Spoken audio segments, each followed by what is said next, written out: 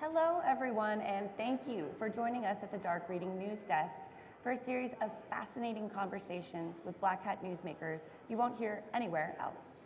My name is Becky Bracken. I'm an editor with Dark Reading, and I'll be one of your hosts throughout 2 full days of interviews to bring the best of Black Hat USA 2024 right to you wherever you are. Before we get started, let's explain how the news desk works. We'll spend the next 2 days talking to dozens of researchers scheduled to present at Black Hat, as well as cybersecurity professionals of all stripes, to try to capture the Black Hat 24 action as it happens and take you behind the headlines. We want to cover as much as possible, so these interviews are going to be quick. So if you're interested in a deeper dive to you can go to darkreading.com, where many of these speakers and their research is being included in conference coverage. With that, let's get on to our first conversation. First up, I'm thrilled to welcome Jason Healey, a senior research scholar at Columbia University. Jason is presenting his research titled, "Is Defense Winning?" It's in reaction to the president's directives of making our cybersecurity more defensible and figuring out how we're actually going to measure that. Welcome, Jason. Thank you so much for being here. Thanks, it's great. I get to be the headliner for so much great Black Hat content you're going to have at Dark Reading. I love it. You are kicking us off today, so thank you for getting me warmed up. Please take us back. This is a subject that you have been deeply involved in for many, many years. So can you take us back to how you worked with the White House and the executive branch to help develop a cybersecurity strategy? So it's one of the things that struck me at coming to Black Hat and DEF CON for so many years. So many of us are focused in the individual controls, or are we making our individual enterprises more secure? But I've found quotes that go back to 1970 that say we can't secure these computers and these networks. Wow. So it's saying, boy, for 50 years, we haven't been shifting the advantage from attacker to defender. Right. So that's been my work, and this is my 4th Black Hat talk on this. So we had done work at Columbia University called the New York Cyber Task Force that said, what have been the innovations over the last 50 years that has done the most to shift that advantage to the defense? So the White House picked that up. That made it into the National Cybersecurity Strategy, which I helped write over at the White House. And so this talk is going to be, how do we know if it's succeeding? You know, again, not just if controls are succeeding or if an individual enterprise is better, or all the enterprises are better. Are we actually shifting that 5-decade trend so that it's the attackers that have a harder time than the defenders? So can you just walk us through basically what the president's sort of framework is that you helped develop? What are we trying to move toward? Correct. So the front part of the National Cybersecurity Strategy came from our work at Columbia, and it was saying, for too long we've had to worry about one person clicking a stray link. Right. That's going to lead to these big national security outcomes, right? And then we blame the person. When that's not right? No, we've built this system that for decades has made it difficult for defenders and for users. So one of the big shifts it looked at is, how can we turn that around? How can we make it so that the responsibility is no longer on the end user to be perfect all the time, and bring more of that burden onto those that have more capability to handle that burden, whether that's federal government, but also the cybersecurity companies, the large platforms, those that write the software. To put it this way, where can the White House help the smallest turn of the screw is going to lead us to the biggest outcomes on the other side. So what are the screws that you've identified? Right. Yeah. So if we, and this gets back to our earlier research from Columbia University, and we said it tends not to be technology inside the enterprise. Okay. Because then you're relying, you have to wait 1 million enterprises to buy the product, integrate the product, train on it, keep it up to date. In the past, it's been things like Windows Update, where Microsoft does something once and everybody benefits. But it's also things like new organizations and new concepts, right? We had to invent the idea of the Chief Information Security Officer in the 90s. We had to invent the idea of ISACs, or organizations like the Cyber Threat Alliance, the MITRE attack framework, right? It's an idea. Yeah. And yet we've gotten so much benefit. And so our work here is saying, good, can we have a framework that helps us understand these indicators if all of us are doing better? So what are we looking at? What are your points of data that you think make the difference? And we're not doing most of the work ourselves. We're looking at a framework. But one of my You're the idea. Right. Right. One of the purest, well, let me say a metric that's difficult to know what to do with, the number of 0 days. Okay. It goes up, it goes down. What does that tell us? Does that, if it goes down, does that mean we're succeeding? Yeah. Because we're writing better software? Whereas a metric I like is mean time to detect dwell time. Because that directly measures who's doing better. Yeah, whose response is Right. effective. Are the adversaries doing better at hiding, or are we defenders doing better at finding? Okay. So it really looks directly at that. And we've seen tremendous drops. Mean time to detect used to be hundreds of days, 200 to 400 days, and now it's like 12. And to what do you credit that pretty precipitous drop? Boy, that's great. I think we've done a lot better in having trained defenders or having a lot better security. For a while, I thought it was just ransomware, which wants to get detected. But data from Google and Mandiant has shown that even if you subtract out ransomware, you still see these effects. Do you think automation has anything to do with that? I'm sure, Yeah. absolutely. Okay. That has. And so our job is to say, okay, well, what are some other areas where we can come up with these logical propositions to figure out if we are in fact doing better? Not each one of us, but all of us. Collectively. So what are those? So we're taking threat, impact, and vulnerability. Okay. And so to lay out what I think is one of the best logical propositions. So if we're doing better at disrupting adversary operations, we would expect to see, yes, a drop in mean time to detect, but we'd also expect to see more rapid turnover of their tactics, techniques, and procedures, because we're disrupting them. We'd expect to see fewer easier TTPs, logging in with valid credentials, Right. and an increase in we're forcing them to actually hack. Make them work harder. And in fact, we are, according to Verizon Data Breach Investigation Report, we are in fact seeing that. Great. And we'd expect to see more 0 days and a higher price for 0 days because we're doing a better job at patching. And that's So the way 0 in. days on its own doesn't mean much. But if you put it as part of the rest of this proposition, you can see if the trends are going in the right direction, in the same direction or not. Okay. Is there anything else that you're worried about, or that you're looking at specifically? Yeah, I'll just say I was surprised to see that a lot of the threat indicators were going in the right direction, and that kind of surprised me, maybe even shocked me, but we're not saying it seems like the impact indicators are still going in the wrong direction. So that means fewer attacks, but more devastating attacks? What does that mean? Yeah, it means that even if we're imposing these costs, we're not seeing, right, we're still seeing large ransomware payouts, we're still seeing a lot of disruption, we're still seeing a lot of countries and US states declaring states of emergency, for example. So hopefully if we keep reducing vulnerability, reducing threat, hopefully it's just a lag time and we'll start to see that decrease in impact.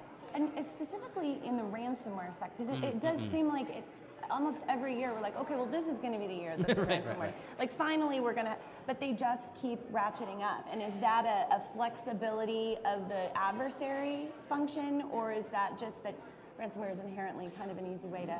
We'll see, and it's interesting from a public policy, right? Because I'm on public policy. Would we as a country be happier if we saw fewer ransomware, if more companies affected by ransomware, but at higher payouts? Or, which means that maybe hospitals and school districts aren't getting hit. Right. Or do we want to see a larger number of smaller payments? I think we would rather see a smaller number of higher payment. Of course, we'd like to see decreases. Yeah, 0 would be great. Yeah, would be great. But I think we might be starting to see, but we haven't seen enough of the ransomware numbers yet.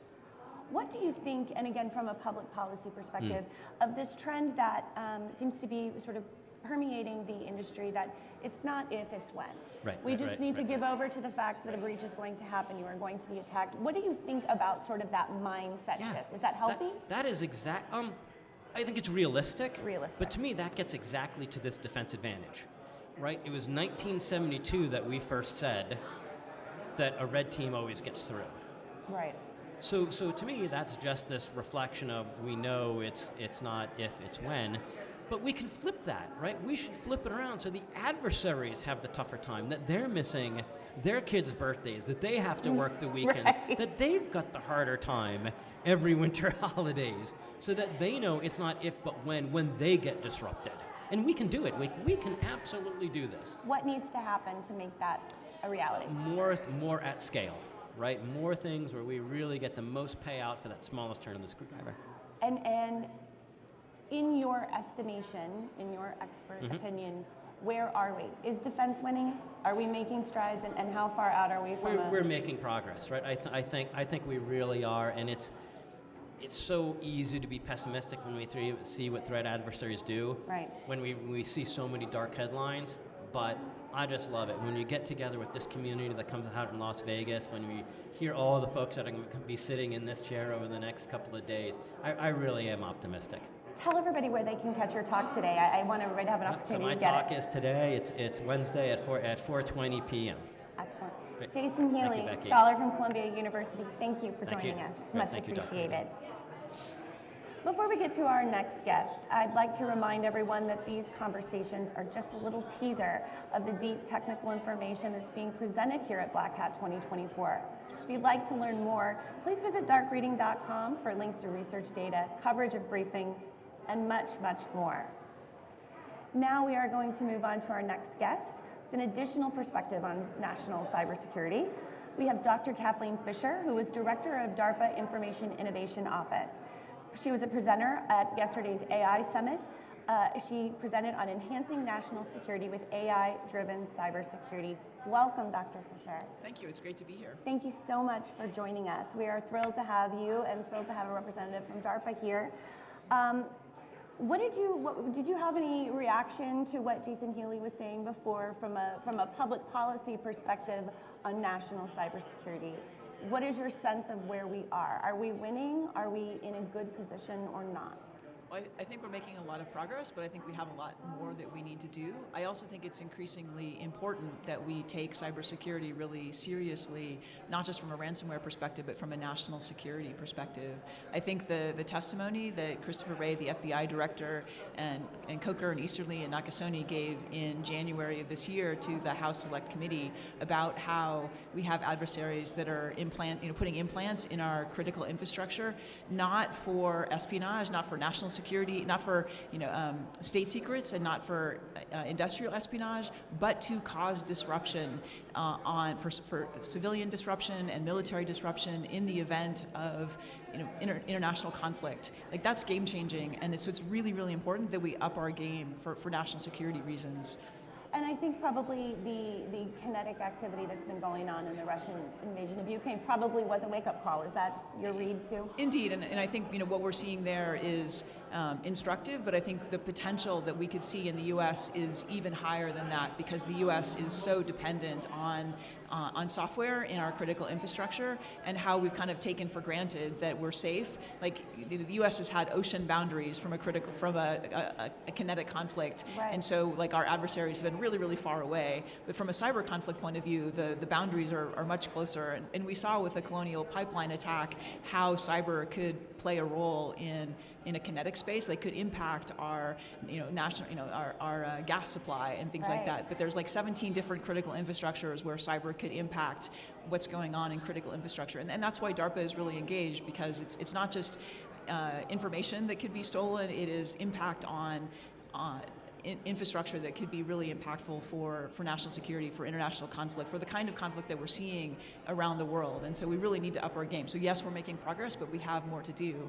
But part of what's exciting is we're seeing the technological advances that could really help with that. And part of that is what we've done with program analysis and with traditional kind of cyber reasoning systems is really good, but also the advances that we're seeing with AI technology and large language models. I kind of like to talk about how it's kind of chocolate and peanut butter, two great tastes that are great by themselves, but when you put them together, you have an even greater capability. More than the sum of its parts. More than the sum of its parts. You have the the cyber reasoning systems, the program analysis, static analysis, dynamic analysis. Those give you like confidence, and you can reason about them. You get high levels of assurance. You know what you're getting. You know you high confidence of what the effects will be.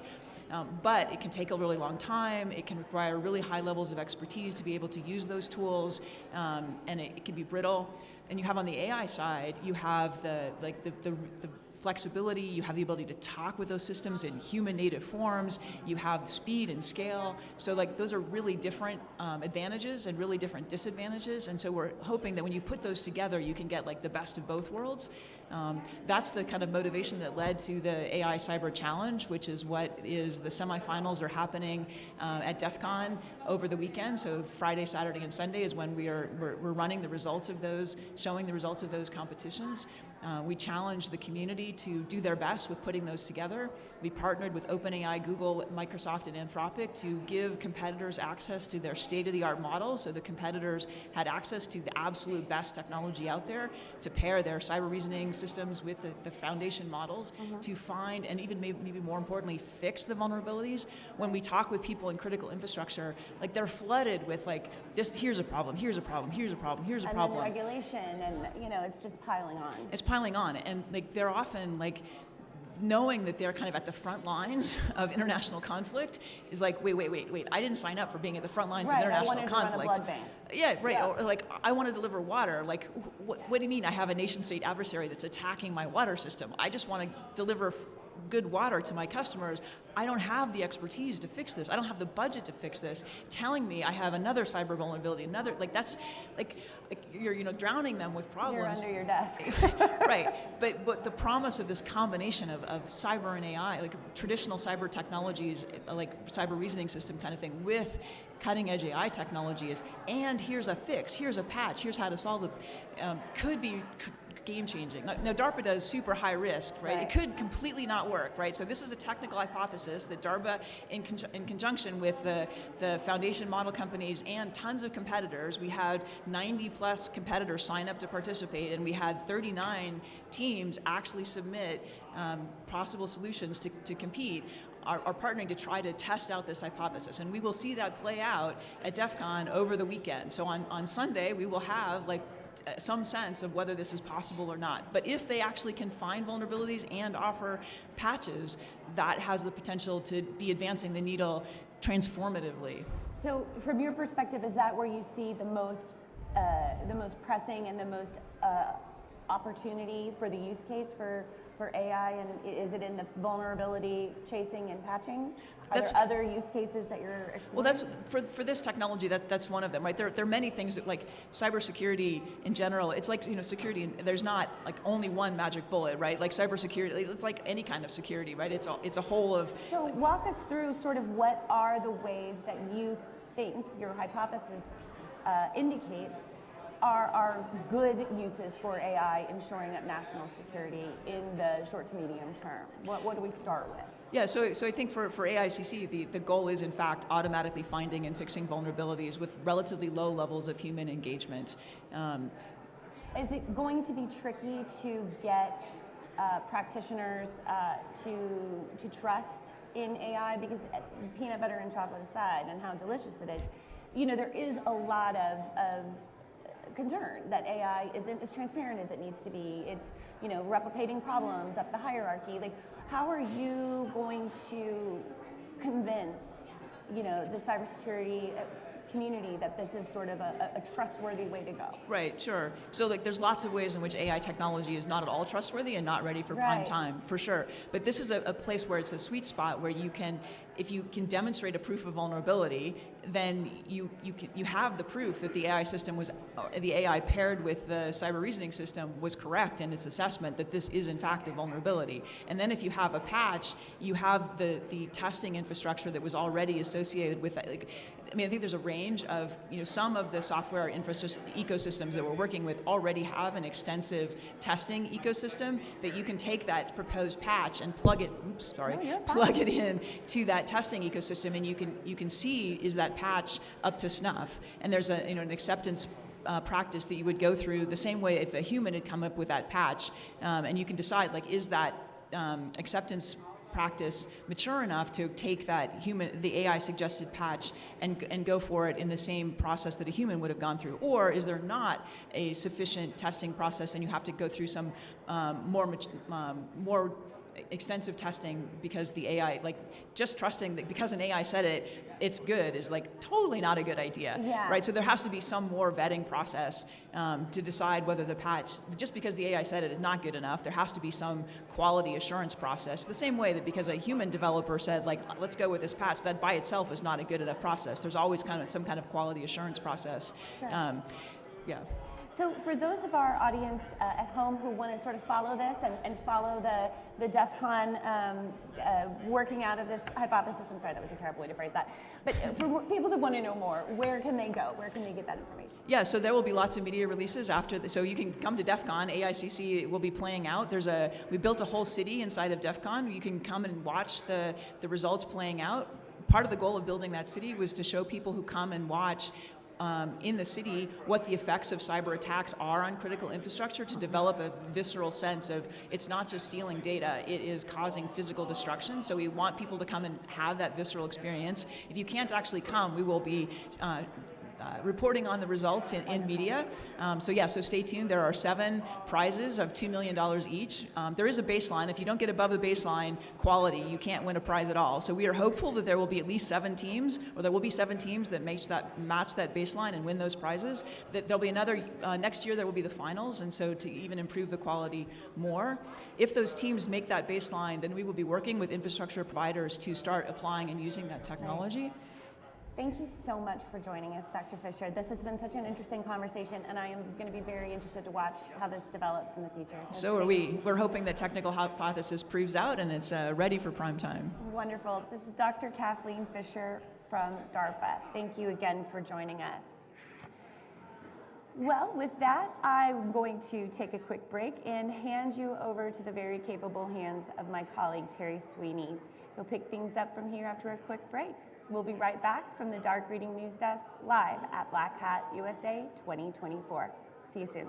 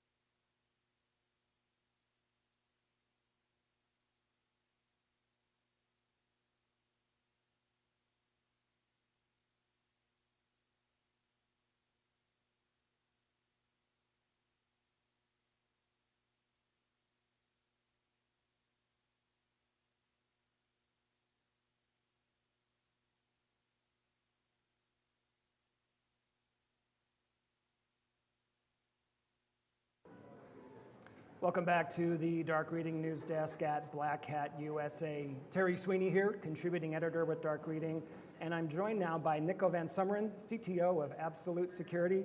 Nicko, thanks so much for dropping by the news desk. It's a pleasure to be here. We are talking cyber resilience. Let's just start with some definitions. How would you define cyber resilience? So, cyber resilience is really all about our ability to bounce back from attack and bounce back from anything that might compromise our systems.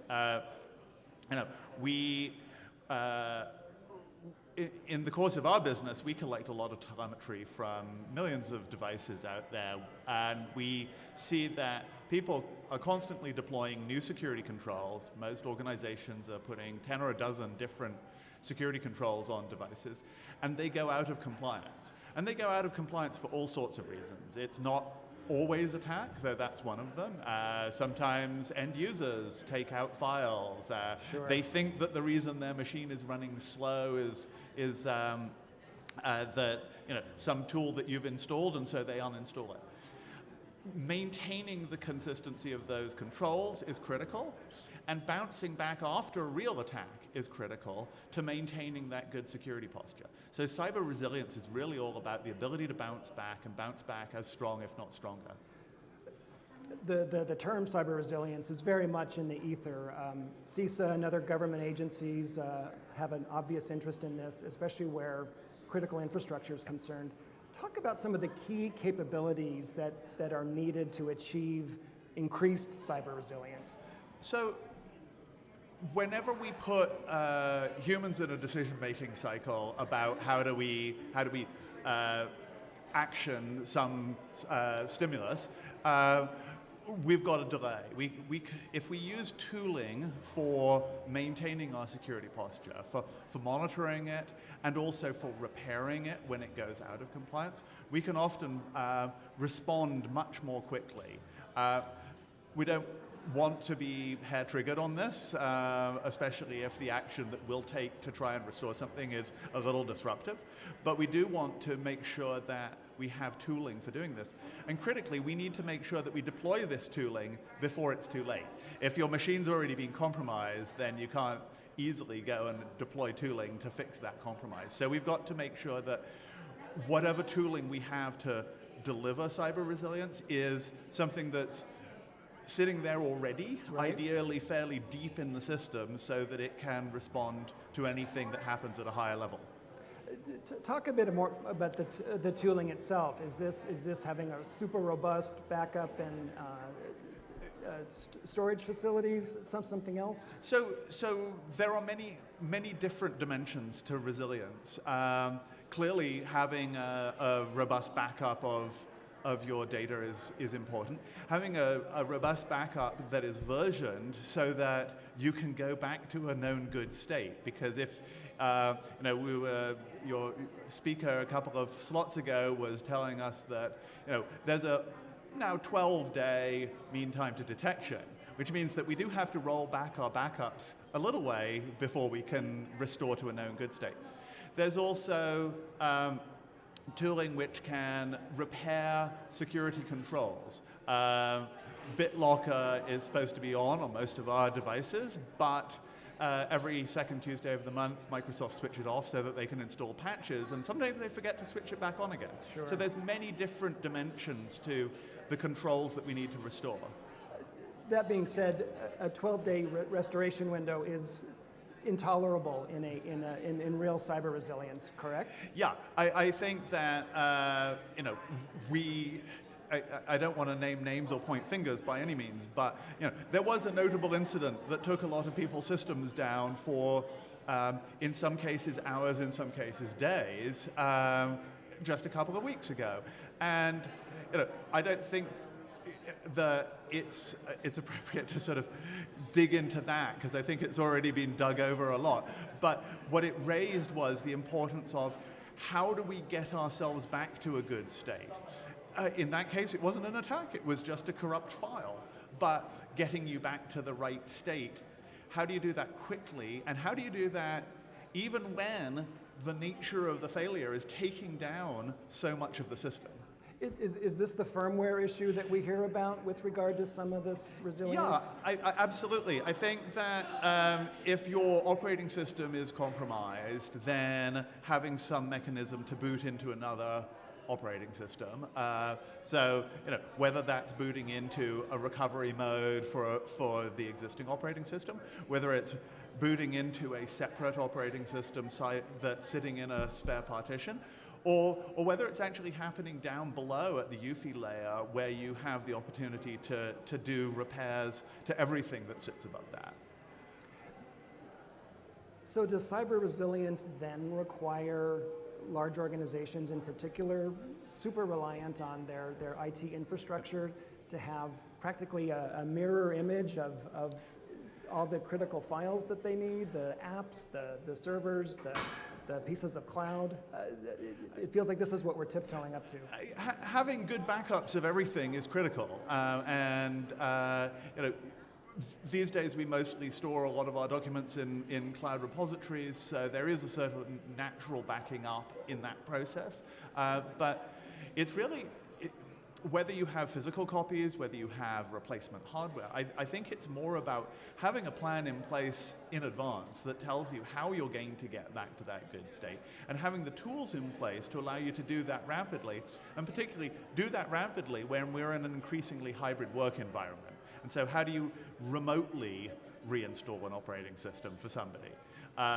In the face of many systemic malware attacks, the right thing to do for most organizations is going to be to burn the machine to the ground and re-image. Okay. And so you've got to have some mechanism that's going to allow you to do that in the field. What advice would you have then with the firmware issue for customers? These are, admittedly, these are rare instances, but stuff happens, as they euphemistically say. What advice would you have for customers in that instance? I think that, thankfully, firmware-based malware is still relatively rare. I think that the opportunity, though, is firmware-based restoration tools and building solutions that operate pre-boot of the rich OS to say, can I have a minimal stub that will allow me to do that recovery process in real time, remotely, and use these days most vendors are starting to add firmware level networking functionality, and we can build on that to deliver firmware-based resilience solutions that are going to allow us to do that recovery more or less from bare metal. Right. It seems as if cyber resilience has also become a board level issue. Is that an accurate assumption? I think so, and I think that's the reason I believe that it's become a board level issue is that when we look about risk systemically in an organization, there is what is the probability of an attack being carried out, and what is the impact of that attack? And there's many aspects to the impact, but duration and recovery time is clearly a very large part of that, especially when that represents downtime for your business. We've seen for decades people spending more and more and more on trying to squeeze that probability, but we're getting diminishing returns. It's like buying a fancier hi-fi. You spend twice as much, you don't get twice as good sound quality. We've reached it's no longer very squishy in the probability dimension. So if we can reduce the impact of an attack by reducing the time it takes to recover, then that's the other dimension. It's a much squishier dimension at the moment. So there's a lot more opportunity to reduce systemic risk by having more resilience and having quicker time to respond. Nicko, real briefly, tell us a bit about what boards need to know about cyber resilience. Technology has not typically been their strong suit, though they've gotten a lot smarter about it, I think we can agree. If we take a deeper cut at that, what do they need to know about cyber resilience? So boards' positions are generally considered to be, about oversight rather than management, and so they need to talk to their management team about how do you approach cyber resilience? What are you planning? Have you checked those plans? And what tools do you have in place in the face of these adverse circumstances that you can bring to action at a moment's notice? Nicko van Someren of Absolute Security, thank you so much for joining us on the Dark Reading News Desk. Thanks for helping us think differently about cyber resilience. It's a pleasure to be here. Thank you so much. It's the Dark Reading News Desk, streaming to you live from Black Hat, USA. We've got a full lineup of experts and big thinkers on tap. Our live stream will be running from 10 a.m. to 4 p.m. Pacific time today and tomorrow. So we invite you to stay with us and keep tabs on the latest trends and technologies. Welcome back to the Dark Reading News Desk. Terry Sweeney here with Dark Reading, and joining me now is Michael Fay, co-founder and CEO of Island. Mike, thanks so much for joining us on the Dark Reading News Desk. Thanks for having me. We are talking about enterprise browsers, which is a topic that I don't think has really gotten sufficient attention at Black Hat and across the industry, so thank you for joining us. Let's start with some context about what an enterprise browser is, why companies might be willing to pay for an enterprise browser when there's so many free alternatives out there. Yeah, so let's think about what a browser as we know it does, right? Sure. So that Chrome browser that we all use, it's built for consumer interactions, to absorb content, to collaborate, but it's also, its core governance is advertisements, it's e-commerce, it's that goal. And as with most things, you can't be all things to all people. When we bring that consumer browser into the enterprise, we have to treat it like a caged animal. We backhaul the traffic so we can govern where it goes. We start ripping out the extensions. We worry about the data that dumps on the desktop and build advanced DLP programs.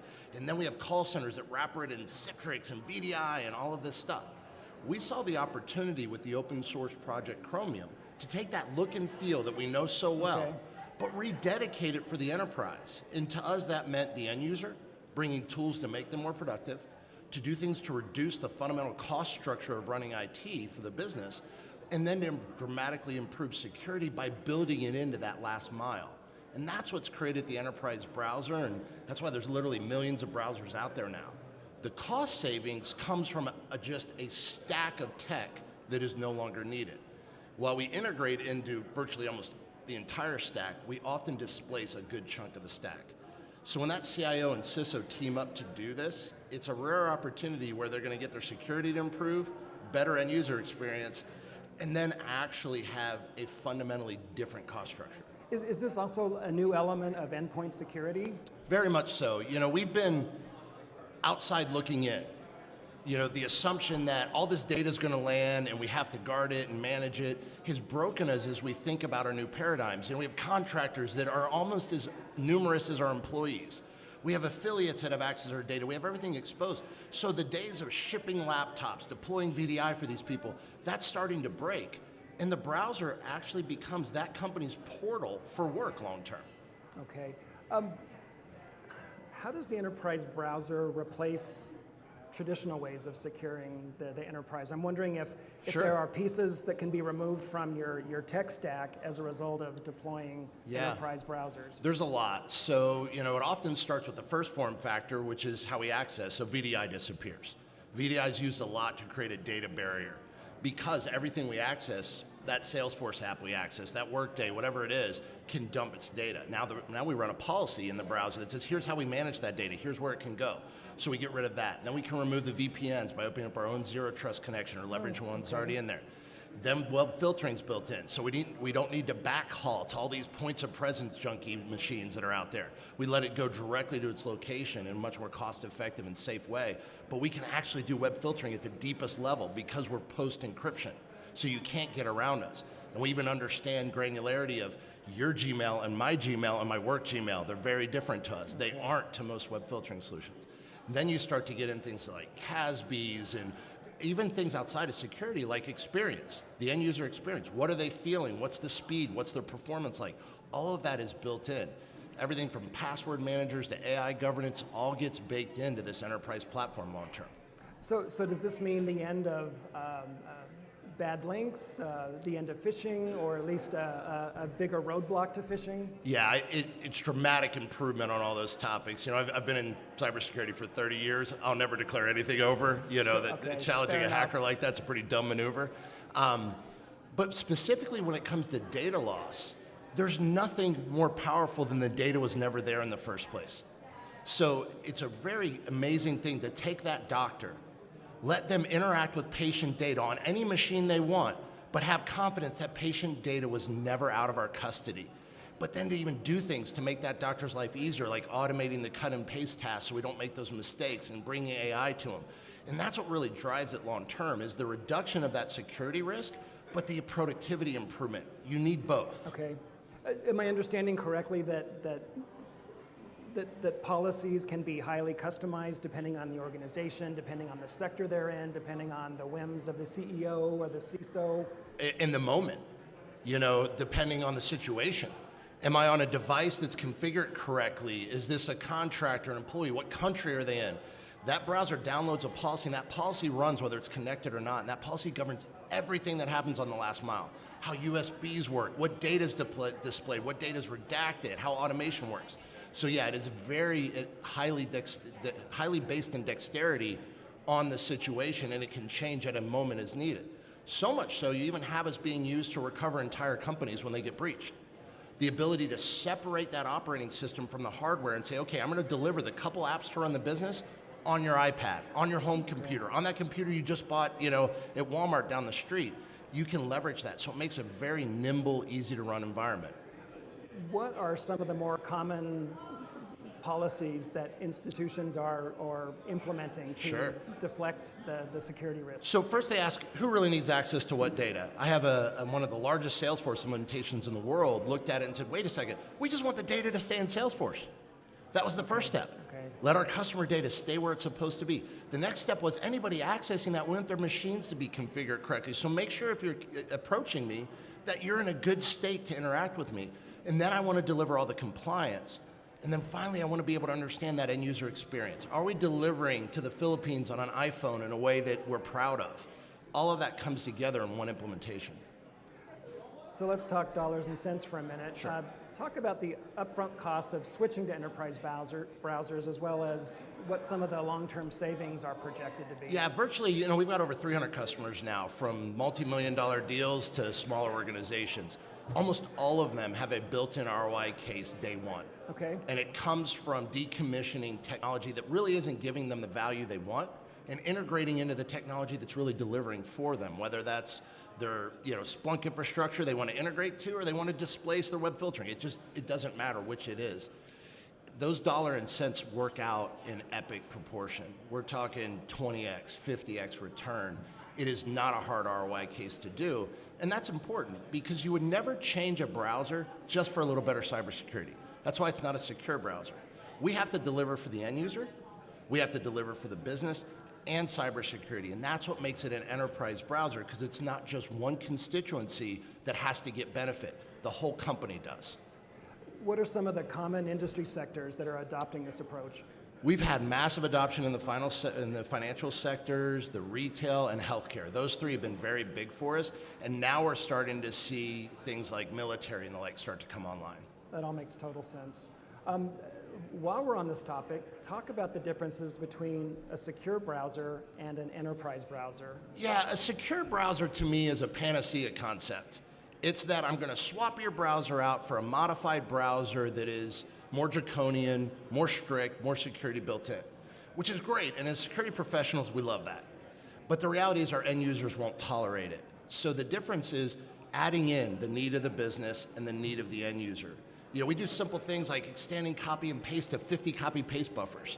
When you're on your consumer browser and you shop, if it doesn't fill in your address, you're angry, right? Well, think about that call center user that's repeating stuff 5,000 times a day. Why haven't we given them the basic tools that we give a shopper? That's the stuff we're starting to give them as well. And that's where the secure browser concept deviates. So what I always think of is enterprise browser is the bigger picture. Secure browser is one of the legs of that. All right. It sounds like an enterprise browser is much better at mirroring the standard free browser experience on the desktop.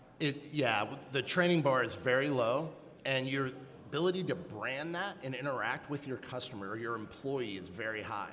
So you'll see these organizations roll it out as their browser, it's their branding, and all the interactions are theirs. So instead of saying blocking you from going to a shared drive location, it'll literally redirect you to the one you're supposed to use. And that dexterity becomes really powerful because it lowers the training bar for everything, not just for web surfing. Mike, real briefly now, talk just a little bit about the productivity benefits associated with enterprise browsers. Yeah, so imagine you're that call center worker, and instead of getting on your machine, connecting to some Citrix server back at that company, then that going back to a web filtering location to finally get to your Salesforce where you will log in, and then you will cut and paste from different apps through that. You bring up that browser, it handles that entire process, it doesn't do any of that backhaul nonsense, and it literally starts to auto-complete the things you need it to. And we watch how people cut and paste so we can automate that later. And then finally, giving them full access to all their apps in one location, whether they're web-based or not, it becomes your portal for work. So you can bring up that iPad, that Linux box, whatever it is, that Chrome box, and everything you need is in one spot, and it will handle the networking. It will handle your logins. It will deliver all of those wonderful things that shopping at Amazon has had for a decade. That's great. Mike, thank you so much for walking us through the finer points of enterprise browsers. Thank you. I appreciate this new way of thinking about endpoint security. Appreciate you. Michael Fay, thanks so much for stopping by the news desk. Thank you.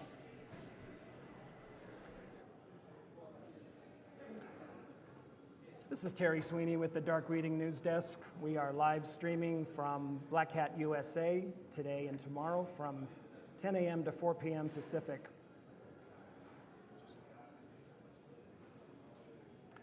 Welcome back to the Dark Reading News Desk. Terry Sweeney here, contributing editor with Dark Reading News.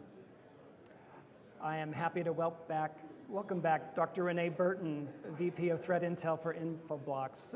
It's nice to see a familiar and welcome face on News Desk. Renée, good to see you again. Yeah, good to see you again. Thanks very much.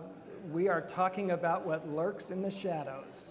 And luckily we have DNS as a great illuminating tool to help us there. Not just the bad actors, but the truly malicious ones. I'm getting a little ahead of myself. Let's start with just talking a bit about what Infoblox Threat Intel does, what makes it unique, and why DNS is such a great tool for the kinds of activities we're talking about. Yeah, so we've talked a few times in the past, right? So Infoblox Threat Intel provides the intelligence for Infoblox DNS products. And a couple of years ago, we decided to completely reimagine, what does that mean? How do I protect things with DNS? And to do so, we ended up building a totally specialized purpose infrastructure that we work with, but also focusing very heavily on the topic matter.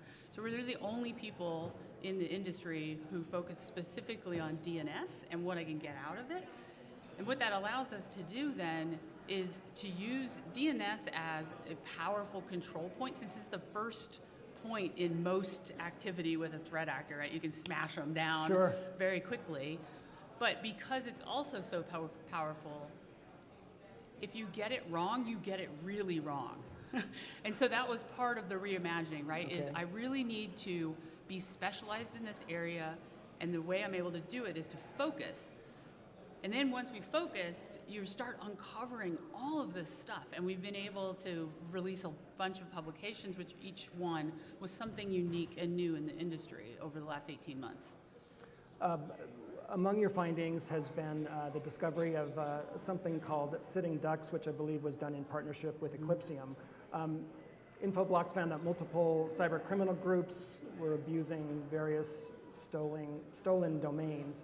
Tell us about how you discovered this trail of hijacked domains using DNS, and why this is something that companies should really pay attention to. Yeah, so sitting ducks, I think the three things to keep in mind about it is it's extremely easy to perform, it's extremely hard to detect, and it's entirely preventable. So those three things themselves are things that we should be concerned about. And the way it came about was we were looking at a specific threat actor that was running something that's called the 404 TDS. That TDS traffic distribution system was first found by Proofpoint, as documented by Proofpoint. And we started understanding, they're mail guys, right? And they're very good at that. We started trying to look at what is the DNS of this actor? And we realized that threat actor was stealing all of the domains. But the question became, how can they possibly be stealing these domains? There's so many of them, and they're like big brands. They're like really important, so how could that happen? what ended up happening was we partnered with Eclipsium, it was amazing partnership, and really dug in and found that, in fact, the threat actors, who are predominantly, so far in our findings, are predominantly Russian cyber criminals, are taking advantage of a gap in logic that happens when you have a registrar where you register a domain, Right. and then you have a DNS provider like your web hosting provider, or you might have a separate DNS service. There's a gap between these two things, and you kind of forget about the domain. And the actor just comes in and says, I'll take that. And then they have it, but you don't know, your registrar doesn't know, the world doesn't know. As far as the world knows, that domain was registered with Mark Monitor or GoDaddy or anything like that. And they use them for a little while, and then they drop them back down again. So they've created this kind of lending library in the Russian cyber criminal world.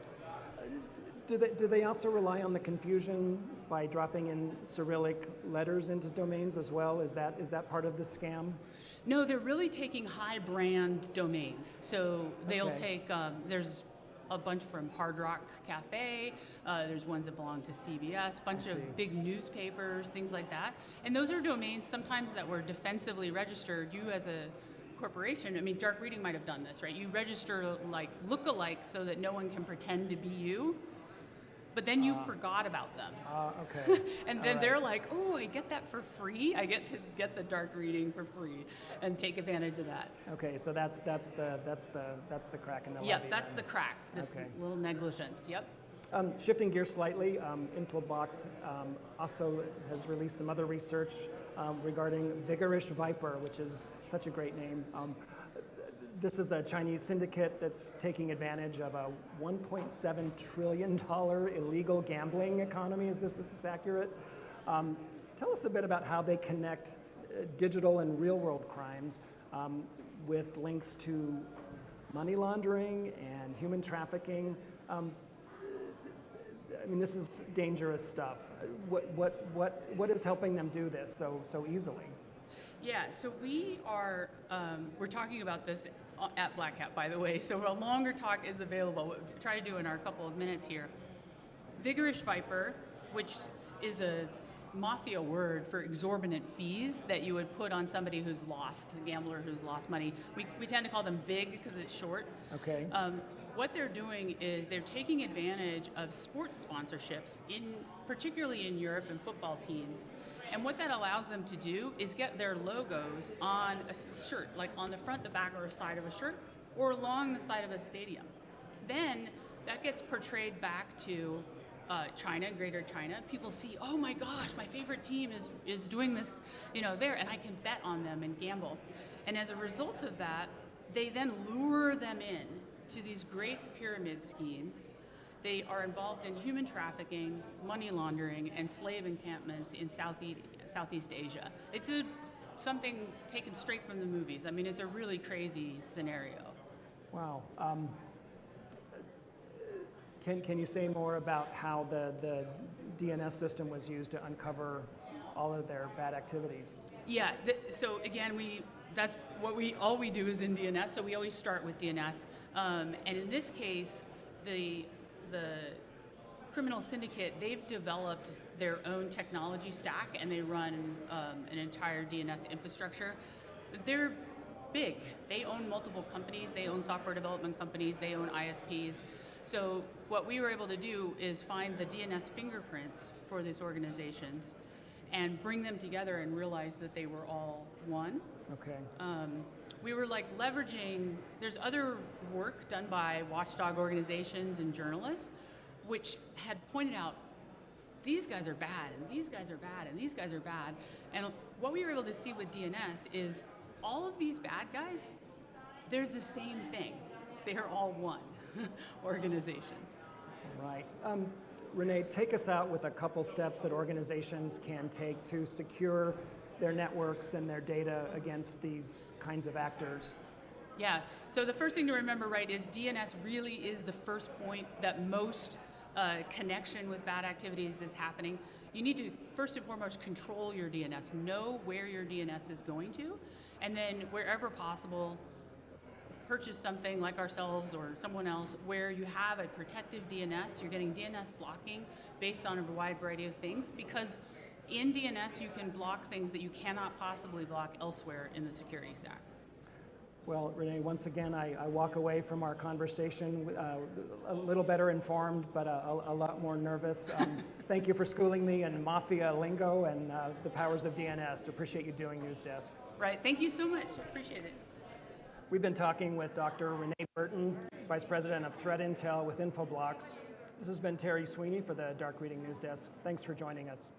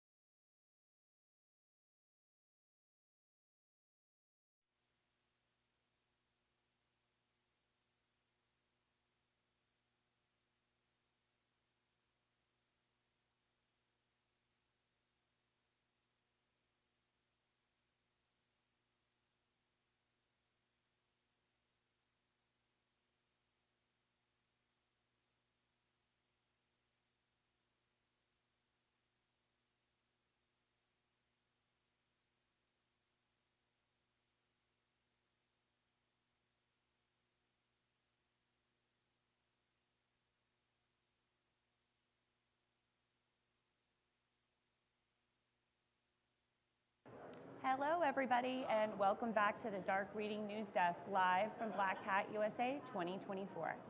My name is Becky Bracken. I'm an editor with Dark Reading, and we are thrilled to be here with our next guest from MITRE, Marissa, our daughter, who's senior AI engineer, and Alex Byrne, who's a cybersecurity engineer, and they are both here to unpack their research on evaluating large language models for offensive cyber capabilities. Welcome, both of you. Oh, thanks so much. We're really excited to be here. Thank you for joining me. So let's talk a little bit about why you decided to take this project on. Large language models, they're very hot. They're doing a lot of interesting things, but there is some inherent distrust of their real capabilities. So what is your evaluation, and what are some of the offensive capabilities they could potentially have? Yeah. So just to begin with, MITRE is so well known for our attack and CVE frameworks, as well as some of our more emerging frameworks through MITRE Atlas for AI security. And so what this research that we are going to be presenting on tomorrow is going to be detailing is how do we begin to suss out and evaluate large language models for these types of offensive cyber capabilities in a very, gradual kind of way. And we are hoping, that our methodology is really flexible and that we can, as MITRE always does, open source this work for, collaborators and the larger cyber community to, help us build out these types of tests to better understand, where large language models can impact the cyber threat landscape. What are we testing? So talk to me about what we're specifically looking at. So we're going ahead and we're testing a broad range of different capabilities because cyber is such a huge area. You can go ahead and you can look at reverse engineering or forensics, and you can see really interesting capabilities in one area, but they might not necessarily translate to the other. So we're trying to go ahead and build this wealth of different tests, and so we're going to be showing off some stuff to do with Active Directory attacks, some stuff to do with an in-house simulation that we have called CyberLayer, and to see, well, hey, can it use different tools? Does it rely on certain tools? Is it robust when you change things around? Is it able to remain stealthy? And so we're testing a whole variety of different dimensions. And what were your findings? So our findings are really in the early works right now. We've been mostly just building out the entire framework itself so that we can hopefully open source it soon.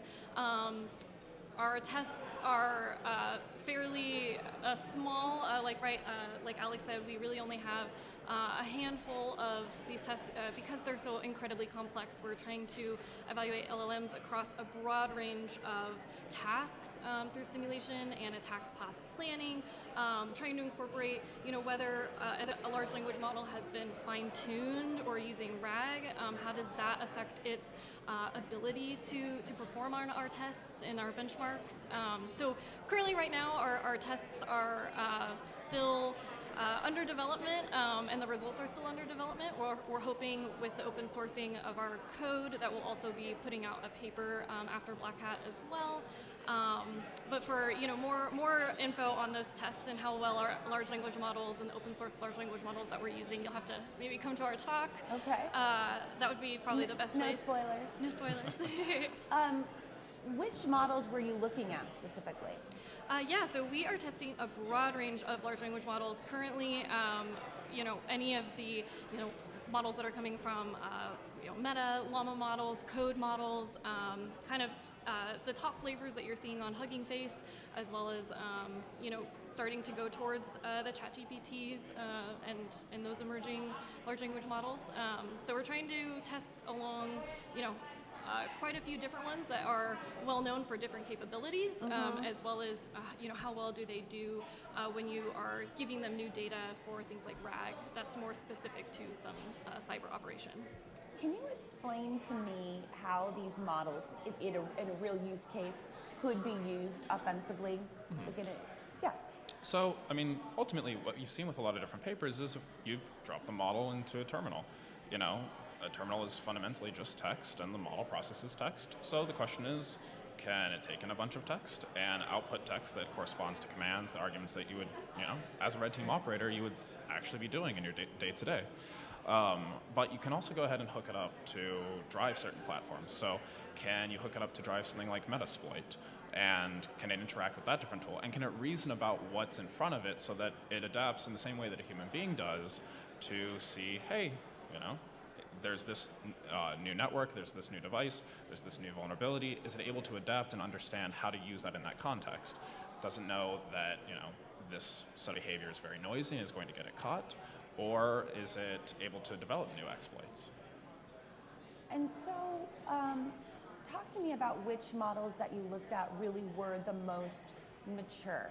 What are the models that if we really want to start digging in and use them for practical purposes, which ones would you point to? I think our research is too early on to really give a concrete answer on that. We are learning from the other evaluation frameworks coming out of Facebook Meta with their CyberSec eval tool for cybersecurity, as well as Google DeepMind. But I think our results right now are too inconclusive to give a dominant answer on a particular large language model. Where do you estimate we are on the maturity journey of this technology? Are we still in very, very early days? Where do you estimate we are? I would say just with the large scope of cyber and as Alex pointed out, the breadth and depth that evaluation frameworks in the cybersecurity community could test, we're very early on. We're very early on in understanding the data that adversaries could be using to increase their capabilities for using these types of large language models for specific purposes. So hopefully our framework at least provides another avenue for collaborators and the community to bring in tests that are more grounded in the real world and yeah. So, and then hopefully that will then rise all the boats, so to speak. Yes, Everybody, yeah. Which is sort of MITRE's deal. AI is such a huge topic here. There is everyone sort of staking their piece of it. Something interesting I heard, and I'm interested to get your reaction to, is that right now, AI is effectively a human force multiplier. Mm-hmm. Do you agree with that statement? Do you think that will always be the case? To just tell me generally sort of what you think the role of AI should be now. So yeah, I think that's absolutely right. It is a force multiplier. These models, you have a broad range of different capabilities, from smaller open source models to some of the larger ones that are coming out, like recently with Llama 3, a 405 billion parameter model that really looks like it can be competitive with closed source models. But ultimately, they're great at reducing boilerplate. They're great at going out and spinning new people up. So when they're sitting side saddle next to someone, they really do increase someone's capabilities, and they can make someone who's maybe in a more junior position able to do so much more. But that also comes as a little bit of a double-edged sword, because they still hallucinate, they still make errors. So for that junior individual, if it goes ahead and gives them the wrong piece of information, or if the model behaves maliciously in some instances, then it can really go ahead and end up, well, being a double-edged sword, reducing that junior engineer's capabilities. And then for more senior engineers, they're already the experts. And so unless they're trying to get spun up with something that's totally brand new for them, usually something that's maybe a little bit tangential to their area of expertise, I don't think it is actually that large of a force multiplier. So it really depends on who it is that's using it for what purpose. Do you agree with that? I do. And I'd also add that, part of why and the methodology that we are evaluating these large language models is to better understand where their capabilities lie. Some of these are models that are extremely good at code and finding code vulnerabilities or generating code. So kind of understanding and evaluating these large language models to figure out, are these really good at particular TTPs? Will they help with those, or are they going to help with code execution? And let evaluations like that help determine how you want to implement them in your company or something like that. I think that is so interesting. I'm so interested to see how your work develops. Tell our audience again where they can catch your talk tomorrow.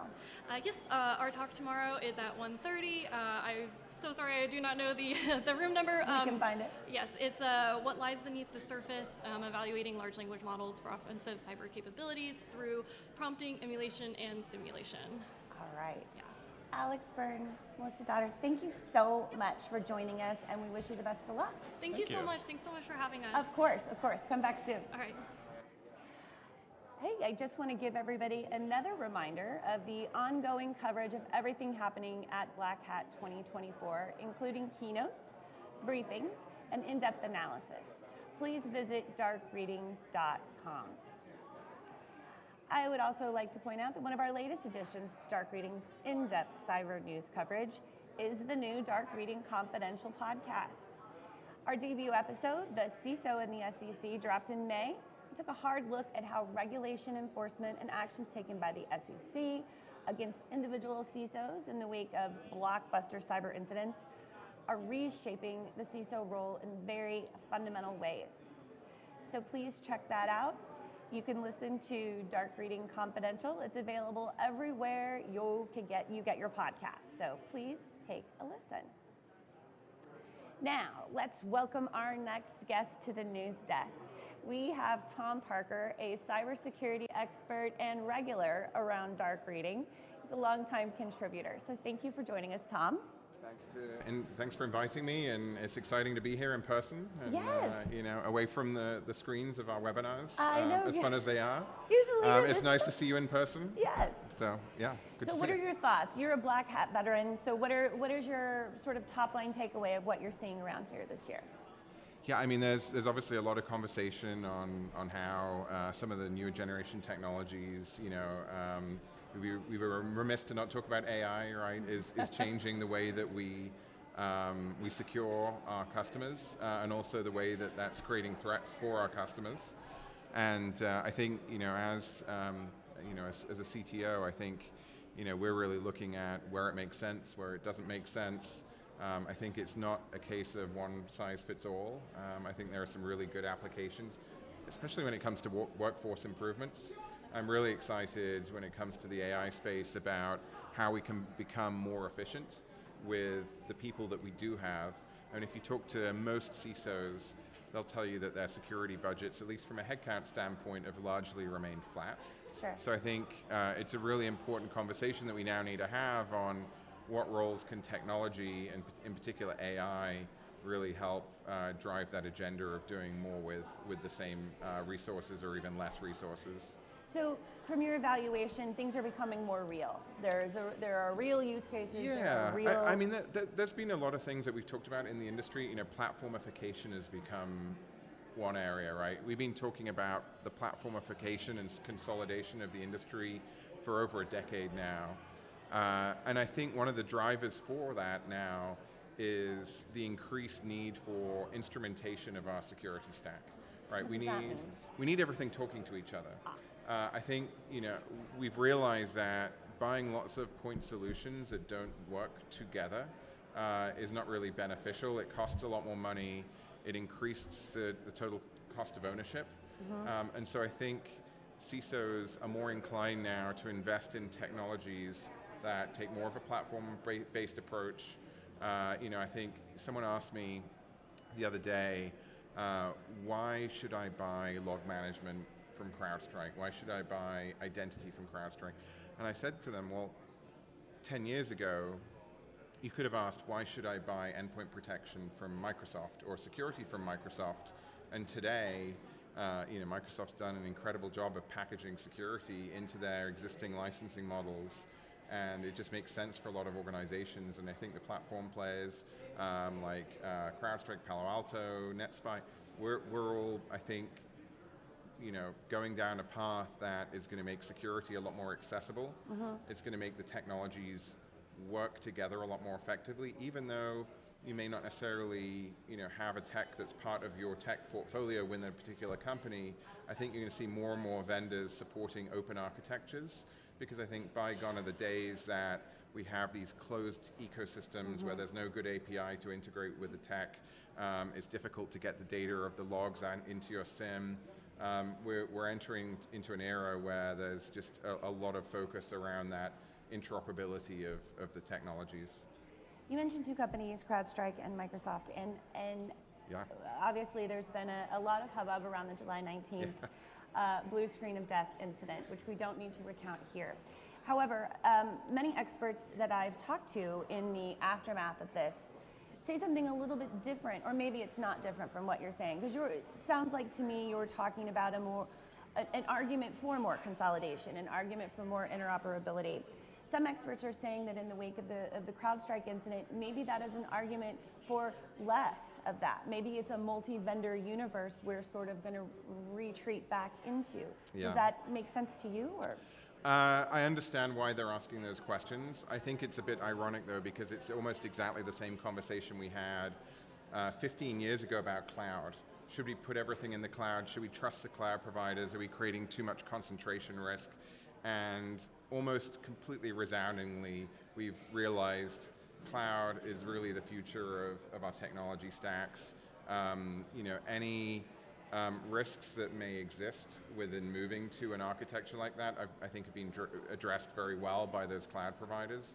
And so it really is exactly the same argument. Mm-hmm. And so, absolutely, I think, the future is security platforms, again, that work well with other security tech that aren't necessarily part of that vendor's ecosystem, but are part of a broader, we're seeing a lot of vendors create like XDR ecosystems and standardized APIs and ways for these technologies to communicate with each other in a way that we just haven't really seen in the past. Okay. Much of the sort of in the aftermath of this CrowdStrike incident, there was sort of some soul searching going on about having these vendors buried so deeply in these OS systems, specifically at the kernel level. Many people will say, well, they couldn't perform their tasks if they weren't that deep into the system. They wouldn't be able to collect the necessary data. Others are saying, maybe we need to rethink this approach. What is your thought on that? Well, listen, the EDR vendors are working with what they're given by the operating system vendor, in this particular case, Microsoft. Mm-hmm. And, I think there certainly is a reasonable conversation that we need to have about what the future of operating system architectures looks like, okay, so that you can create a product like CrowdStrike's EDR agent, Falcon agent, that is able to get the information that it needs, that's able to stop process execution when something malicious happens, while not running in a sensitive layer in the operating system that could really bring the whole house down. Right. And unfortunately, listen, as someone that's written kernel code a very long time ago, I'll say that it's an arms race. It always has been an arms race with the adversary. We start in ring 3, they go into ring 0, into the kernel, and then try and usurp things that are running in user space. And so it's this constant arms battle. And so in order to stop that continual arms battle, I think the operating system vendors, Microsoft in particular, and I know you're chatting with Microsoft later today, so we'd love to hear their thoughts on this. Yes. How we can do better to really partner with and enable vendors like CrowdStrike to potentially make changes to their products that don't potentially carry the sorts of risks that we saw play out. And what kind of changes would that entail, do you think? Well, I'm not an operating system architecture expert, but I think that certainly providing, you really need two things, right? You need visibility of the data, process execution, data that's flowing through the kernel without actually being necessarily in the kernel itself. And then you need the ability to influence what the kernel is doing, execution. I think it's really important to note that CrowdStrike's update that caused the blue screen of death was not a code update, it was a configuration file update. And that's a really important distinction when we start thinking about QA and the QA that needs to happen to prevent this sort of thing in the past. CrowdStrike actually released their root cause analysis today, which I encourage everyone that's listening in to go and read. Yes. They certainly are making some improvements from the sound of things when it comes to not just testing their code, but again, this wasn't a code problem, right? This was an issue with the configuration, so testing configuration files, before they get pushed out. this is a work in progress, and I think that this could really happen to anyone that is operating at this level and in this space. We've seen it happen before. I think Dave DeWalt was talking about him recalling when this happened to him at McAfee, when they pushed a bad EPO agent update at the time, and so this is a work in progress. I think it's been really great how the industry has come together and not had these massive knee-jerk reactions necessarily, saying we need to go uninstall CrowdStrike, we need to change EDR vendors. I think when was the last time you changed an airline or a hotel brand because they had a breach, right? You don't do it, right? Because it's still a great hotel brand, it's still a great airline. CrowdStrike's still a great EDR company, right? And then certainly they've learned from this, and improvements will be made. Yeah. That is a bit of wisdom from Tom Parker dropping, our cybersecurity expert and longtime dark reading contributor. Thank you so much for joining us. Okay, and thanks for inviting me. Yes, great to be here. Anytime. See you soon. Right, see you soon. Once again, we are live here from Black Hat USA 2024 with the Dark Reading News Desk. We are welcoming a who's who of the cyber world to sit down with us and share their latest news and views and predict what we'll be here discussing next year. To that end, hello, we are welcoming Martin. Yeah. Martin Doyhenard. He's been here before, Doyhenard, right? Yeah, I've been here 2 years ago. Thank you for joining us again. We very much appreciate it. Thank you very much. Now, you are with PortSwigger, and you are helping us figure out how to bend the rules of web cache exploitation. Welcome. Thank you. Yeah, thank you for having me. Talk us through this. Why are you taking this topic on, and why do we need to bend the rules of web cache exploitation? Well, the topic was really interesting because nowadays we are facing many applications using CDNs like Cloudflare, CloudFront, Akamai, and all of them are just web caches. So it was really interesting to find new ways of exploiting them and to compromise almost any application, because as I said, there's not a single real productive application that is not using a web cache.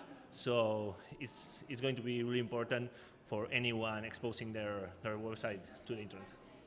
What are some of the rules that you were able to bend? So basically, to determine if a response should be cached or not, should be stored, the web caches are going to use different rules evaluating the URL, and this will tell them if the response is static. And so the idea was to look for ways to break those rules, to find a way of confusing the web cache in order to make him think that the response is static and should be stored when it actually contains some sensitive information from a victim, and so the attacker is able to exploit that and obtain the information. And that was successful. Yeah, fortunately it was successful against many different companies. Tomorrow I will be showing which were the companies. There were a lot of big names, and it was even worse because most of the CDNs that I tested, like the big names, were all vulnerable to almost all of the techniques. So the worst part is that as they are not actual vulnerabilities, because they are just discrepancies between an HTTP server and a cache proxy, it's really hard to fix them. I understand. So it's really just identifying that the vulnerability exists that is critical. Yeah, it's identifying that there's a difference between how a web cache and an HTTP server parse a request. It's really similar to what happens when we look at different vulnerabilities like HTTP smuggling, where we are just making the HTTP server being confused and thinking that the meaning of the request is different than the one that is observed by the cache proxy.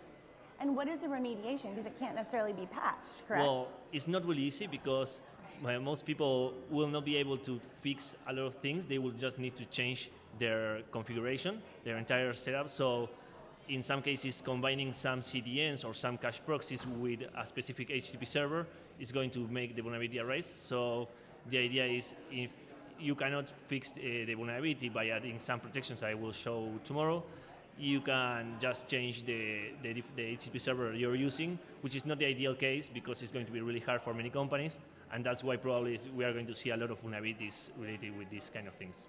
Can you walk me through sort of the real world, how this breaks down, where the CDN sits versus the web caching? If you could just sort of paint the picture for us of what's happening?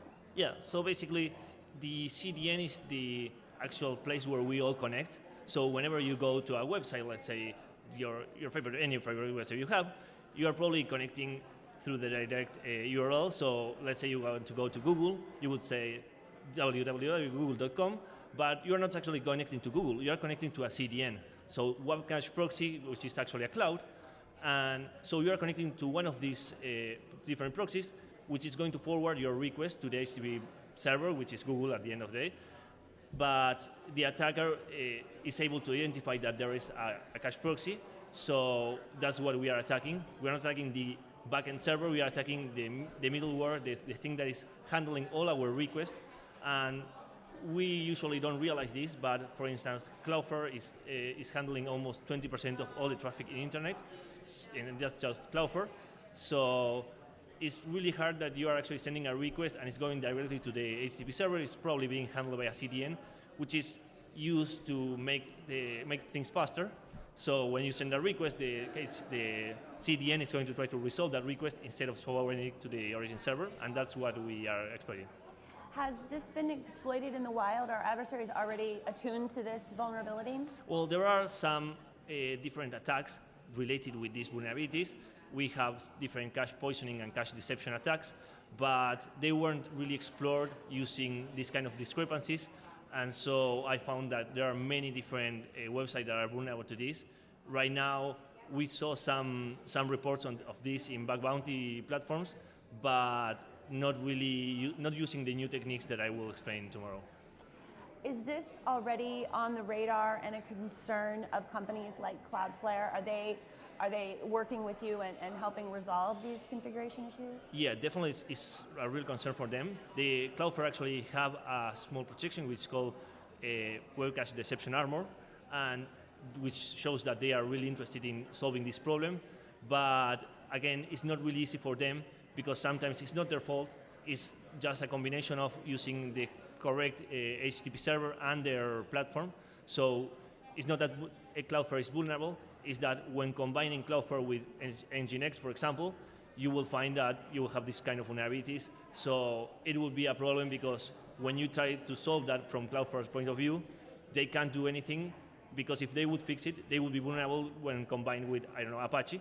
So, and if you tell Nginx to fix it, then Nginx will tell you, well, if I fix it, I will be vulnerable with other CDNs. So it's really hard to solve that. That is a tough conundrum. Let me ask you this. When you talk about these large players like a Cloudflare, there is this sort of ongoing conversation about this monopoly and that some of these players are, for lack of a better term, too big to fail. And when they do fail, it's catastrophic. And like you said, an issue with Cloudflare can wipe out 20% of the internet. So what is your thought on that? Is there an argument to be made to diversify the field? Do we need these large players who are able to see that much of the landscape? What is your thought on that? Well, it's a big problem because when we see that everyone is using the same platform or the same provider to solve this issue of CDNs, if they fail, of course, we will have a problem. We saw this in the few past weeks and months. So this is also a problem for CDNs. And as you say, Cloudflare is right now 20%. I think Akamai probably has also another 5%, but it's like a really important 5%. So yeah, when they fail, we all pay the consequences. But the problem is, if we diversify, then we are inviting other people to create their own CDNs, which will also include new vulnerabilities, because being able to solve the problem, which is everyone behaving the same way when they see a request or when they see anything, is really hard. So probably the solution is not going to be either diversifying or using a single CDN, but to have more interaction between CDNs and HTTP server providers or framework providers, and to make them all follow the same rules and the same ways of developing things. Is that going to be how? I mean, that sounds great, but yeah. Is that happening on any level now? No, and we saw this, as I said, with HTTP smuggling, which was one of the worst vulnerabilities in terms of web security. and no one was able to actually solve this problem with HTTP smuggling. So probably we will not see a real solution for this kind of attacks, other than adding more protections, and it's going to be a matter of you knowing how to configure your servers and knowing how to combine them and evaluate using the tools that we provide to know if there's a problem, a path confusion, a vulnerability or not. And how are we going to search for those? If I'm in my shop, is your paper going to give me, your briefing going to tell me step by step how I'm going to go and check out and make sure my configurations are appropriate? Well, that's exactly what my paper is going to do. It's going to not only tell you which are the new techniques that you can use to exploit these systems or the vulnerabilities, but I'm also going to provide a well-tiled guide to explain how to find these discrepancies, how they could be exploited, and how to combine the different HTTP servers and CDNs in order to protect your system and don't have these kind of issues. Wonderful. Can you tell our audience where they can check your briefing out and get more information? Well, it's everything probably on the Black Hat webpage, and also in PortSwigger we are going to add a new topic tomorrow for web cache deception. So it's really useful for people that want to understand how these vulnerabilities work and that want to find them, because it's going to be really useful for those that are using this for bug bounty programs. And they can all use those topics to learn and to understand how those systems behave. Wonderful. I also want to send our best wishes to your colleague at PortSwigger, James Kettle. We missed him this year, so please tell him we hope to see him next year. Definitely. He was really sad not being able to be here. We were also really happy because we got 3 talks accepted at Black Hat, which was a big thing for us. And yeah, definitely we will see him next year. Wonderful. Thank you so much for joining us. Martine Doyhenard from PortSwigger. Thank you very much. Thank you. And now my time here is done. I'm going to take a quick break and turn the desk back over to my colleague, Terry Sweeney. Thanks so much for joining the Dark Reading News Desk live from Black Hat 2024 at the Mandalay Bay in Las Vegas, Nevada. See you in a bit.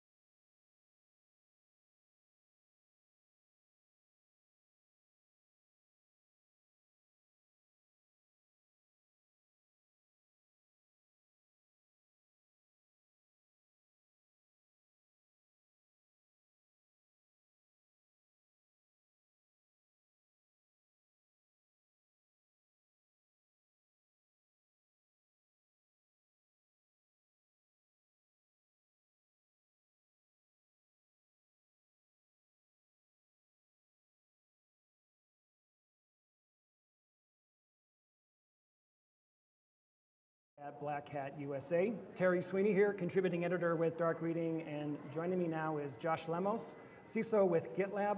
Josh, thanks for joining us on the Dark Reading News Desk. Thanks for having me, Terry.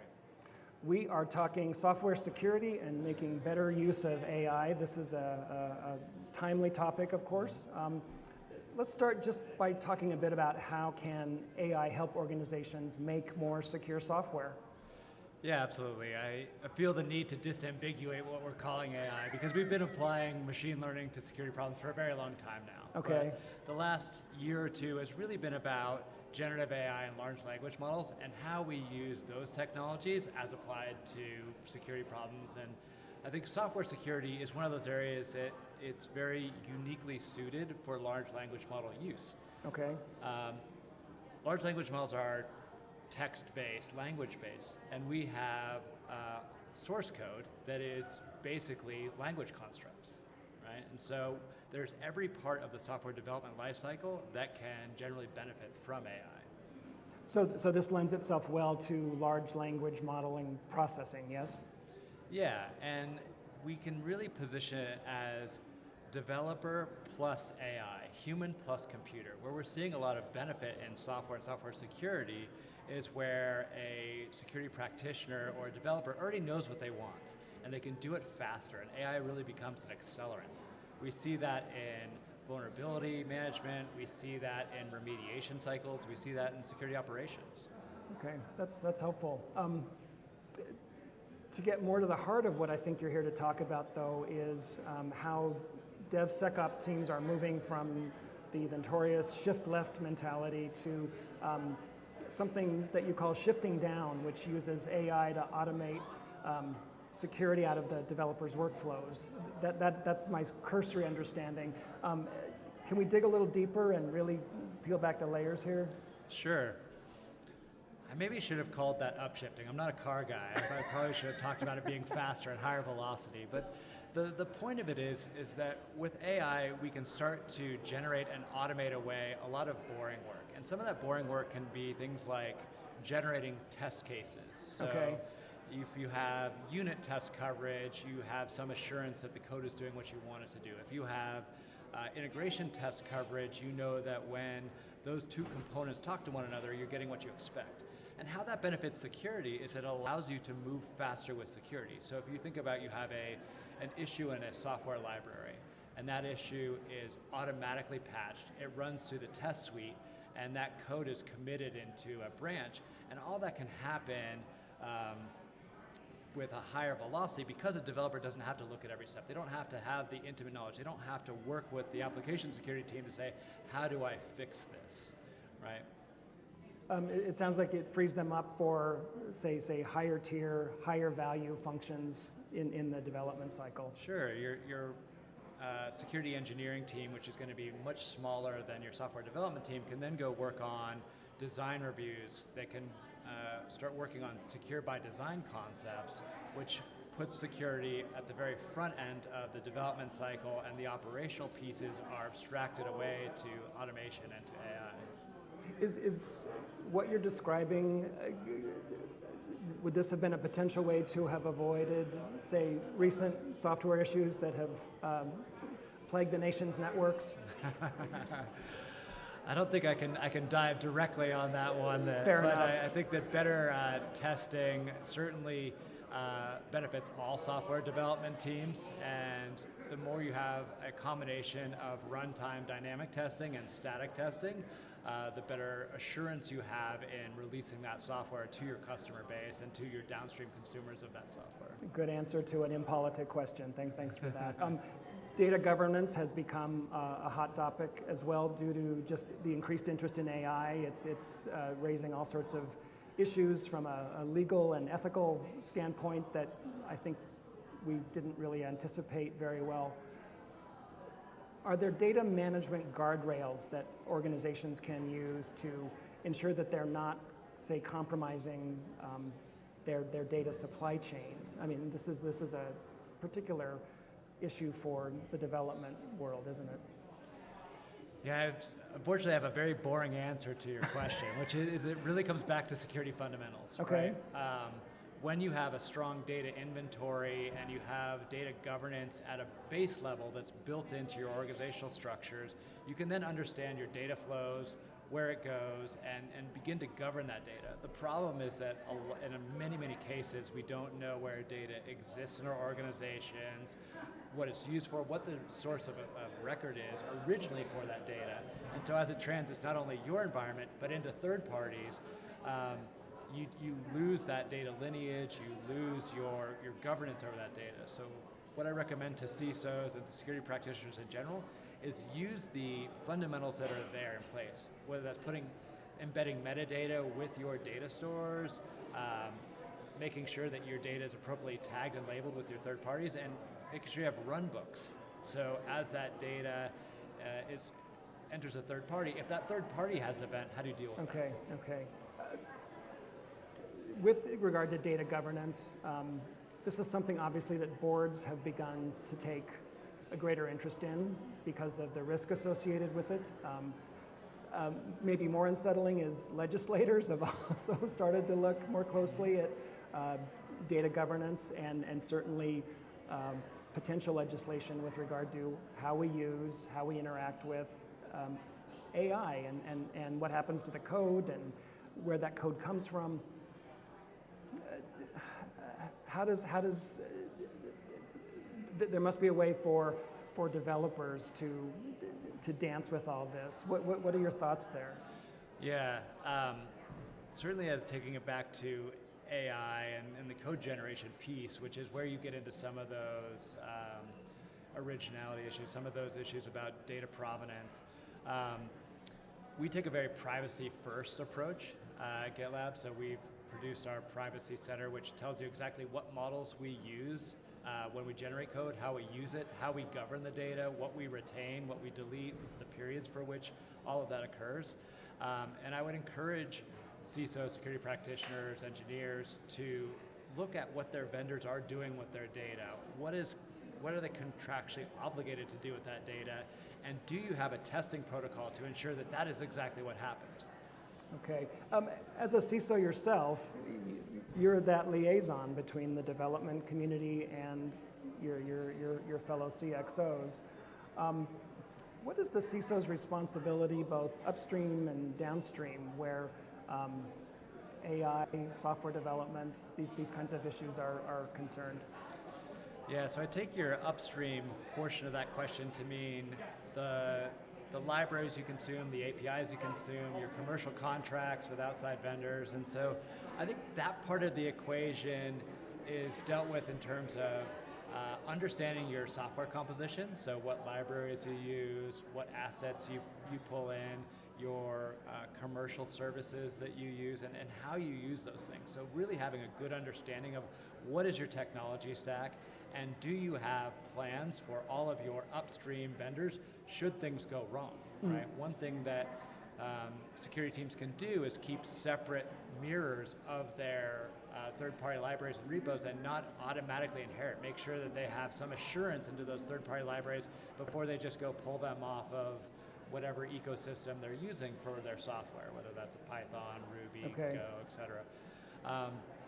To take the downstream question, we all have responsibilities to take a secure by design approach. So for our customers, and that really comes down to transparency for us. You know, GitLab is the most public company. We put our handbook out there. We have a bug bounty program that's open to the public, and all of those things build trust with our customers so that when we do have an issue, we communicate out and say, this is what it is, this is how you fix it, this is the patch release where we are addressing that concern. And I think that level of transparency and our downstream customers understanding their risk with us is what strengthens our ecosystem. Josh, take us out by saying a bit about what the additional technologies are that CISOs need to be ready to tackle this year outside of AI. Is there anything outside of AI, Terry? Not that I know. No, it's AI conquers all, right? Yeah, I think that what we've seen this year is thinking about the resilience of our security systems, the efficacy of our security systems, and the technologies we do have, and how well those are instrumented, and do we have run books for when things go wrong? And so I think you're going to find a lot of CISOs talking this year about their responsibility to their organizations and the technologies they manage already. I don't see anything eclipsing AI just yet, but I don't have a crystal ball. Fair enough. Well, thank you for joining us on the Dark Reading News Desk today. We appreciate you doing this. Thanks for having me. We've been talking with Josh Lemos, CISO of GitLab. This has been Terry Sweeney for the Dark Reading News Desk. Thanks for joining us. Welcome back, everybody, to the Dark Reading News Desk live from Black Hat 2023. I'm Becky Bracken, and we're glad to have you join us for our series of conversations about the latest research being presented from the conference. I am thrilled to welcome Kelly Shortridge. She is a senior principal at Fastly. She is here to talk about her research, Fast Ever Evolving Defenders, the Resilience Revolution. Welcome, Kelly. Thank you so much for having me. Thank you for being here. What is the Resilience Revolution? Can you explain that? Yes, so I will start with the problem that we have in cybersecurity today and why we need a revolution, Excellent. Which is everything you see around here is how we need to fight back better against attackers. We're too slow. Attackers are fast and ever evolving. My point is, well, why don't we start imitating them a little? Why can't we be nimble and empirical and curious? The resilience revolution is basically a transformation where we can start being a little more like attackers and being fast and ever evolving. Because resilience, if you look across complex systems of any kind, is the ability to prepare for, respond to, and adapt to failure gracefully. That's something attackers can do, but today, most security teams aren't the best at it. Wow. Okay, so what does that mean, and how do we? Is there a playbook tweak you can make? I mean, what does that entail? That's a big challenge, I would imagine. It is. I very much view it as a socio-technical transformation of the organization. The key foundational principle, I think the mindset that needs to shift is instead of we have to try to prevent failure, we have to try to prevent attacks, it's no. Failure, like an untied shoelace, is inevitable. Okay. Attacks are inevitable. So what we need to do is to minimize impact and improve our ability to respond to attacks better over time, to be able to evolve. So that's a key mindset shift, and then there are a whole bunch of opportunities that you can do in practice to start really implementing that. Okay, so if I'm sitting in my SOC, what are some of the first things I'm going to do to help start my team and transfer them into an attacker mindset? Ooh, a SOC. I think a key thing on the incident response side is really making sure that you're looking at all of the contributing factors to an incident. So we'll even see on the floor here, sometimes you blame human error, but human error isn't very useful as kind of it's basically a way to absolve ourselves of any responsibility and to blame someone else. Contributing factor says well, maybe the design of the system was confusing, or maybe there were competing priorities. A salesperson clicked on the link because they're trying to close a deal. It's understanding all of the factors that contributed to that attack being successful, and not just settling for the easy answer of, oh, well, a human, was lazy or whatever else. Humans aren't lazy. Right. We need to be a little more respectful and really dig into all of the messy complications that make failure possible. So besides the upfront work, there is a response that needs to happen. And so how do we nimble that up? Ooh, I'm a big fan of automation. So one thing I talked about in my talk was using things like infrastructure as code and CI/CD to be able to update things like block lists or to be able to patch on demand. Because one thing I see a lot, even still in cybersecurity, is that speed is viewed as the enemy, which isn't helpful. But if we can move quickly, it means, again, we can release security updates and fixes quickly as well, and we can fight back and, again, minimize impact. So definitely on the response side, we need to be embracing speed more than trying to resist it.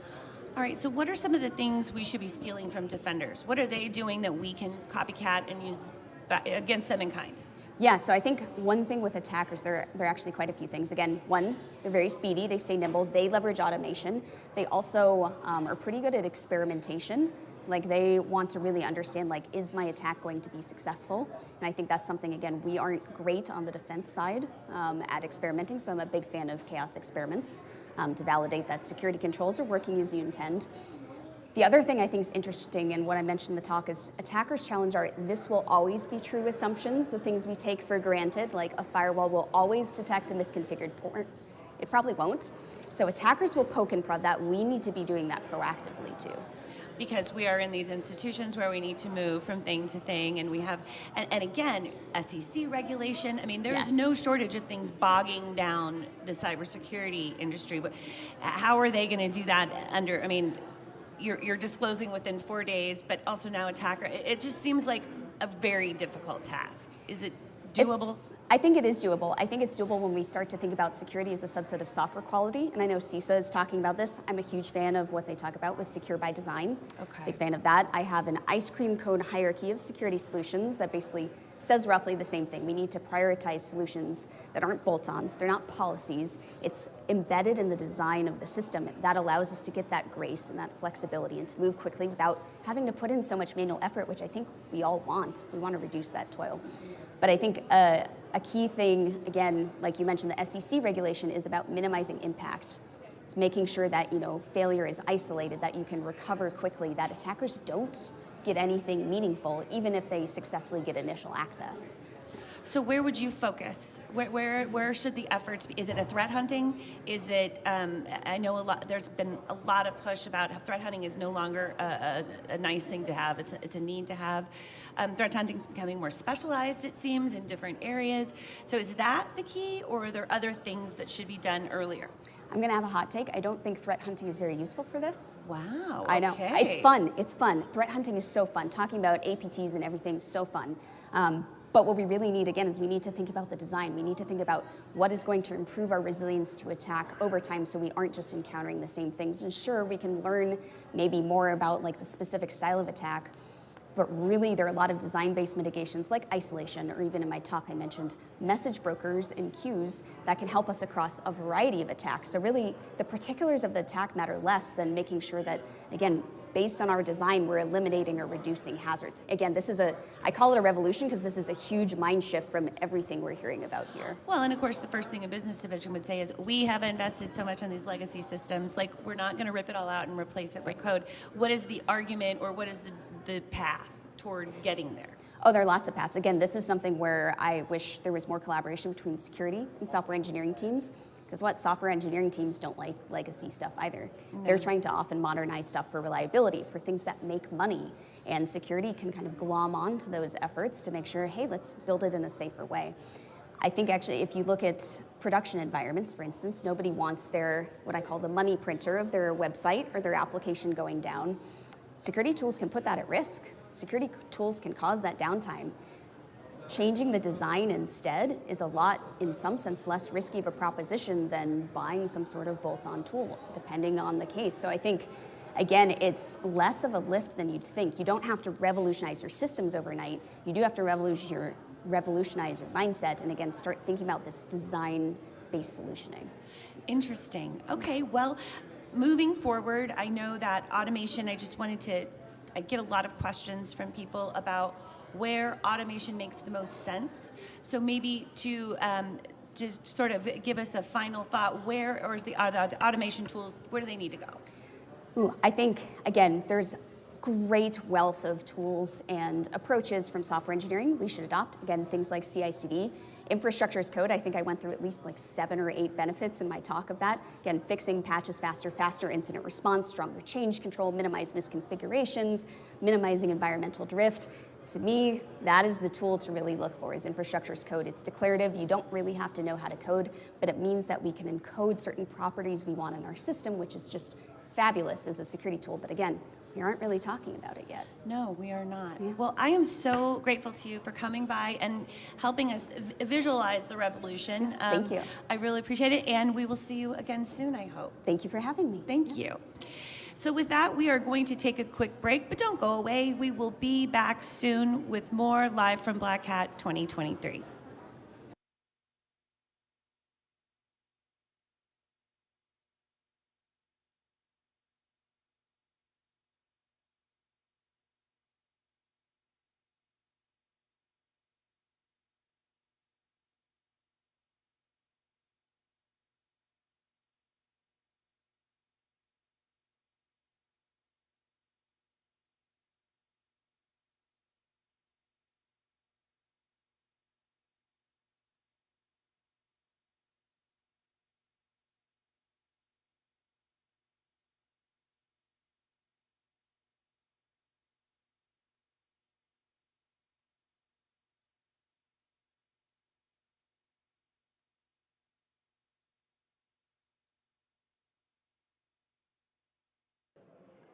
Welcome back to the Dark Reading News Desk at Black Hat USA.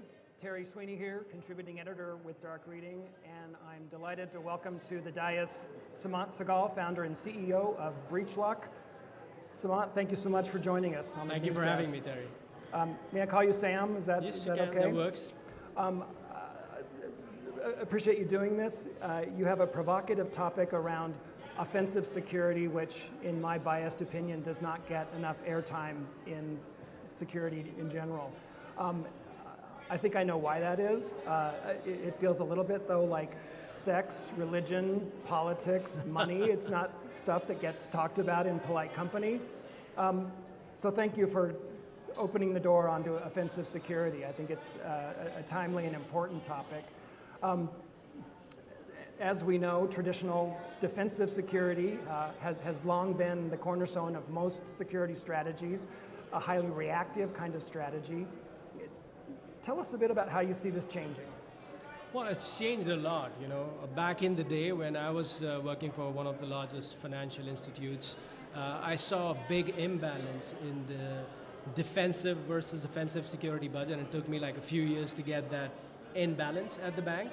And that's where I realized that, you know, there's some job to be done in this space. And if you look at, you know, the 2024 spending, the Gartner projects it to over 200 billion, and the board's just asking questions to the CISO, where's my ROI on that money, right? And I think the answer to that is offensive security. Now, past 5 years, I think the industry has seen a lot of investment coming into offensive security, VC money, PEs. A lot of people are jumping in because they see the future. And in fact, that's a great opportunity both for the investors and the CISOs.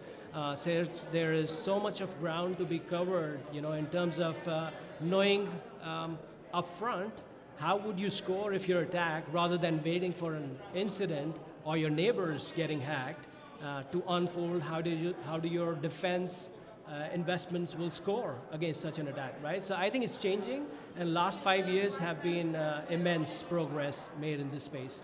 So defensive security, offensive security, this isn't an either or. This is kind of a false binary. Nonetheless, defensive security has been overplayed. Offensive security has been underplayed. Any advice for organizations that are trying to get to grips with how to achieve a balance of these two approaches? Absolutely, and I think you have to get to the bottom of this, to why this imbalance is there, right? Because everybody wants to, take out the cyber criminals and the bad guys. So I think as an industry, as a community, we are all committed to it. So we have to get to the reason why it wasn't the case that it was balanced, right? And if, when I thought about it, I went to different research papers, this and that, and the conclusion was this, that the way traditionally offensive security was dealt with, it comes from consulting companies, the accounting companies that were doing financial audits, and then they were asked to do stuff like pen testing, right, or security audits. Okay. And that gave it a very traditional approach, which means, here's an asset, I want to find out if a security audit can be done on this, and then I bound it to man hours, right, or human hours. And that's not the right way to deal with it, because accounting, fine, that's not a tech problem, but cybersecurity is a tech problem, so you need to deal with it in a different manner. And that's where technology comes into play. And I think, like you said in the first question, the balance needs to shift. And I think because technology will be used more and more to automate, to reduce the stress on cybersecurity professionals in terms of how much human effort is required to do a simple thing. There's been a lot of innovation, including the one from Breachlock, which has kind of helped to make that balance. And I think you're going to see that in the next 5 years, basically a game-changing offensive security balance, and the budgets will also continue to shift. Is there a worry among boards of directors that by taking the fight back to the bad guys, that especially with the state-sponsored APT threats, like we're going to spark a global incident here, like a global computer meltdown, like that would be like a plot line out of like Mr. Robot or something. I'm just curious, like, again, like, is there that concern there? That concern is always there, and when it comes to nation-state actors, look, they make the laws They print the money. They've got all the resources.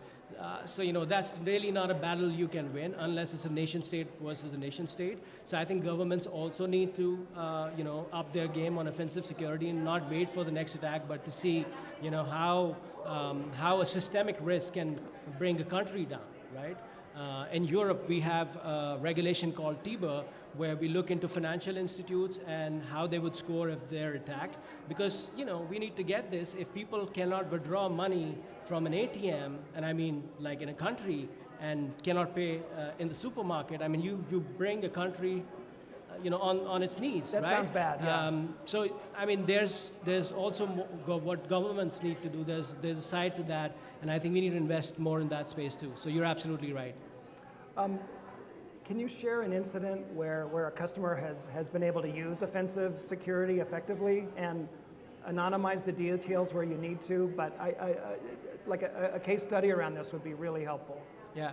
So, BreachLock serves one of the world's largest consulting companies in the world. And, when they came to us, this would be a great example for the audience. They were sitting on a backlog of like 300 applications because they were turning to these traditional pen testing companies that would tell them we can come by for a pen test, but only 3 months later, right? So that's where BreachLock got in, and we were able to handle that workload in less than a year.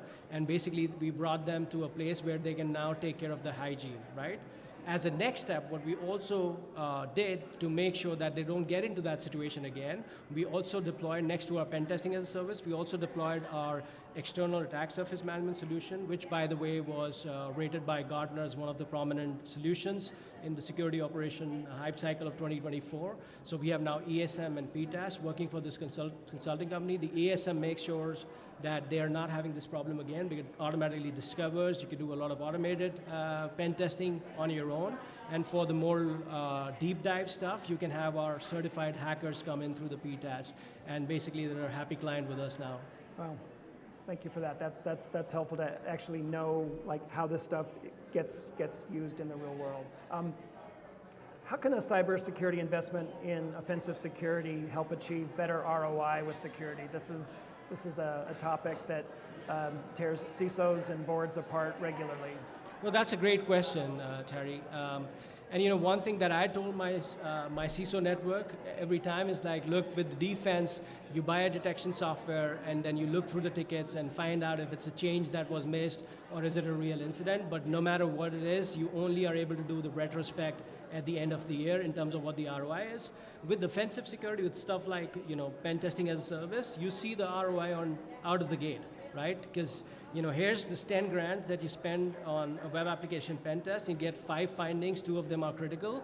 Once you fix those, you basically close the door for the hackers on the 2 critical findings, which might be leading up to a PII or a credit card data, right? So the ROI in offensive security is almost immediate, right? Provided you are also remediating what the companies are finding. That's also where BreachLock helps. We do a full life cycle trace of a pen test in our platform. And I think there are a lot of other PTAS vendors that are also doing a great job in this market. And people should just see how they can move their offensive security budget to traditional methods to this more tech-enabled approach where they can not just see all the data in one place, but also start to make sense of it. Because there's also a lot of learning in the data. If you see the same finding coming in web applications and it's developed by a certain part of the company, then you also know that they're lacking some training in that area, right? Which means if you put your dollars up front on the training, then you would not have the gaps, which means you would save a lot of money. Sam, what tools would you use to build an offensive security strategy?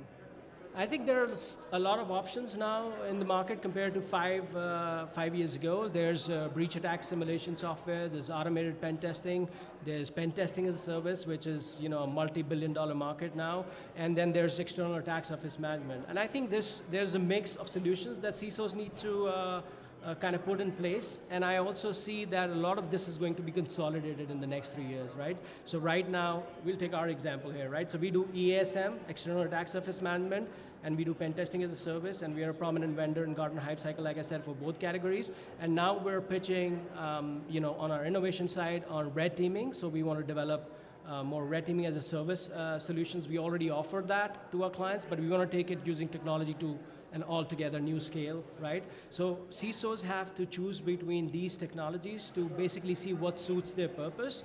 And what I always advise my CISO friends is it's more useful to go after production if your partner knows how to keep their gloves on and they can make you feel safe with it. And it's not so much fun to do simulations because, you know, it's a simulation by the end of the day and you don't know what will go wrong if stuff goes south, right? And you don't know how to react to it then.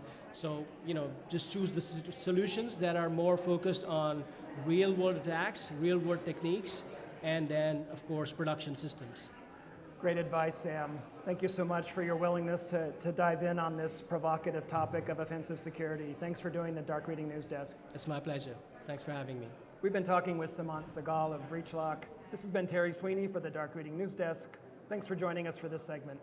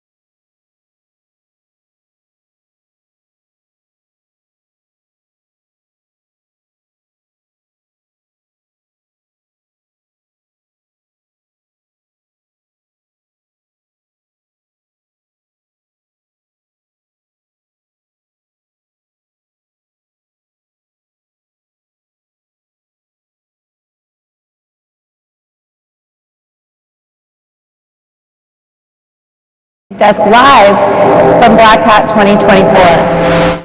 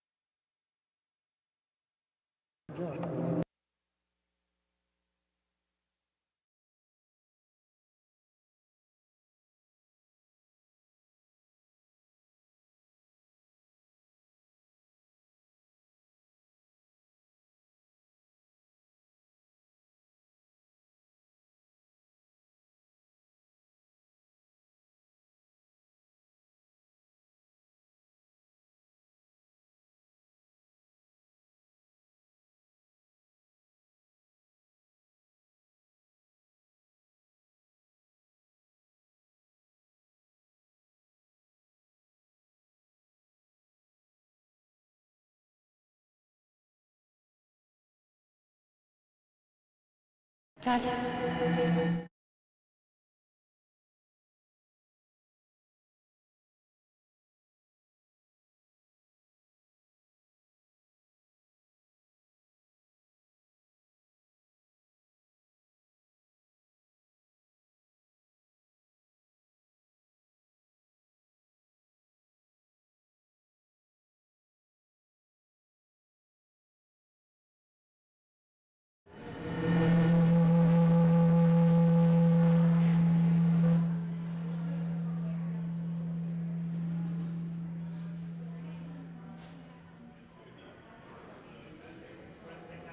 Test, test.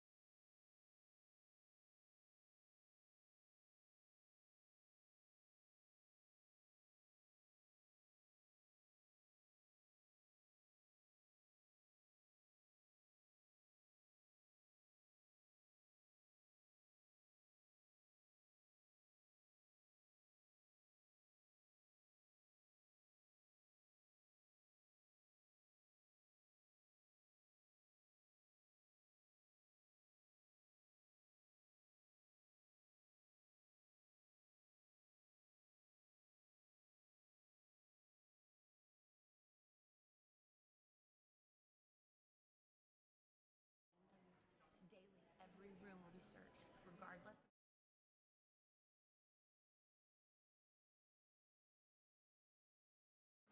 And soldering iron.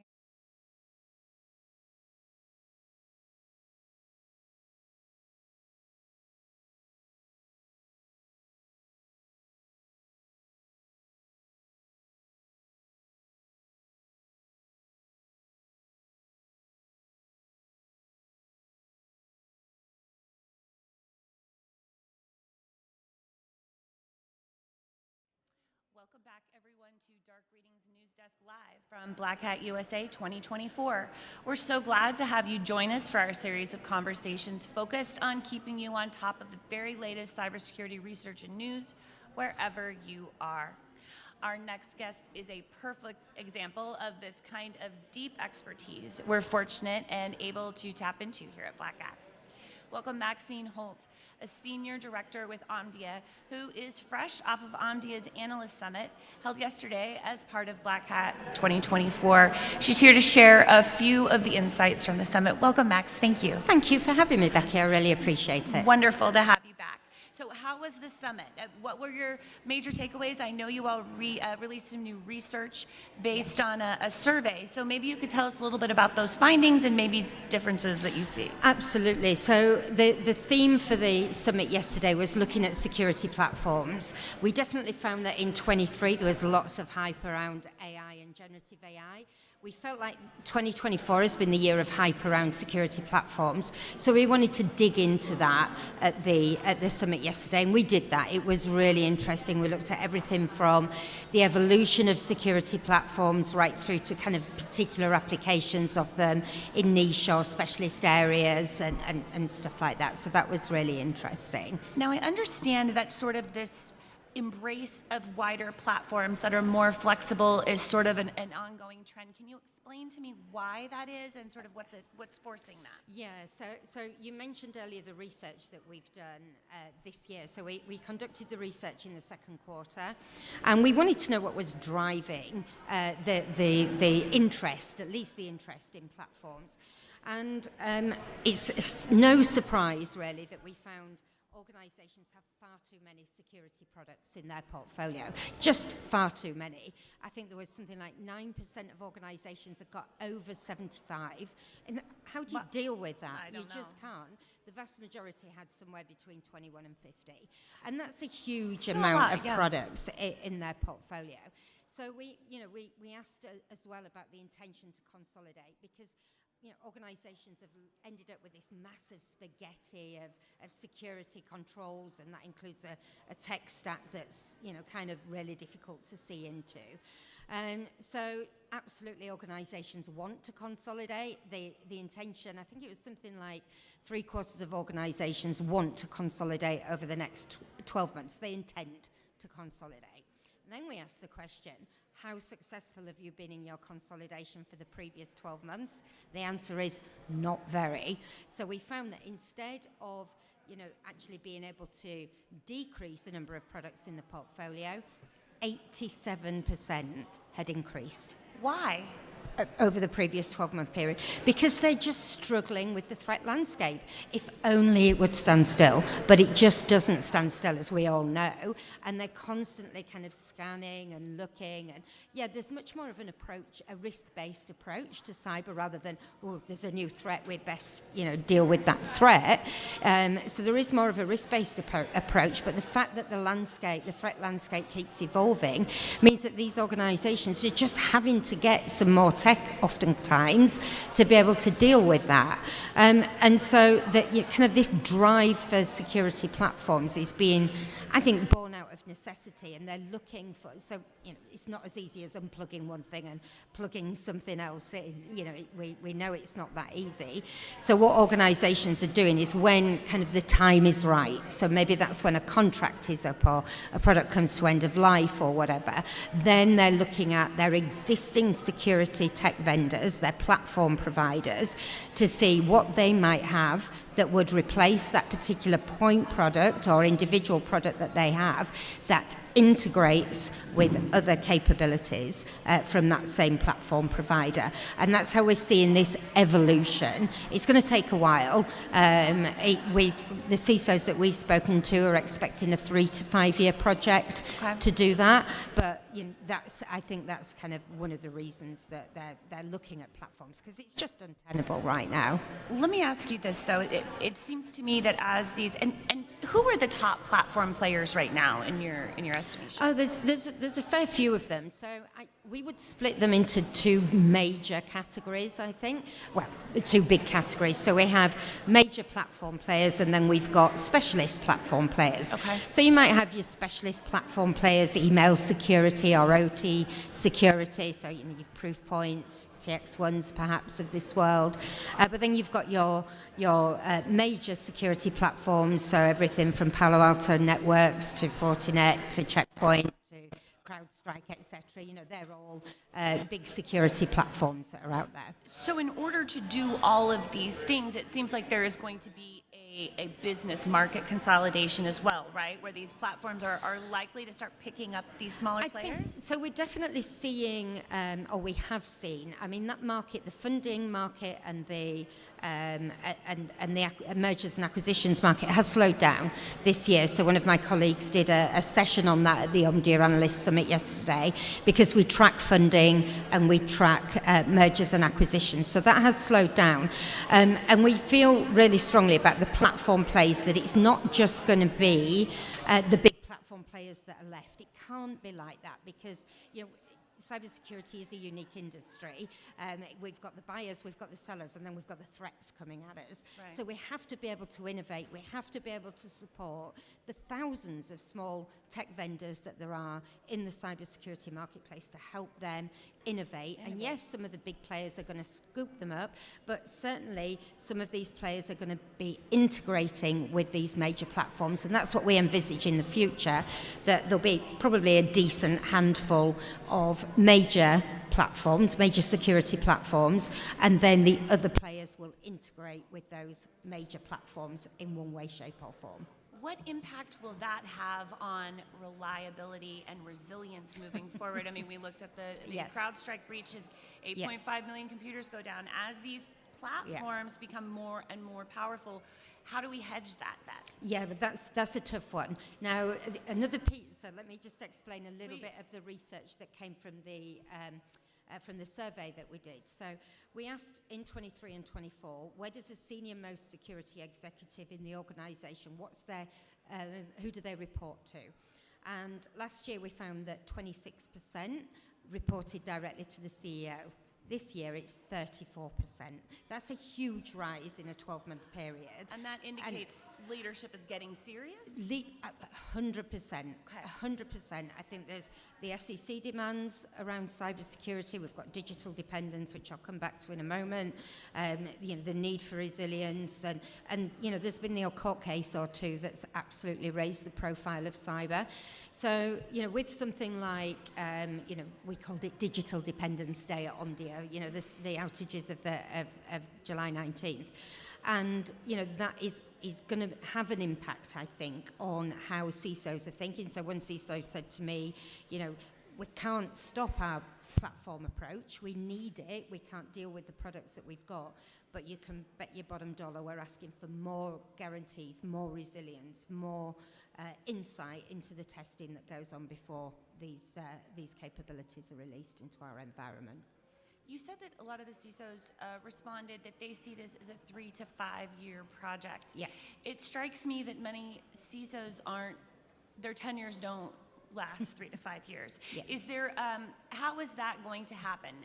Is this a process that, and I guess you're saying it's going to be an acquisitions process as contracts expire, but how difficult is that going to be of a project to shepherd with so much instability and change? Yeah, I mean, I think one of the things that I saw, particularly after the RSA conference as well, was certainly more influence from the CIO and CFO when it comes to cybersecurity budgets, and that doesn't seem to be changing that much. So yes, although the CISO's tenure is typically less than 3 years, although I think that's getting better. Yeah.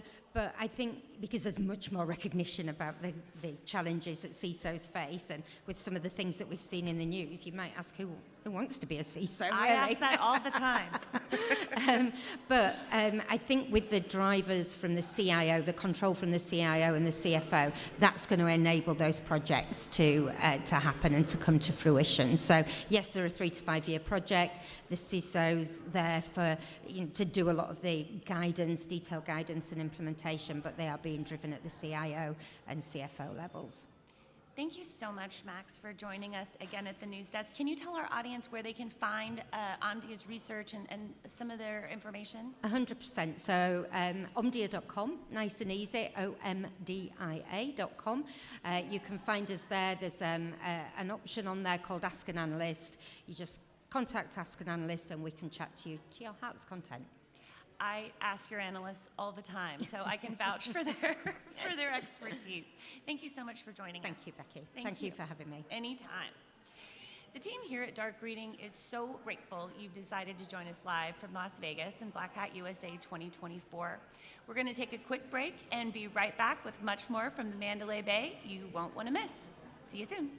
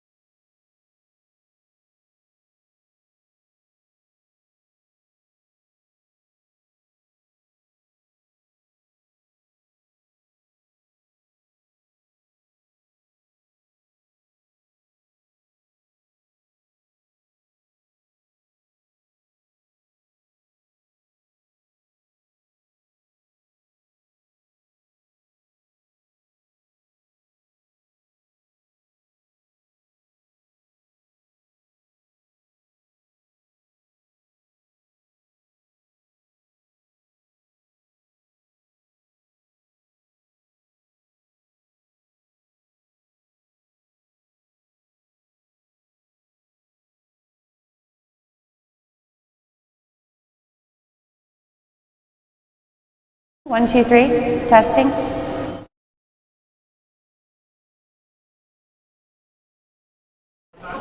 Test. Testing. 1, 2, 3. Test. It's a little echoey. Testing 1, 2, 3.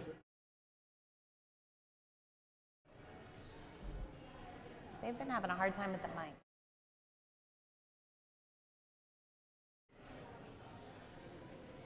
Test, test. Sounds good. Testing.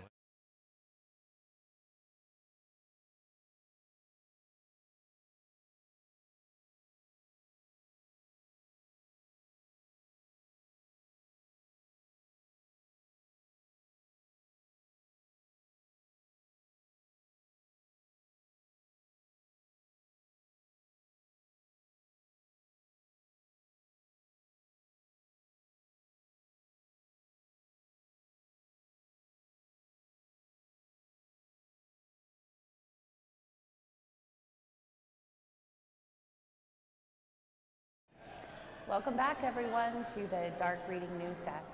I'm Becky Bracken, editor with Dark Reading. And up next, we are thrilled to welcome Wing Si Lao, professor with the Chinese University of Hong Kong, who is here at Black Hat US Day 2024 to present his research, One Hack to Rule Them All: Pervasive Account Takeovers in Integration Platforms for Workflow Automation, Virtual Voice Assistant, IoT, and LLM Services. Welcome. Thank you so much for joining us. Thank you. Good afternoon. Can you tell us a little bit about why this is a piece of research you wanted to take on? Why is account takeover top of mind for you right now? It's because we have been working on authorization vulnerability for a while already.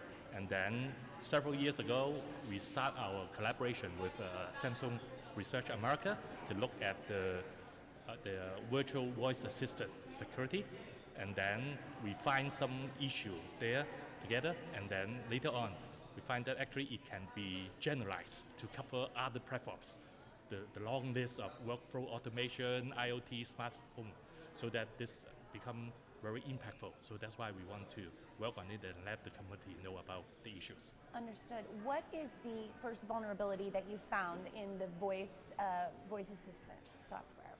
Basically, we actually find multiple new classes of attacks which are widespread, and the attack is appear when the OAuth protocol is being adapted to support the integration platform use case. Oh. And the use by integration platform, it covers a lot of those.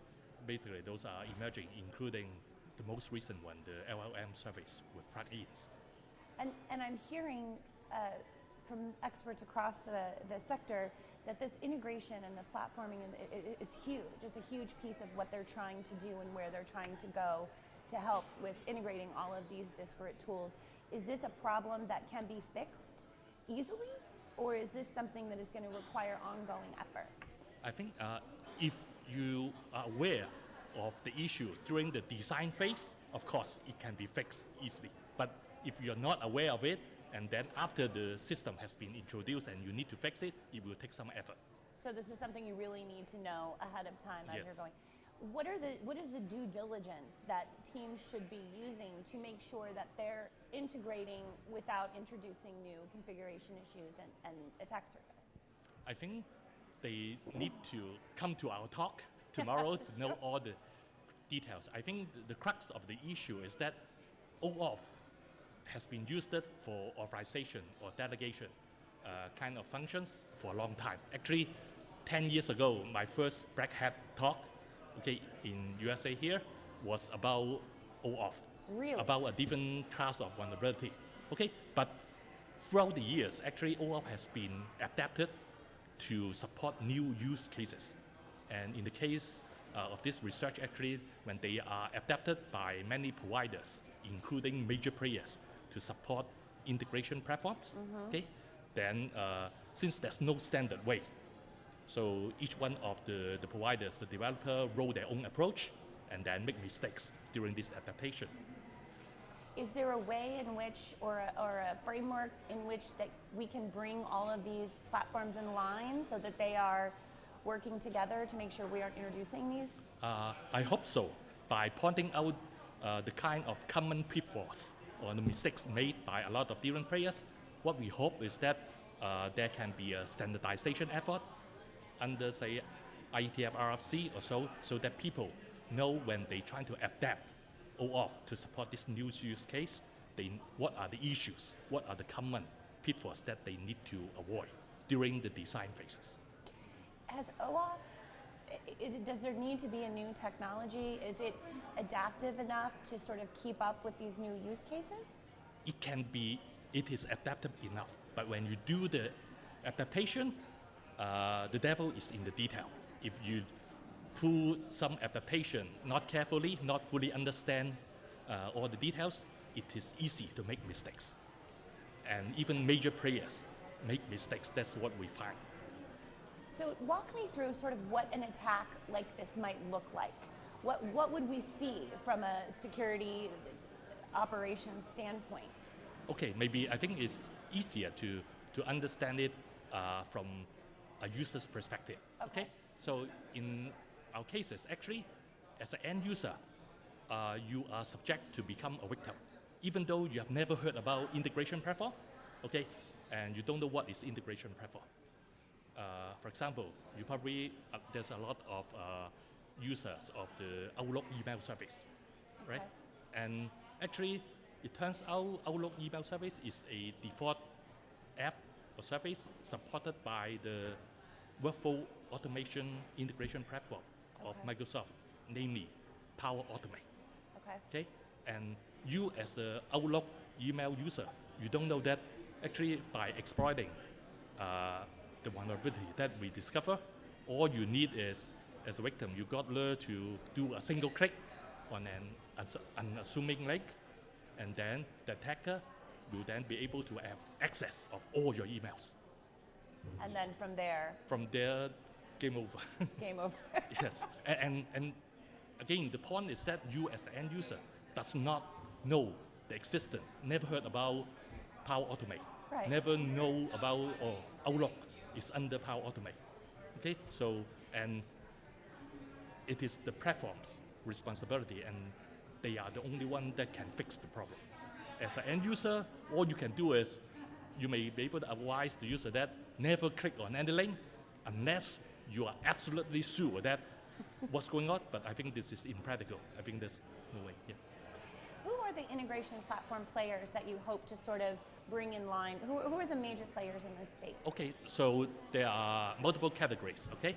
Workflow automation, such as Microsoft Power Automate, and there are many others. And the second type is like the smart home control or IoT control platform like Google Home or Amazon Alexa, and also virtual voice assistant like Google Voice Assistant, and also Samsung Bixby, and last but not least, LLM service, large language models, which support third-party plugins such as OpenAI.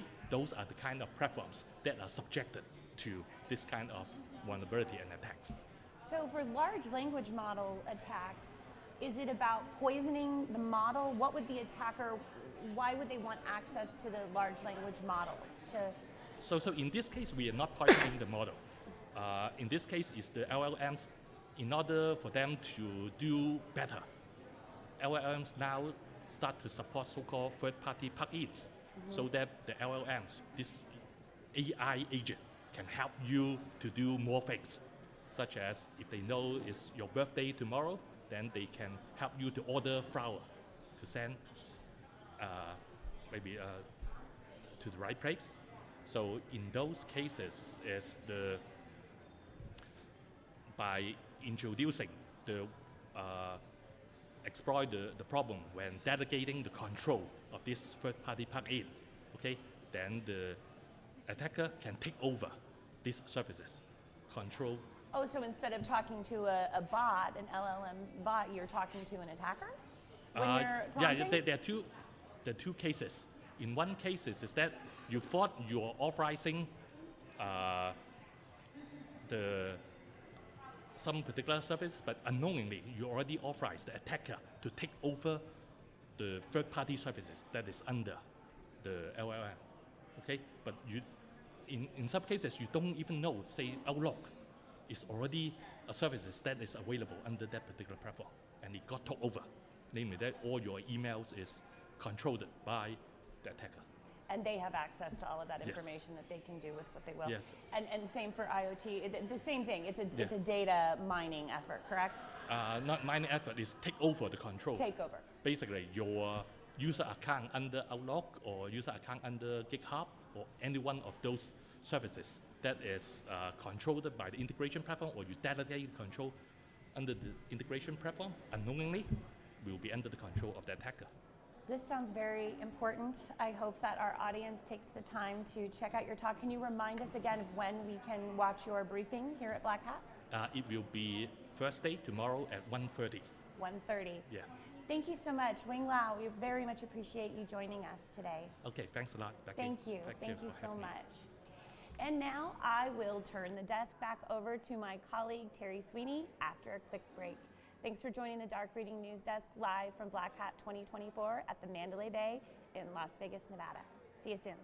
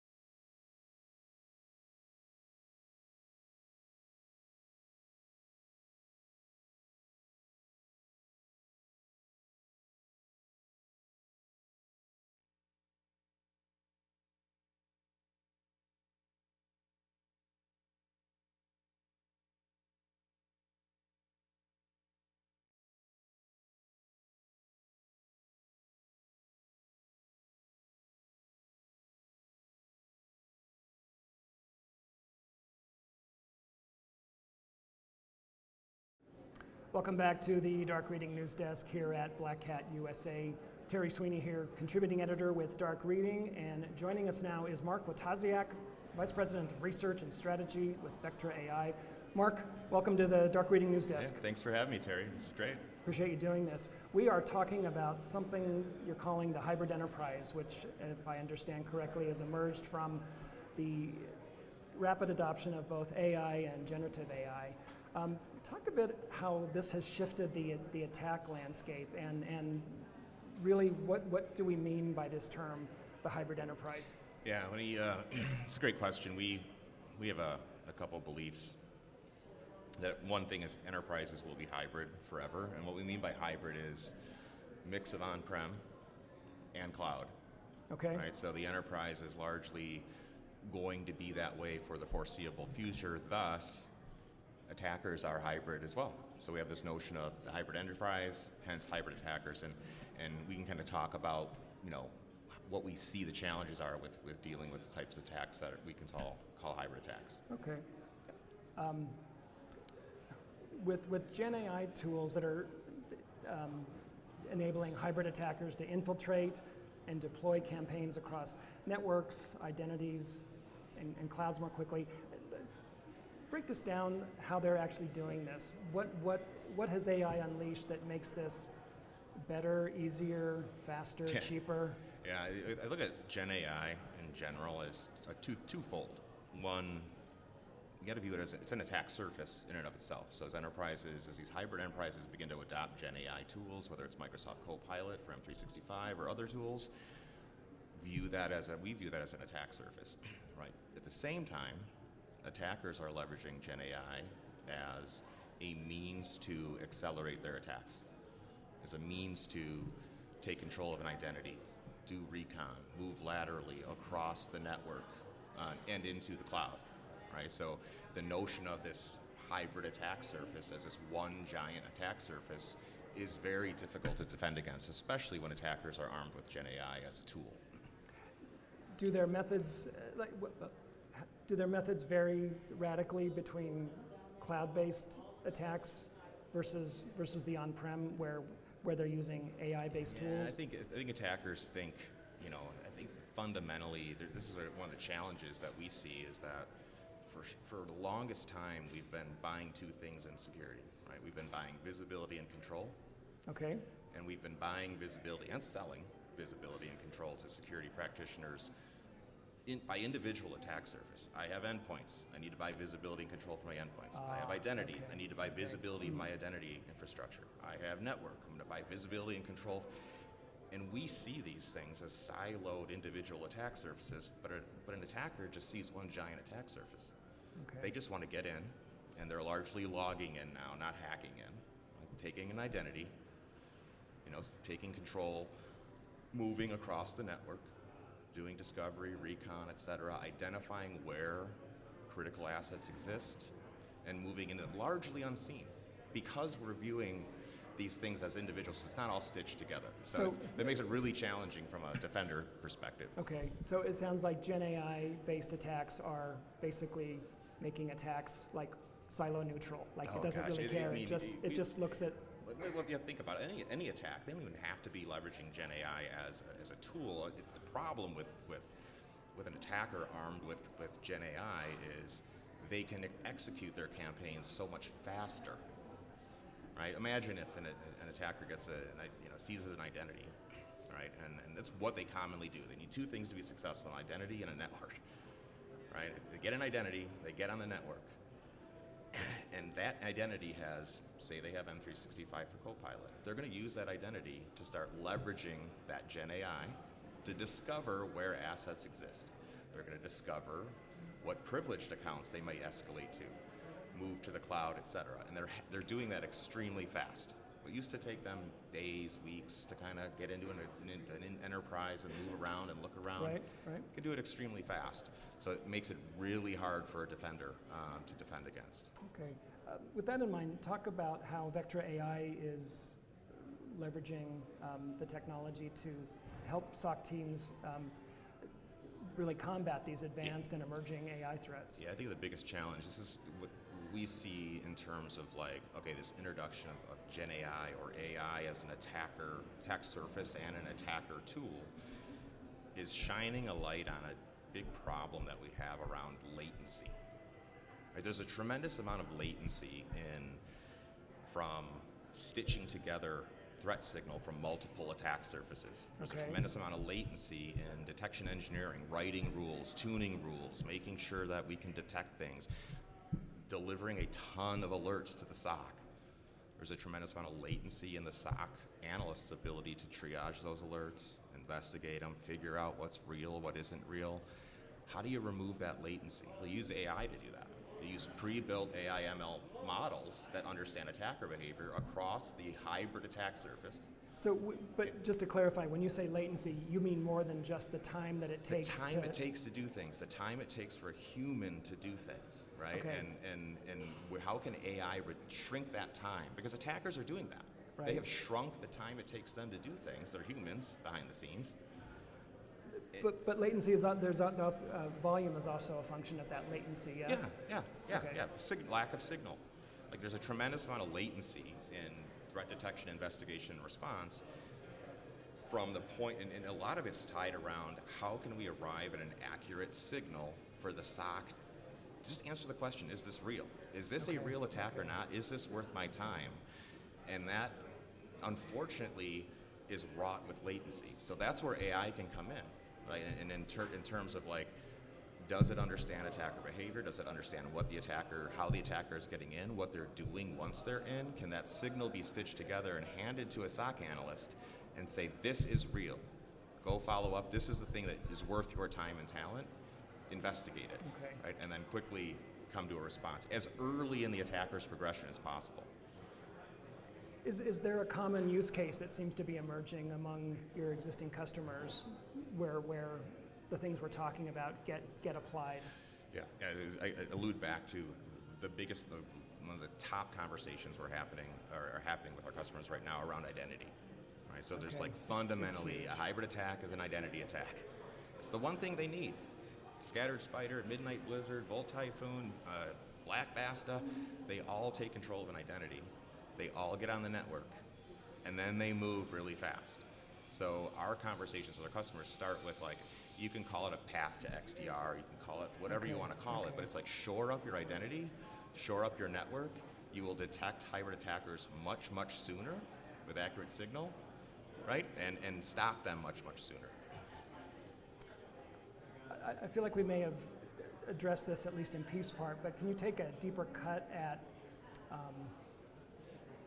the way that enterprises have moved past the need to manage these individual attack surfaces, and how this has changed the way that SOC teams and in tandem attackers are operating? Well, I don't know if they truly have moved beyond the individual attack surfaces. Right? I think of it as like, look around the show floor, you see like endpoint companies and identity companies and cloud companies and network companies. It's like we keep pushing this individual attack surface view of things, while a hybrid attacker's like, there's just one big attack surface. Like your company is hybrid, the enterprise is hybrid, I can move around on-prem, cloud, SaaS, you name it, and armed with Gen AI. So I think that we need to get over that hump. I think it's like, who's going to give me the most integrated signal across my entire attack surface, hybrid attack surfaces, not in these silos. So I think there's still as an industry, we're still challenged with thinking individual attack surfaces. We still think, do we have coverage for network? Do we have coverage versus, are we looking at this like an attacker is looking at this? Are we considering this as one big attack surface? Okay, fair enough. What advice would you have for customers or potential customers who are pondering whether this solution is right for them? Biggest thing is I think of latency. I think of take a good hard look at your threat detection, investigation, response program, and try and pinpoint from start to finish, from like, where is your data coming? Is it coming into a SIM? Is there latency in that? Is there latency in your detection engineering process? Is there latency in your ability to stitch together things, do correlations, deliver a signal to SOC? Is there latency in the SOC analyst's job? And pinpoint and prioritize where you want to remove latency, right? Mirror that with where are attackers removing latency, right? And see if you can. That's the only way to keep pace is to think like they think and try and pinpoint where there is latency in your process, and where you can apply AI to remove that latency. Mark, thank you. Way different way to think about the existing silos and how we can flatten it into a unified attack surface. Awesome, enjoyed it. Thanks Terry. for joining us on Dark Reading News Desk. Yeah, thank you. We've been talking with Mark Wataziak of Vectra AI. This has been Terry Sweeney for the Dark Reading News Desk. Thank you. It's the Dark Reading News Desk coming to you live from Black Hat USA in Las Vegas. Terry Sweeney here, contributing editor with Dark Reading. We are live streaming today and tomorrow from 10 to 4 p.m. Pacific time. Please stay tuned for more content. I am happy.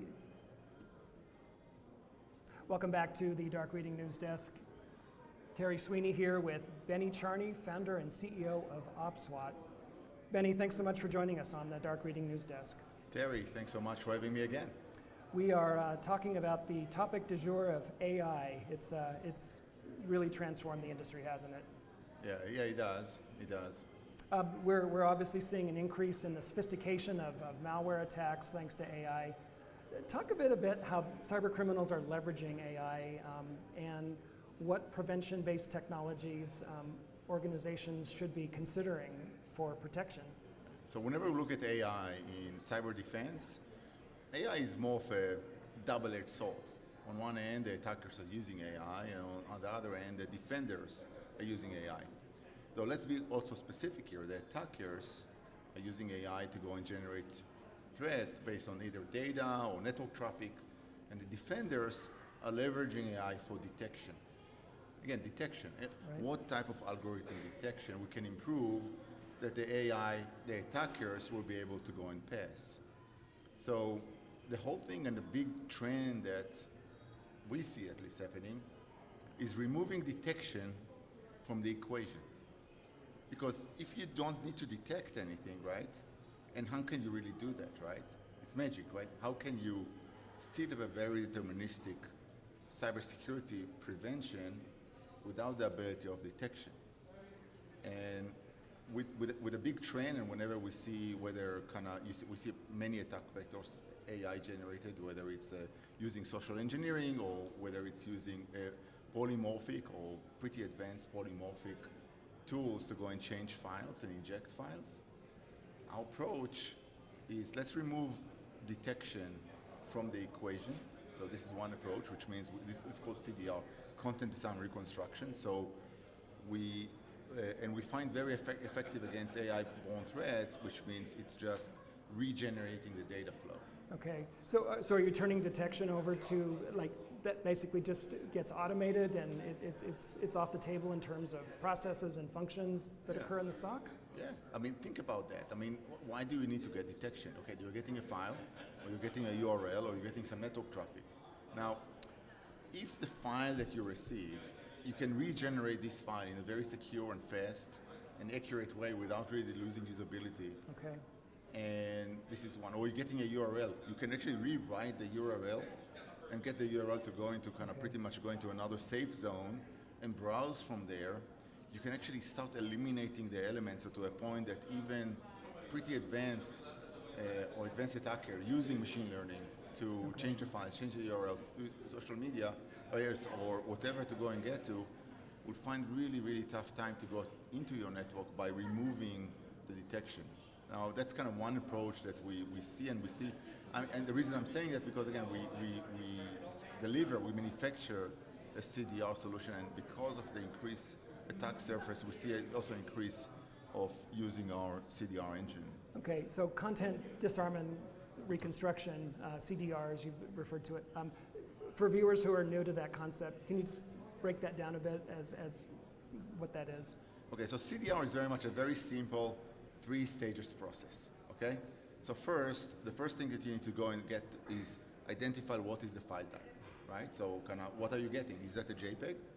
Is that a Word document? Is that a video file? Is that what are you really getting? So number 2 that is happening in the CDR is that you need to go over and very much pass through the whole file. It's a very you need to go and understand what's in the file. If it's a JPEG, where's the data images, what's the compressor? If it's a Word document, okay, it's a very complex file, so going over everything there. So after you analyze the file, stage 2, Stage 3 is regenerating the file, so creating a new file that includes all of the foundations, and that's on files. If it comes to URL, you're actually rewriting the URL to redirect to somewhere else, and then it could be either outside your organization, could be straight to a TI platform, and then from there on, you can go and pretty much use that. Okay, thank you, that's helpful. With that in mind, organizations often will prioritize network perimeter protection, but they also need to look at compromised endpoints and critical places like that. Talk about how threat intel can help organizations understand and defend against, say, hackers' techniques, tactics, and procedures to really have a more effective enterprise security strategy.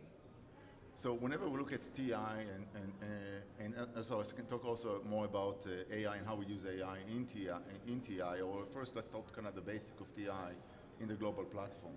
So whenever you look at TI, we can look at data, we can look at endpoints, and we can look at network, right? It's pretty much the three parameters, or the three elements that we kind of look at the primitives that we look at any network. So whenever you look at data, so whether you see a file or components of the file, I mean, any file today is more of an archive. It includes multiple components of different files. You want to see how pretty much TI and what data you get on each one of these parts of the file to a point you can get informed decision whether you want to get this file in your organizations or not. Okay. Right? Whenever you're looking at a device is a collection of many files, network access, activities, registry, and so on. Also each one of these elements can be, and also the correlation between these elements can be compared to a TI platform that includes all of these IR rules or compromise or indication of compromise you want to compare the data to. Okay. Whenever you go to the network, then it's either DNS records or URLs or IP addresses that you can go and also correlate to all of this specific platform. And if you want, I can go and expand more to AI and how I see AI kind of very much helping in that specific. Well, I'm wondering if you can also weave in the recent acquisition of Inquest that OpSWAT made, the strategic advantages that Inquest brings to the company, and how it will just really add to your own product line. So Inquest, it's a cybersecurity company, been around for over 10 years, founded by a DoD special ops team. I mean, I know Mike Arcamon and the CEO and Pedram, the CTO, for years. Actually, they've been our customers at the Pentagon whenever they operated the SOC there. It was years ago, before they kind of decided to leave the Pentagon and form their own company.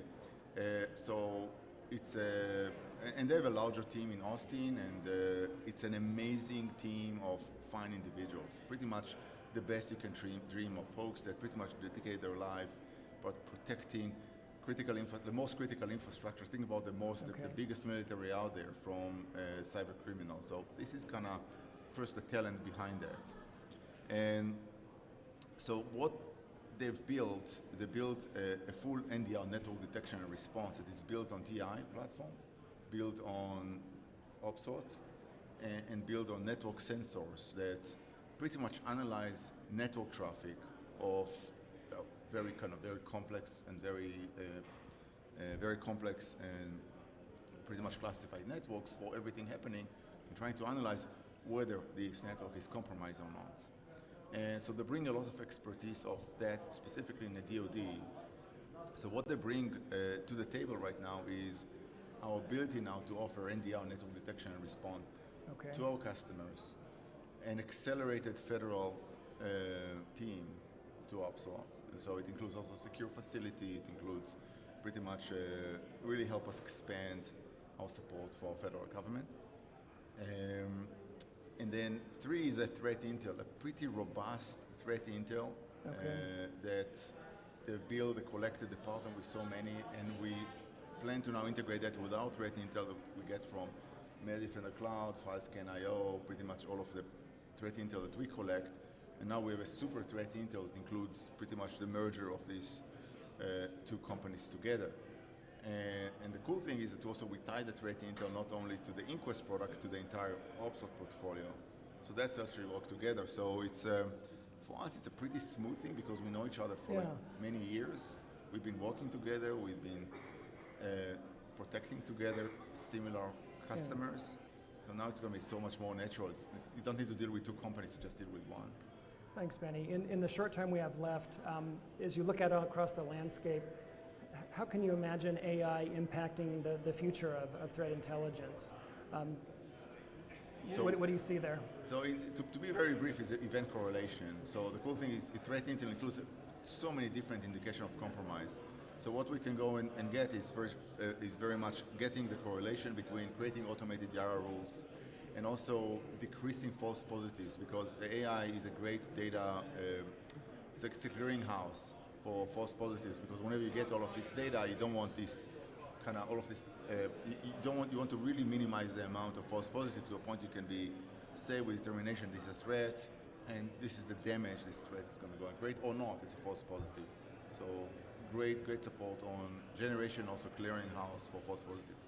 Great stuff. Benny, thank you for joining us on the news desk and having us think a lot differently about threat intel and AI and the future of detection. Thank you so much for joining us. Thank you, Terry. We've been talking to Benny Charney, founder and CEO of OpSWAT. This has been Terry Sweeney for the Dark Reading News Desk. Thanks for joining in this segment.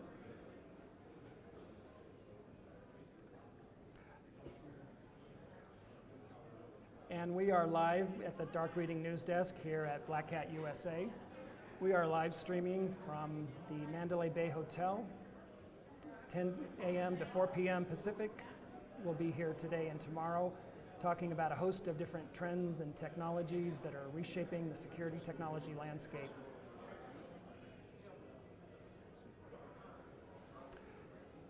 And welcome back to the Dark Reading News Desk. Terry Sweeney here, contributing editor with Dark Reading. And joining us now are Anthony Origema, Chief Revenue Officer with Anomaly. He's joined by Vlad Melnick, VP of Business Development with Alliances with Cribble. Gentlemen, thanks for joining us on the Dark Reading News Desk. Thanks for having us. Thanks for having us, for sure. Your two companies have partnered recently around security functionality. Can you each sort of tell us what each of you bring to the mix there? Yeah, absolutely. So I'll start off. So Anomaly, for those who don't know us, we're an AI-powered security operations platform based around three core engines. Our omnipresent AI, which helps analysts assess threats, make decisions, and automate tasks around that. Our big data engine, which is a proprietary engine that we built, one of the fastest data engines out there in the market, and ThreatStream, which is Anomaly's calling card in the threat intelligence space. We've been doing threat intelligence for the last 12 years and used ubiquitously across large organizations to do threat intel. Great. Vlad, what about you? What's Cribble add to the equation here? Yeah, so Cribble is the data engine for IT and security.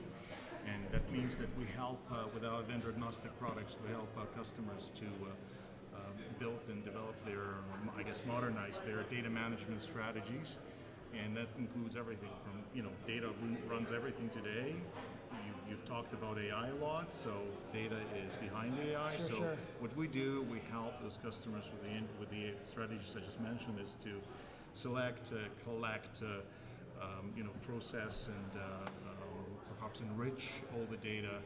And with the partners like Anomaly, I run Alliances program, so partnerships is what I do, and we're super stoked and excited about building a relationship and announcing actually today partnership with Anomaly. A lot of complementarity, it sounds like. Oh yeah, absolutely. We help, Cribble will actually help customers to put the data into the Anomaly, so there's all the goodness there. The security management platform category seems to have generated a number of acronym-based subcategories, if you will. SIM, SOAR, XDR. These are all intended to be, in various ways, integrative platforms that the business proposition is they are going to erase the silos that have typically dominated security management, right? It just seems like they've created larger silos, though. Yeah. Is this a fair criticism of the? Yeah, I think it's very fair criticism. And those, of course, are done with good intent. But over time, it's been a lot of building off, usually core around the SIM, but adding then, like you said, SOAR capabilities, EUBA, just general ETL. and you go on. And yes, it's created silos in a couple of different fronts. One, a lot of these, or almost all of these, require proprietary languages, tool sets. You got to know how to use these tools in conjunction. You have to integrate all those tools. The way they've been attached to a lot of these tools have been through acquisitions. The code doesn't necessarily line up cleanly, so there's a lot of work to do that. And then, of course, the data then gets siloed as well. And so if we look at it from the anomaly perspective, our whole goal is to say, look, you need to escape from that, where you've blocked all these things together in pieces, it's holding you back, right? Okay. And you brought all that in.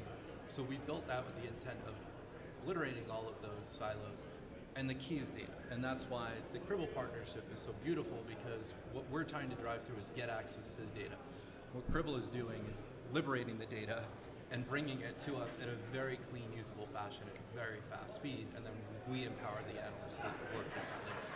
So, Vlad, are analytics equally subject to this siloization? Yeah, you could say that. And Cribble is in some sort of a unique position, really. I mean, we consider ourselves as a Switzerland for, all of the data, if you wish. We don't. That gives our customers a massive choice.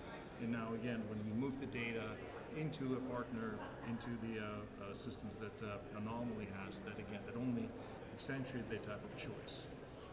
Right. Fair to say that AI has transformed all of IT, most certainly cybersecurity, both in the SOC and the cloud. The benefit of greater automation has really dominated the AI benefit conversation, at least where security is concerned. What else can the two of you foresee on the horizon with AI and its impact on security?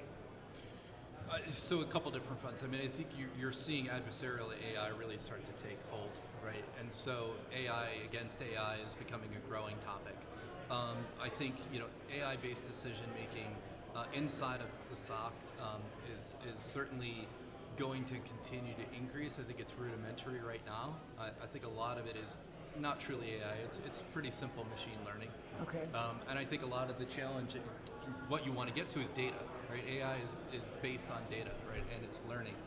So you want to be able to get as much data in there, and you want to be able to train the data. So for instance, one of the things that we're just rolling out to customers now is what we call our custom copilot. So you can add data that's outside of the normal telemetry, your own custom data. You can open up a lot of different use cases, and then we get into things like fraud that you couldn't do simply by looking at traditional telemetry or traditional rule sets. And again, that's where the Cribble partnership unlocks the capability to get at that kind of data. Yeah, and I could just add that AI is obviously super hot. We're entering the era of AI. We've been doing it before even Gen AI has become a theme, or I think, as you call it, word du jour, right? So we were super excited to be partnering with Anomaly during this time, because they're obviously the experts on AI-driven SecOps platforms. And then the questions that we also hear a lot from customers, and what we're dealing with, is that, well, how do you process all the data, and how do you store it? How do you search all the data that powers AI? At the end of the day, as they say, the best AI powered by the best data. You need data in order for the AI to actually work. And that's where, again, it comes down to the customer's choice, and that's what we're given, and thus empowering AI. Does AI make something like predictive analytics more trustworthy, more accurate, a bigger part of the security management equation? All of the above, and that's why, again, the data is so critical. And I mean, I hear a lot of, in the world of AI these days, you hear a lot of artificial, but not that much intelligence. And intelligence comes with data. Okay. And it's a common knowledge that the data is growing at like 28% CAGR year over year. Your budgets are not. So that kind of tension between the fundamental things of how the data is growing exponentially, and the security budgets may not be able to do that, allows you to think of, well, how do you actually manage it in the most effective and efficient way? And that's what we provide to our customers. So let's drill down a bit on the data side, because in tandem we're seeing the ability of silicon and servers to handle large language modeling, and doing this on what is really truly an astounding scale, when you have like terabytes and petabytes of data that is being juggled. It is not a small feat. This has huge implications for analytics and for security professionals. I realize this is a certain amount of crystal ball gazing, but tell us where you think this is all headed. Well, you hit on something really important. I think in order to do the kind of analytics you do, you have to have really big engines to drive this, right? You've got to be using cutting edge, born on the cloud, computing, edge computing to do this. And that's why we're doing a lot of our focusing. I think back to predictive analytics, starting to look not just at what you've seen and what's happening, but predicting what's going to happen. And we've started to do that actually with some of our clients now, where we've been able to go at such scale now, we are starting to have the conversations of can we get into predictive analytics based on what we've seen, look out across a number of different vectors, both in the security space and the non-security space as well. And I think that's what's really interesting, is you can start to apply those to non-security concerns as well. And again, that's where, again, partnerships like Cribble are important because we need access to that data as well. I could only echo that, and then just add that interoperability is super important and critical, well, in the software industry in general, but also even more so in the security. And as such, we want to make sure that when we partner with companies like Anomaly, we can assist in getting the data that also helps with the models for the predictive analytics and such. Because again, this is the term that's been around for years before even Gen AI became that kind of famous these days. And then at the end, that will help the customers, to get the best of breed tools. And it's back to the choice that I just mentioned earlier. So. Gentlemen, real briefly now, what sorts of questions should CISOs and security professionals be asking themselves as they investigate whether this Anomaly Cribble solution is right for them? Well, I think the first question is, am I getting the visibility that I need, right? And in a lot of cases, of course, the answer is not. I think the second question is, am I limiting myself? Because a lot of what I see happening in cybersecurity operations and security teams in general today is they know what they want to do. Either they can't get access to the data or the tools are failing them. So it's a pretty simple question, is your team finding themselves stopping themselves because of the limitations of the tool or the limitation of the expense of running those tools? Right, so there's a couple of key questions there. Yeah, well, one of the other best things that Cribble can do in this particular scenario is that we help a lot with experimentation. We help a lot with the deployment and at scale. And if you want to basically move your data into Anomaly, you can do this without any sort of disruption to your business. So thanks for partnership. This is a great thing. All right. Well, gentlemen, thank you. Anthony Orajema of Anomaly, Vlad Melnick of Cribble. Thank you both for joining us on the Dark Reading News Desk. Yes. Thanks, Terry. This has been Terry Sweeney for our Dark Reading News Desk. Thanks for joining us for this segment. We'll see you next time.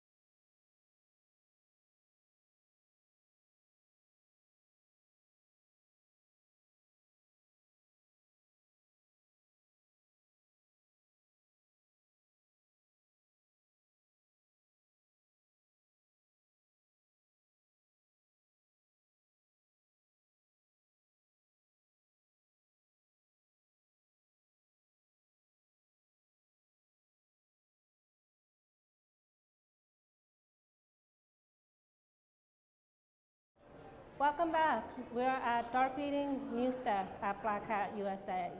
I'm Fahmida Rashid, Managing Editor of Features at Dark Reading. With me today is Leo Scott, Chief Innovation Officer at DataTribe. Thanks for joining us. Certainly. Great to be here. Yeah, so just for our audience, if you can just give us a quick, brief description of what DataTribe does. Sure. So, simply, DataTribe is a early stage venture firm focused on investing in cybersecurity companies. However, we have a twist in that we call ourselves a startup foundry. And so when we invest in a company, we then will jump in and almost co-build with the founding team with the idea of helping to de-risk and accelerate their growth, very much around proving product market fit and other metrics to kind of get them ready to go into growth phase and raise another round. So you said the magic word, you said metrics. Mm-hmm. That's something I'm always fascinated by, especially from the VC side investment. Now I know DataTribe had the Insights report, and you look at what investments are looking like, what kind of activity. Mm-hmm. With the market as it is, I know that there's a lot of hedging right now where maybe the VCs aren't writing as much checks, the Right. companies aren't looking for as much funding. Mm-hmm. But like in the past month alone, we've been hearing some large numbers for investments, for deals. Yes. How do we reconcile these two things? Yes, I think at the earlier stages, we definitely see a little bit of hesitation in terms of number of deals, number of deal flow that's coming in to that investors are looking at. But at the later stages, as you mentioned, we have seen a number of these really almost mega deals that have skewed the metrics a little bit. Wiz is a good example. I think you look at that, and there's a couple of reasons. First, there's the old adage, let your winners run, and so these are very successful investments early on, and people. The second reason is the IPO market is still not up to its kind of back to normal, and so there's a need for continued funding, and so there's these very large deals that continue to have the winners have the capital to be able to continue to grow, even though the IPO market is not there to provide that. And so I think what you can see is there is investor interest in the winning opportunities in cybersecurity. However, at the early stage, there's a lot more risk. That would be a new investment, a new start to a journey, and they're still thinking about that before they're ready to jump in. Yeah. Yeah. Yeah, I mean, I think from an investor, there's a question of, well, I don't know who you are. I don't know if you can deliver on what you're promising. So I know DataTribe had a very unique approach to helping these early stage early stage startups. You can talk a little bit about that.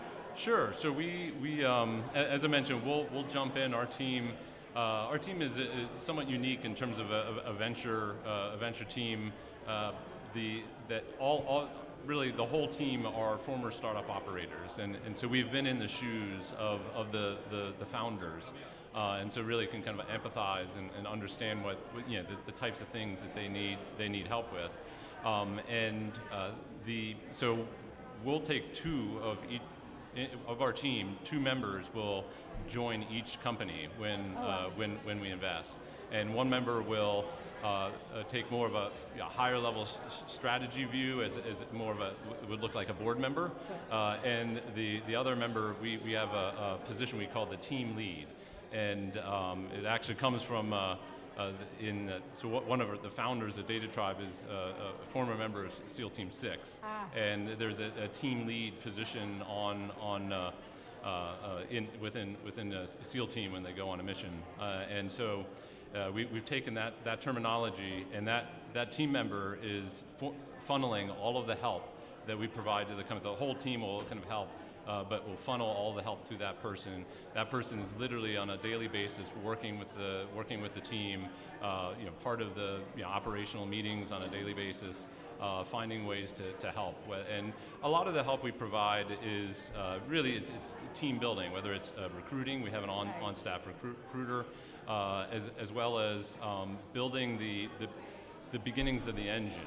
So when we invest, generally it's just a few people, a few people in a garage type of situation, and so they don't have a sales engine. It's always founder-led sales, any sales that exists, and so you're going from that mode into a mode where you have an actual sales engine with other people other than the founders selling for the company. You have marketing, you have marketing material that going into that, going through those stages is particularly for first-time founders, and then also we have many of our founders come out of the intelligence community.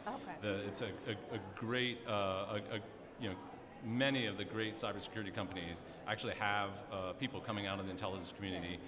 Part of the way we've set up Data Tribe is to be able to support that type of mode, but you can imagine for those founders, not only may it be the first time for them starting a company, it may be the first time they've even been in more like business rather than in government. And so there's a lot of learning that goes on, and we try to jump in and help them learn all of those aspects, because they come to the table with true subject matter expertise in terms of the problem they're solving, but they may not know how to build and scale a product team or build a sales engine, or generally product management for fast-moving startups. So that these are the types of things that we help with. Yeah, and I think the fact that you talk about marketing, I've spoken with so many startups just this week alone, and they talk about, oh yeah, we're so focused on getting the product, and now we're trying to sell and we don't have anything. Right. So that's an important aspect of help here. Exactly. Now I know Data Tribe also has a competition coming up. Yes. So, I think it would be a great way to talk about when it is and what's going on. I believe you're collecting entrants right now? Yes. We are just opened the collection for open for submissions, and we call it the Data Tribe Challenge. It's our 7th annual Data Tribe Challenge. 7 years. And we've changed the format a little bit to even lean into the help that we provide. It is essentially, the event in November is a pitch competition. We are looking for 5 finalists, so we'll get hundreds of submissions, and I definitely at Black Hat encourage anybody that's at the super early stage, seed stage startup to look us up on our website and submit a pitch. This submission is very easy. We're very founder friendly, so we try to make things as easy as possible for founders. The finalists join in a program, and we really focus on trying to add value rather than, hey, you're a finalist and you get to pitch. It's actually you're a finalist, and also you will get a coach. You will work with a coach for several weeks leading up to the event. We'll work, and the coach, obviously, they're Data Tribe members, all former startup operators, and can really kind of help work on the messaging for the company in general, and then of course that leads into refinement of the pitch that they'll be giving, and then they present the pitch at the event, and we work very hard to try to get a great group of cyber executives, CISOs, so they may have potential customers in the audience, other venture firms, so that they have opportunity to meet other venture firms for more for funding, and as well, being based in the Washington D.C. area, it gives us quite a bit of opportunity to have members of the intelligence community and other kind of cyber visionaries from the government join in on the event. What can you tell us a little bit about the judges? I know we're not releasing names yet, but what kind of judges do you have for the competition? Yeah, we'll have a panel of 5 or 6 judges, and we work to try to get a good cross-section of different angles to help evaluate the company. So we'll look for one or two CISOs from large enterprises to be able to give a kind of a customer viewpoint and analysis. We'll look for venture, cyber venture expertise, and as well as just cyber executives that maybe have gone through similar experience. Maybe they've founded a company and now are further along and can give that insight. So kind of a good cross section of even from a judge viewpoint. And then they can give the feedback and then choose different awards for the 5 finalists. So. Well, you heard it, folks. If you're early stage or in pre-seed, definitely check out the Data Tribe Challenge. I'm Fahmida Rashid. Thank you so much for joining us. Thank you. Thank you for having me.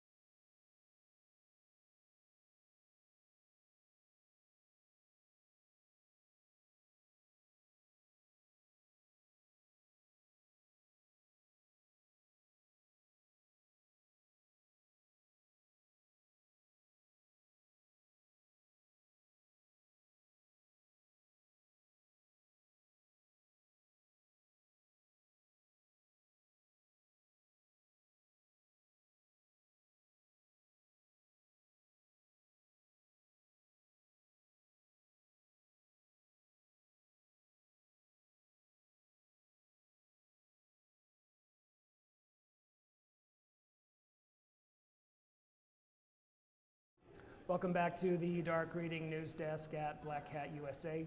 Terry Sweeney here, contributing editor with Dark Reading. Joining me now is Christopher Hoff, Chief Security Technology Officer with LastPass. Christopher, thank you. joining us on News Desk. Yeah, thanks very much, Terry. Appreciate you doing this. Let's start with what happened to LastPass a few years ago. Yeah, so we had the really interesting opportunity to spin LastPass out as an independent company. And as part of that, we had a couple of really unique things occur at the same time. You could call them sort of elements of a perfect storm. We had to separate the company. We had a new executive team. And as I often tell my architects and engineers, there's a Roman architect named Vitruvius, and he said, listen, if you're going to design something, it ought to be beautiful, strong, and useful. And so we set about to remake the company and reinvent it, and began that journey almost 2 years ago to the date as we joined together with a new executive team and started to spin LastPass out. Beautiful, strong, and useful, huh? Yeah, beautiful, strong, and useful. Well, Good combination. bravo. Thank you. Well, if you can get even 2 out of those 3, I think you're doing actually I agree. better than most of the crowd, right? Agree. So you've been with LastPass, what, just a couple years? 2 years, yep. Talk about what drew you to LastPass in the first place. Was it this great opportunity to remake something from the ground up or something else? Yeah, there are about 3 different things that I like to focus on that really answer your question poignantly. One is that if you look at the vexing problem that is about 50 years old, which is passwords, everybody suffers from them. Everybody hates them. They're a terrible problem to manage. Password hygiene, password complexity, changing rules and standards, and shared passwords and those sorts of things lead to a huge percentage, 78% I think, of Thank all God for breaches. Post-its, by the way. Oh, Post-it notes, yes. We seek to replace the Post-it notes, obviously. But the interesting thing is, given that vexing problem, I looked at, and if you consider the diversity of the security industry as a whole, you walk around the floor downstairs and there's just thousands of products. It's sometimes very difficult to understand the value, right, of what you get from products and being able to recognize what value they bring. The beautiful thing about password managers, and specifically LastPass, is it solves 2 really important problems for both people and companies. A security problem and a convenience problem. And they're intermingled and intertwined in as much as security is one over convenience. You can make something really convenient, but it may be not as secure, and vice versa. So that attracted me because the value proposition was instant. You could make tens of millions of people's lives easier on a daily basis, both from a convenience and a security perspective, and that was the beauty that drew me there. Second thing was the opportunity that we spoke about in the beginning, which was reinventing a 15-year-old company as we spun out into an independent company, and everything that meant. And the second thing was, or the third thing was a very interesting opportunity that most folks don't get to do, which is merge the Chief Technology Office with the Chief Security Office, and really think about security by design by integrating the 2. So I lead both engineering, the people that develop our products, and I also lead the security teams that secure them. So those were the really 3 things that drew me here. Talk about the benefits of merging those 2 C-suite functions, both the benefits and also the disadvantages. Yeah, the disadvantages are both its advantage and disadvantage. The only person I really have to argue with is myself, and sometimes I win.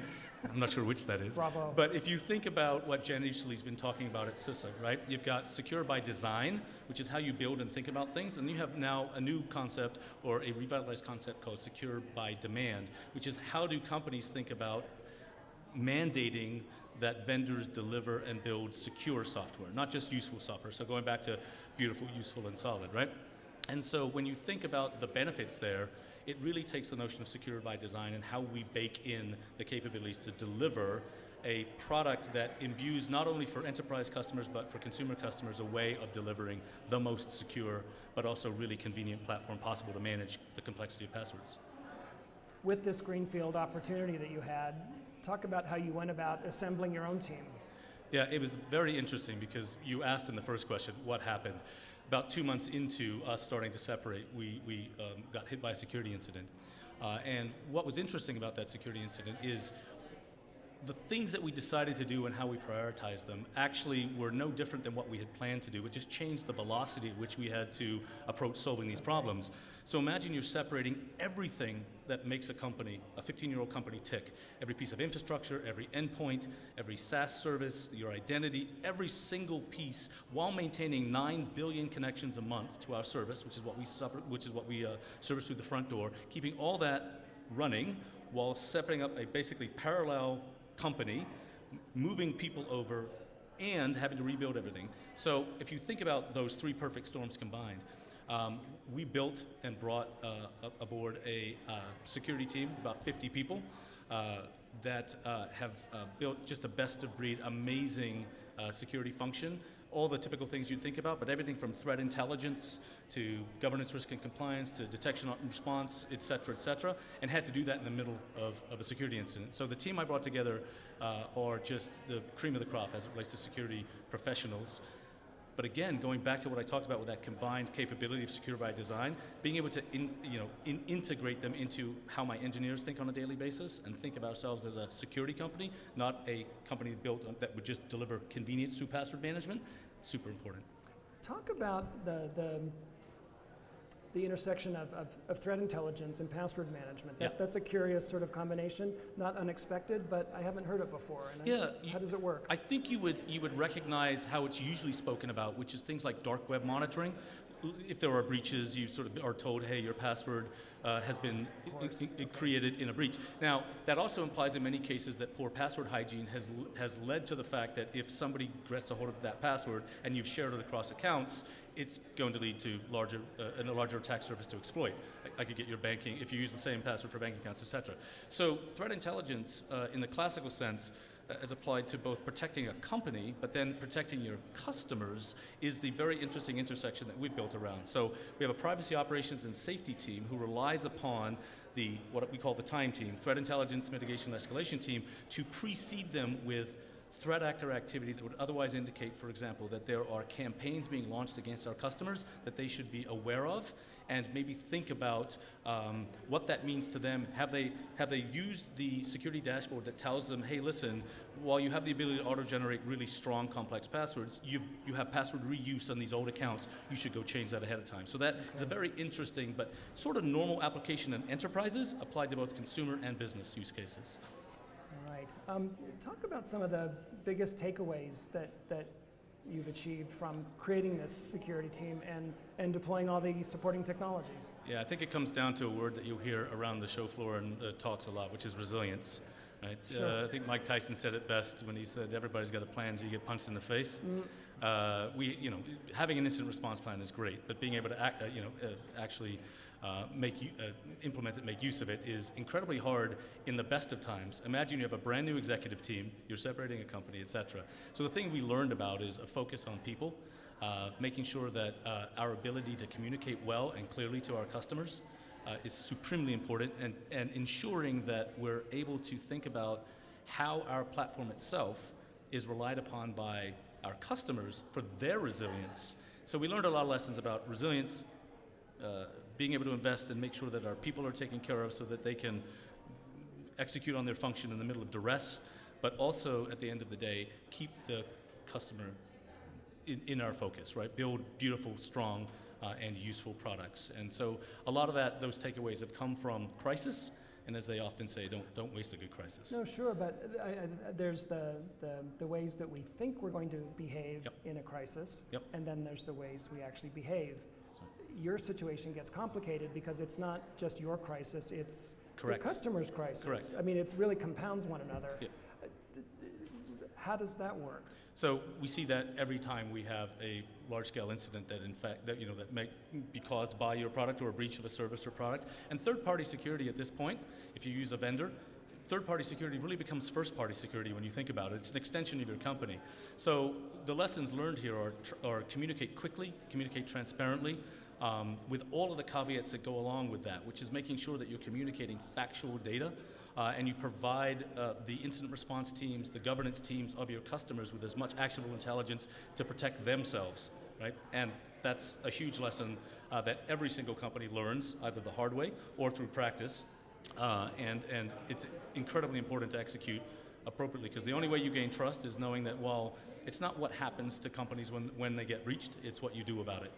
Christopher, real briefly now, just tell us, is LastPass safe to use now? Absolutely. I have been, and my family uses it on a daily basis. That hasn't changed. It won't change. We have tens of millions of customers on the consumer side, hundreds of thousands of businesses that continue to use the product, and will for some time, and we're just going to make it better, stronger, and more useful. And hopefully beautiful as well. Beautiful too, yes. Excellent. Of course. Really appreciate you joining us on the Dark Reading News Desk. Some great insights around the future of passwords and the role of threat intel there. Thank you so much for joining us. Thank you. We've been talking with Christopher Hoff of LastPass. This has been Terry Sweeney for the Dark Reading News Desk. Thanks for joining us for this segment. This is the Dark Reading News Desk. We are coming to you live from the Mandalay Bay Hotel in Las Vegas. We'll be live streaming today and tomorrow from 10 a.m. to 4 p.m. Pacific time. You can listen in on the latest in the trends and technologies that are guiding modern security management. Welcome back to the Dark Reading News Desk. Terry Sweeney here with Dark Reading, and I'm joined now by Rakesh Nair, Senior Vice President of Product and Engineering with Devo. Rakesh, thank you so much for joining us on News Desk. Thank you for having me. Thank you. Appreciate you being here. We are talking about SIEM, Security Information and Event Management. The market has matured relatively quickly in comparison to other enterprise security technology segments. Can we just start? I'd be curious to know your characterization of the current state of the SIEM market and the technology. Sure. I think one aspect to keep in mind is that there's a lot of companies trying to do data-driven decision making at this point. While SIEM is a relatively mature space when you look at it as a SIEM, I think there is an evolution from a SIEM to a security data platform that is happening, bringing a technology convergence, so to say, into that kind of umbrella term that we're using as SIEM. So if you look at some of the acquisitions and consolidation that has been happening, it is to bring some of those technologies together to make it much more useful for the end user, make it faster, make it smarter. That is the mantra that we're seeing. So I think the evolution will continue. I still believe it's a 2.5 billion market currently and growing to a 4 billion market in the next few years. So there's still a lot of room for growth here. The business premise with SIEM has been to help break down the silos that have dominated and actually kept security management at a bit of a disadvantage over the years. Has SIEM achieved this goal of breaking down those technology silos? Absolutely, yes. And I think one of the trends that I'm seeing recently is around data convergence. A lot of customers are now trying to not just bring security data into a unified data platform, but also other data sets. So they want all of the data residing in one place, but then build vertical applications on top of it that caters to either security or IT ops or other functions. So I think the trend of bringing security data together, that's been, I'll probably say we are a good way into that journey. But I do see it evolving into bringing all data into one unified data analytics platform going forward into the future. I don't want to artificially inject AI into the conversation. It may not be relevant here, but what can you see out on the horizon that will further hasten the integrations that seem to have driven so much of SIEM's momentum thus far? Yeah, I mean, if you look at it, and I think if you look at a few years back, there was SIEM, there was a SOAR market evolving. I think right now, I think that two markets are now consolidating into one. There was a lot of UEBA vendors. Now UEBA is being subsumed as part of the security data platform. And I see a similar trend with data orchestration where customers want to control how they manage the data. They want it to be hot, warm, cold, and being able to move data across some of those availability zones there. And the same applies to AI as well. There's a lot of, I think last year when I was at Black Hat, I noticed there's a lot of companies using AI as the core philosophy of their product. But I think the right model here would be to infuse AI into everything we do. Every layer we do, SOAR becomes more smarter, UEBA gets smarter and smarter, so every aspect of the security data platform will see an infusion of AI to make it much more smarter platform. Thank you. That may be the most thoughtful response about AI that I've heard this entire conference so far. That was actually, thank you, I appreciate that. But speaking of competition and complementary technology, there were also predictions about security orchestration, automation, and response, the SOAR technology, as well as XDR, extended detection and response. From some perspectives, it looked as if these were going to compete with SIEM.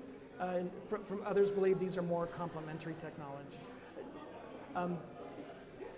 What do you make of that? Do these compete? Do they combine better together? What's your sense? I think like a few years back when EDRs started out, I think there was this notion that both this platform will converge into one, which haven't happened much, and I've been looking into it a little bit. And one of the things I noticed is that when you have to do detection and quick response, you have to go really deep with the data, which is not necessarily the use cases we want to solve when you have to go broader and do data-driven decision making. that is breadth, that is long storage of data. While XDR has been, I think they still, the amount of storage we're looking at from an XDR perspective is relatively smaller as opposed to kind of the thinking as a platform from a SIEM perspective, which is measured in a year or 2 years as opposed to days and weeks. So I think that is definitely one, the vertical depth versus horizontal breadth. I think that still is, over time it may converge, but it's a very hard problem to solve when you have to really go deep and broad across all data sets at this point. Rakesh, as you look out across the horizon, I'm curious what new features are emerging that SIEM buyers and users should be looking at in the next several months or quarters ahead. I think one of the things that I would definitely ask them to do is look at how the platform is evolving. Like I said, the SIEM platform has to evolve, and just bringing data to one place and doing correlation, that was yesterday's technology. But you have to look at platforms that are capable of full automation, capable of infusing UEBA, MLAI technologies into the system. The ones that evolved to become a security data platform are the ones they should bet on going forward. So look for some of those signs where how these capabilities or these technologies are converging into a platform would be a good indicator as to what they should pick for. Closer to home, Devo has developed some new SIEM features. Can you tell us what those are and what motivated the company to add them to the portfolio? Sure. I think, as I was mentioning, there is definitely a data explosion as we're trying to bring more data into these platforms. And one of the key notion that we wanted to give to the data is exploding exponentially, but the budgets are still remaining pretty flat. So what our customers are looking for is a way to manage the data, like I said, hot, warm, cold, etc. So we're bringing in a lot of data orchestration power, which used to be another new emerging technology, but we're kind of subsuming that into the platform itself, so customers have absolute control over what data is stored and how. So that's one.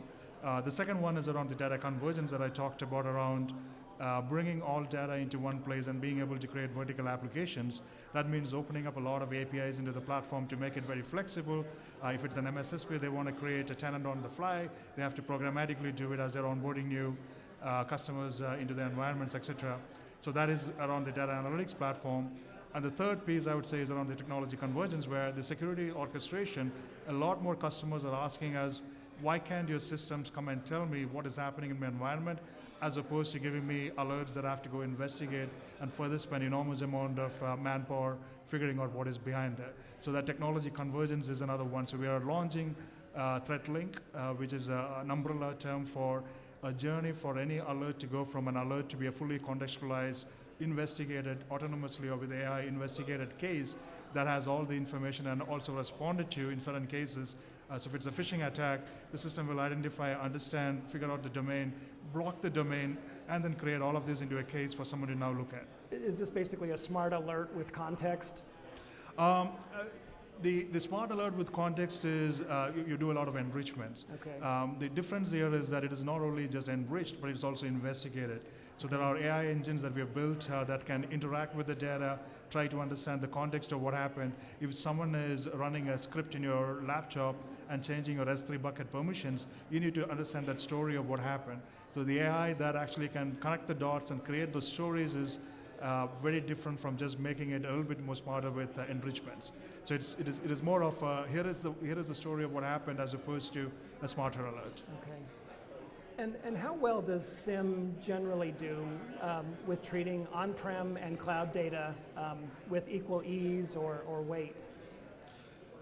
Pulling data into, so I'm assuming the question is when we're collecting the data from enterprise versus from the cloud. I think we don't see a lot of difference. A lot of the data that we pull are mostly from cloud. Enterprises on-prem versions are slowly shrinking. I'd probably say it is less than half at this point as to how much data we put. But I see a continued increase in data being pulled directly from vendors' clouds or from cloud infrastructures that the customer has. Rakesh, close us out with some advice about for customers who aren't sure about whether SIEM technology is right for them. What sorts of questions should they be asking themselves?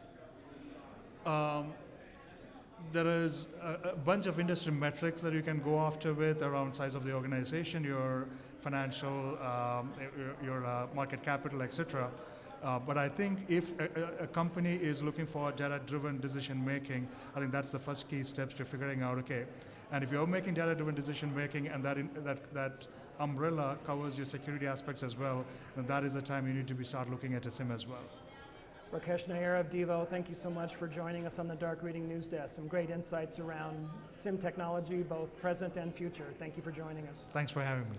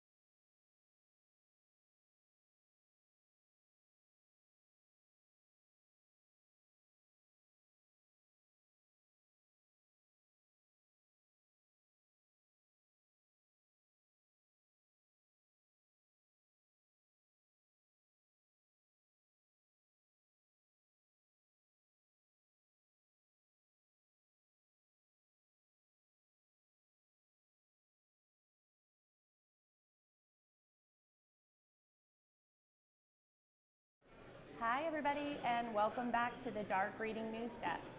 I'm Becky Bracken, editor with Dark Reading, and now I would like to welcome Juhi Kim, Ph.D. student at Seoul National University, who is here at Black Hat presenting on how to bypass ARM's memory tagging extension with a side channel attack, and showing how to bypass MTE in the Chrome browser. Welcome, thank you for joining us. Hello, thank you for inviting me. Of course. Now I have to confess, I'm not 100% sure what we're talking about here. This seems pretty technical to me. So for my benefit and the benefit of the audience, what are you talking about? What is ARM memory tagging extension? I found a security attack against ARM's memory tagging extension, so-called MTE. And MTE is a hardware-based defense technique. It basically detects memory corruption by hardware, and it's already available in the recent Pixel devices. And Linux kernel and Google Chrome, they developed the security solutions based on MTE. Okay, and so that's the memory tagging extension. So what was the vulnerability that you found that enabled the side channel attack? When we exploited this packet of execution to trigger the MTE tag track. I mean, the MTE basically operates by comparing the pointer's tag with the memory's tag, and the tag usually are created randomly, so that we need to leak the random tag to exploit the memory corruption to bypass MTE. And what we did is we exploited this packet of execution and cache side channel to leak the MTE tag and bypass the MTE. And so what was the result of that? What would an attacker be able to do with that sort of vulnerability? Without our so-called tag leakage gadgets, when the attacker triggered the memory corruption attack, the program crashes. But with our tag leakage gadget, we can avoid crashing the program and bypass MTE. We can trigger memory corruption as if there is no MTE. So memory corruption, so when you're triggering memory corruption, what are you injecting? Are you poisoning memory with a vulnerability? What does that mean? So memory corruption is usually when a program runs, there is memory object and there is a pointer, and usually the pointer should point to the original object that should point to. But memory corruption occurs when the pointer gets corrupted by the attacker somehow by the bug, software bug, and it points to a wrong object. And MTE kind of helps that to have to detect that by hardware. Do you think that the MTE standard itself needs to be updated, or is this just something you want defenders to be aware of?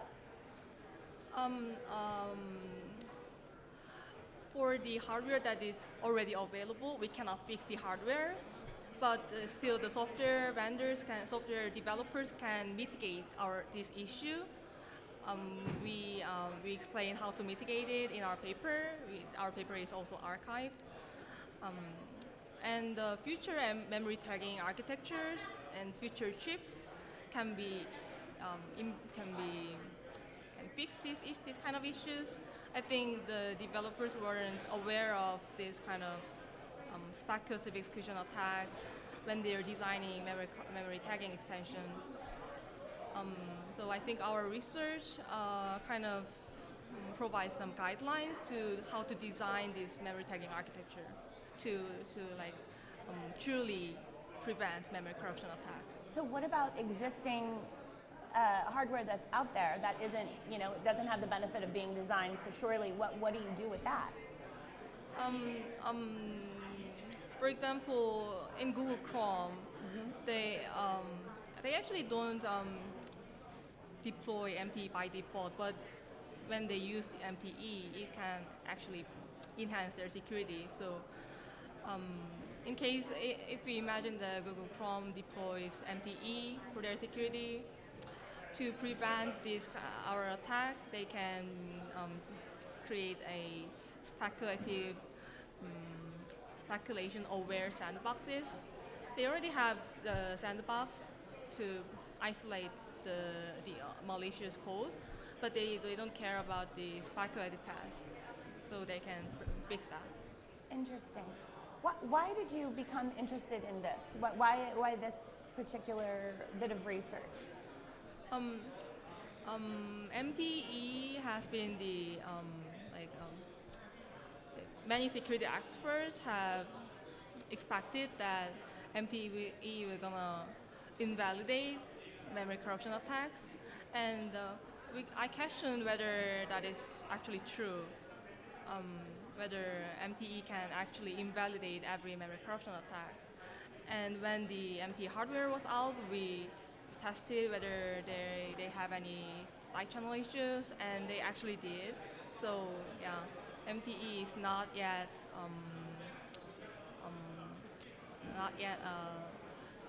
perfect mitigation yet, but I think we can improve that later. And so are you working with developers right now of this hardware and making them aware? Is there some collaboration amongst these hardware developers? We don't currently we are not currently collaborating with CPU vendors. We did collaborate with Samsung Research. We collaborated with them to find this hardware vulnerability, but they're actually not the CPU vendor. Who are the vendors that use this? I think the vendors are the actual CPU chip vendors. And is that the only standard that exists at this point, the MTE, that is being used in these instances, or are there competing standards? Competing standards? Are there other standards that you can use, or is MTE really the only one right now that is being used? The available hardware, as far as I know, is ARM memory tagging extension, and I've heard that some RISC-based architecture provide memory tagging features, but I think they're not widely used. Right. ARM MTE is the first widely used version. More widely used. What do you want beyond a doubling down of security in the development process and in the manufacturing process? I understand that. But what do you want the takeaway to be for the cybersecurity community? What do you want them to know and do as a result of your work? I want them to know the current MTE hardware does not provide the security guarantee as we expected, but I suggest that the hardware vendors to keep in mind that their attackers always find ways to break things, and speculative execution and CPU side channels are commonly considered attack vectors. And even though there exists this kind of side channel issues, software developers can be aware. They can also be aware of this issue and can mitigate their products to prevent any bypass of their security defenses. That makes sense. Can you tell us where you will be? You're presenting tomorrow? Is that right? Yes. Tell our audience where they can catch your briefing. My briefing will be at Oceanside 8. At what time? At 2:30 p.m. Thursday. Yeah. Okay. Tomorrow. Wonderful. Well, good luck, and thank you so much, Julie Kim, Ph.D. student, for joining us and for sharing your work with us. We very much appreciate it. Yeah. Thank you. Thank you. Good luck.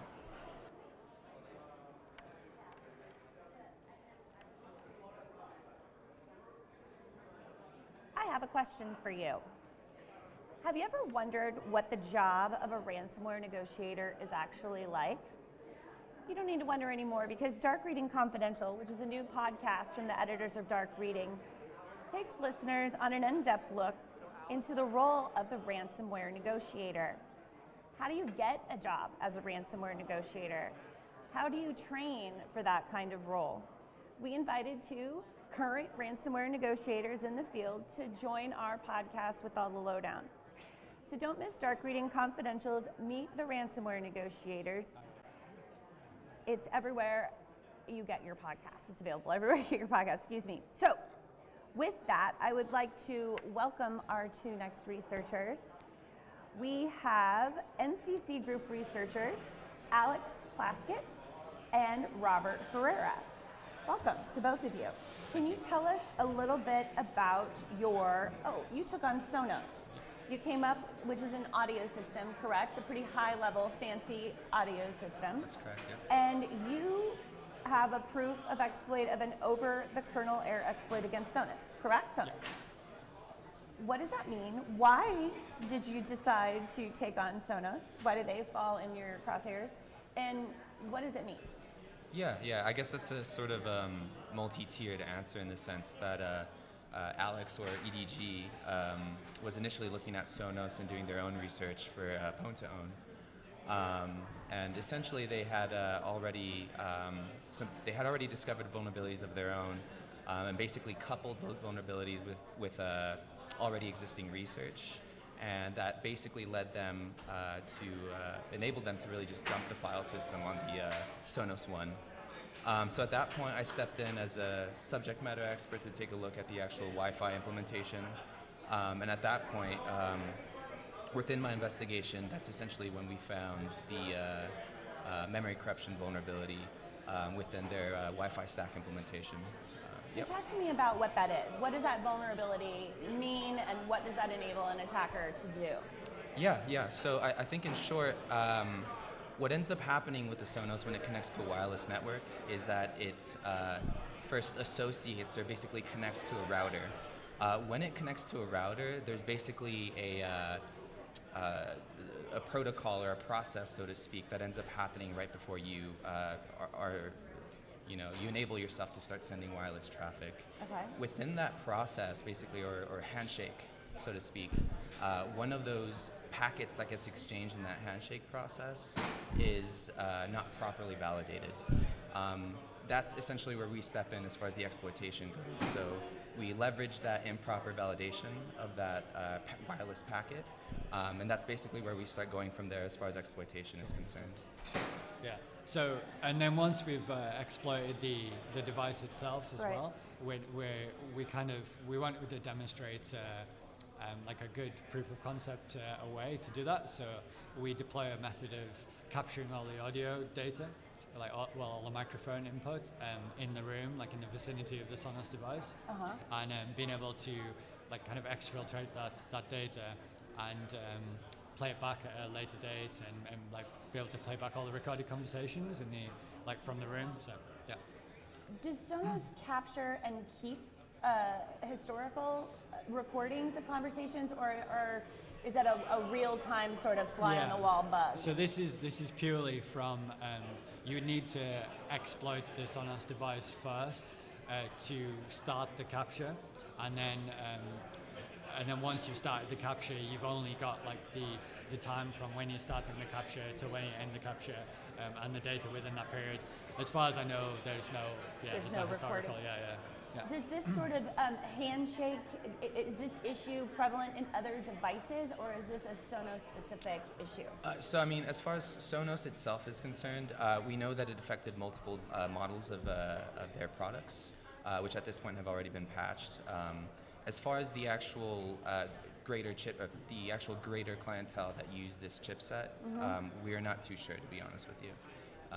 How will we find out? Are we going to find out? So we know the vulnerability itself, it was in one of MediaTek's device drivers. So if it could potentially affect other phones other devices which are based on the same chipset. Yeah. And MediaTek have reported that to their partners. So they should be fixes out there for those devices, in theory. Yeah. Yeah, and so,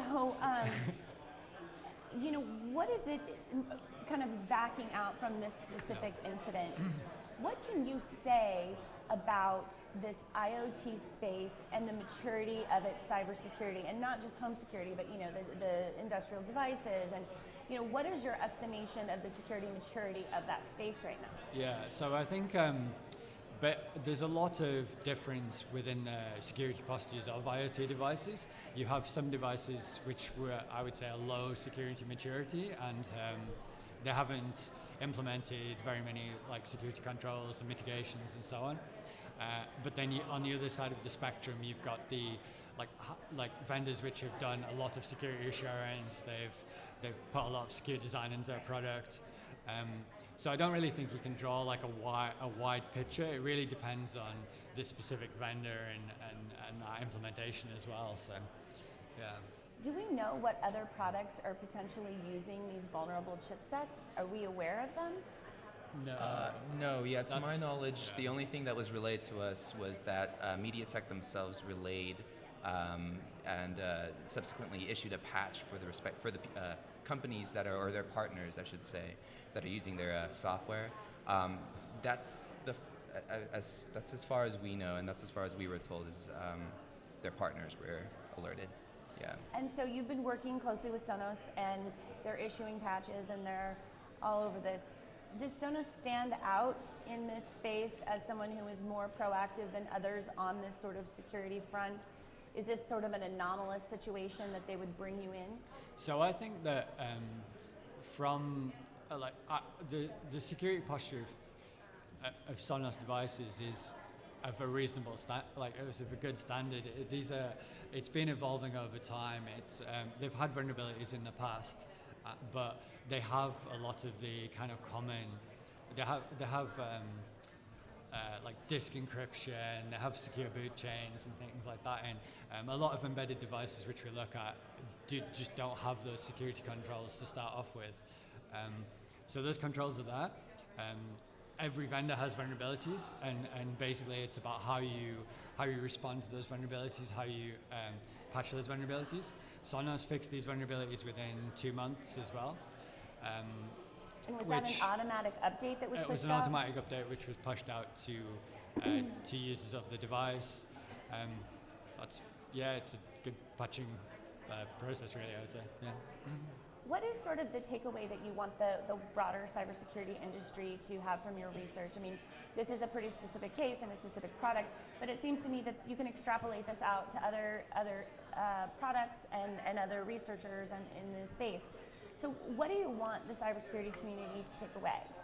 So I think, one of the main things from our presentation is we want to demonstrate doing remote kernel exploitation is quite difficult. It is quite technical. It requires a lot of effort, but it is also achievable. So if an attacker goes to that kind of extent, they could compromise the devices. And I think people have been assuming that these devices may be secure, so being able to kind of quantify the amount of effort and what an attacker would need to do to actually to achieve the compromise is quite an important understanding. So yeah. Can you walk through for our audience who might not be familiar exactly what these kernel attacks look like and why they're so technically challenging? Yeah. I think typically the sort of main high-level takeaways as to why, the buzzword like kernel RCE differs from just generic RCE is really just that there are different levels of separation in devices in terms of privilege. The kernel is typically a little bit more privileged than your average user. So when let's say a piece of software is running at this specific kernel privilege, and you're able to then leverage this code and execute code in that context, it then enables an attacker to essentially execute their own commands with a pretty high level of privilege. And giving them ultimate control over. Correct, yeah. Okay. Where can our audience catch your research and learn more about the work that you're doing? So our research will obviously be published on Black Hat's website. So the slides and white paper will be released on there. We're also going to release a video recording as well of the attack and kind of an end-to-end video of the exploitation, walking through the different steps as well. So and that should be available from NCC's website as well. So, yeah. Okay, have you already given your briefing? No, it's tomorrow. Tomorrow at 11:20. At what time? Oh, yeah. Oh, 11:20. 11:20.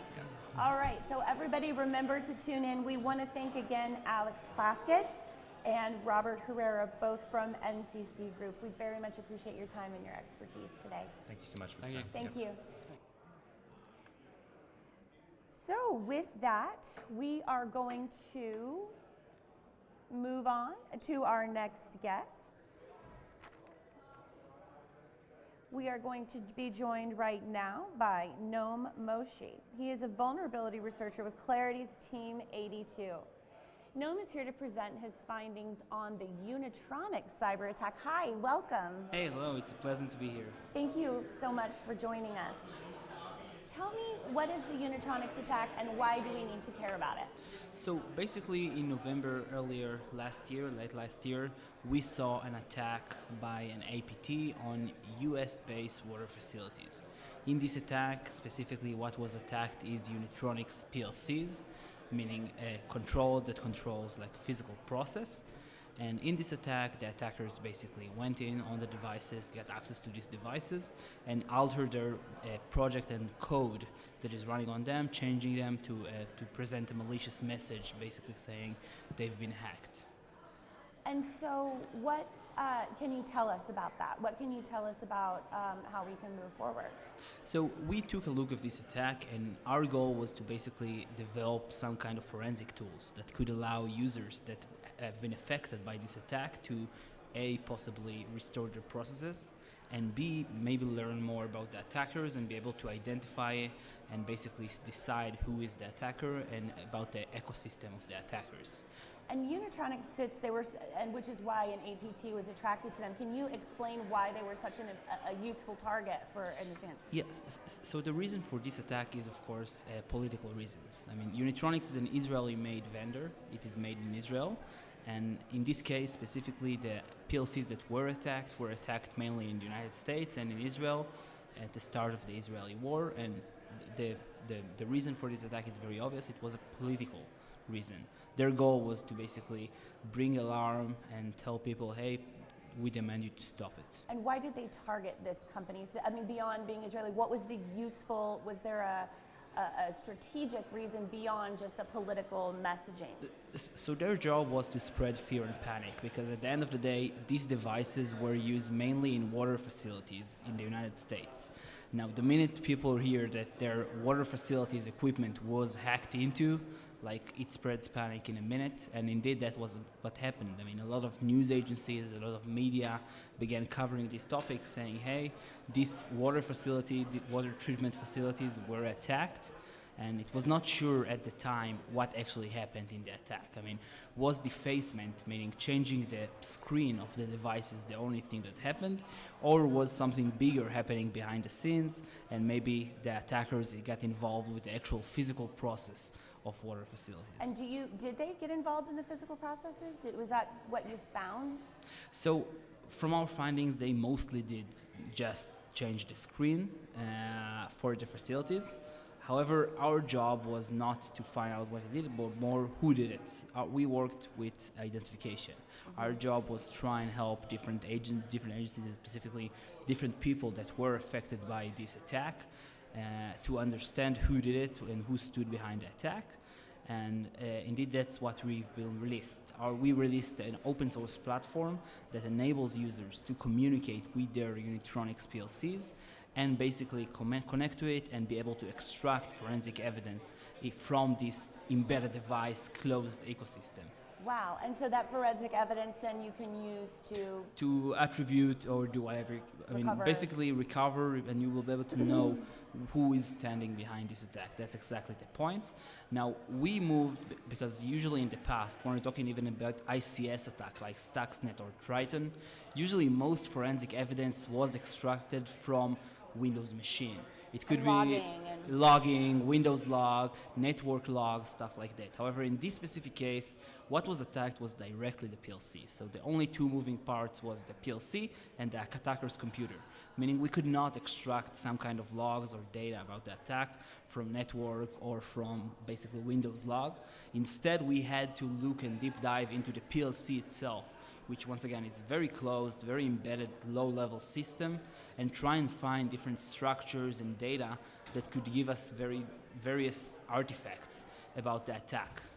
What is sort of the nightmare scenario? Paint for us the picture that if these vulnerabilities were able to be exploited and make physical impacts, what would they be able to do? So the vulnerability here were two. First of all, the attackers noted of many internet exposed devices that basically have an internet IP address, meaning everyone on the internet can simply connect to them. Also, not only that, but they exploited the vulnerability of weak authentication in these devices. And the minute they use these two, they could basically fully control every internet-facing devices. Now, we are talking about hundreds and hundreds of different devices, which, once again, it's not a computer, it's a PLC, meaning it somehow controls a physical process. PLC, which stands for? Programmable Logic Controller. Basically, it enables you to build logic, to download logic to it, which controls some kind of physical process, in this case, water treatment facilities. So by attacking this PLC, they could get involved in the whole process this PLC, Programmable Logic Controller, controls. And that way they could have actual physical effects.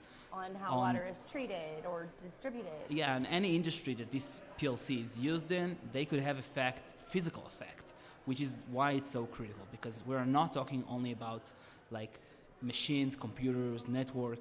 We are actually talking about a physical process that could be endangered by this attack. It seems to me this is one of the first instances I've heard of there being a true physical threat. I mean, we talked a lot about cybersecurity as physical security, but it does seem like we've crossed a Rubicon, so to speak, on this. Well, that's the case in ICS and OT security, because when we're talking about OT and PLCs and stuff like that, we are talking about the physical realm. And usually when we're talking about an OT attack, OT malware, it could be Stuxnet, Triton, all of the big names like this, and of course this case right here, we are talking about moving from the computer realm to the physical realm, which is where the danger lies. Sort of that handoff between the two. Exactly, because they control physical processes in the physical world.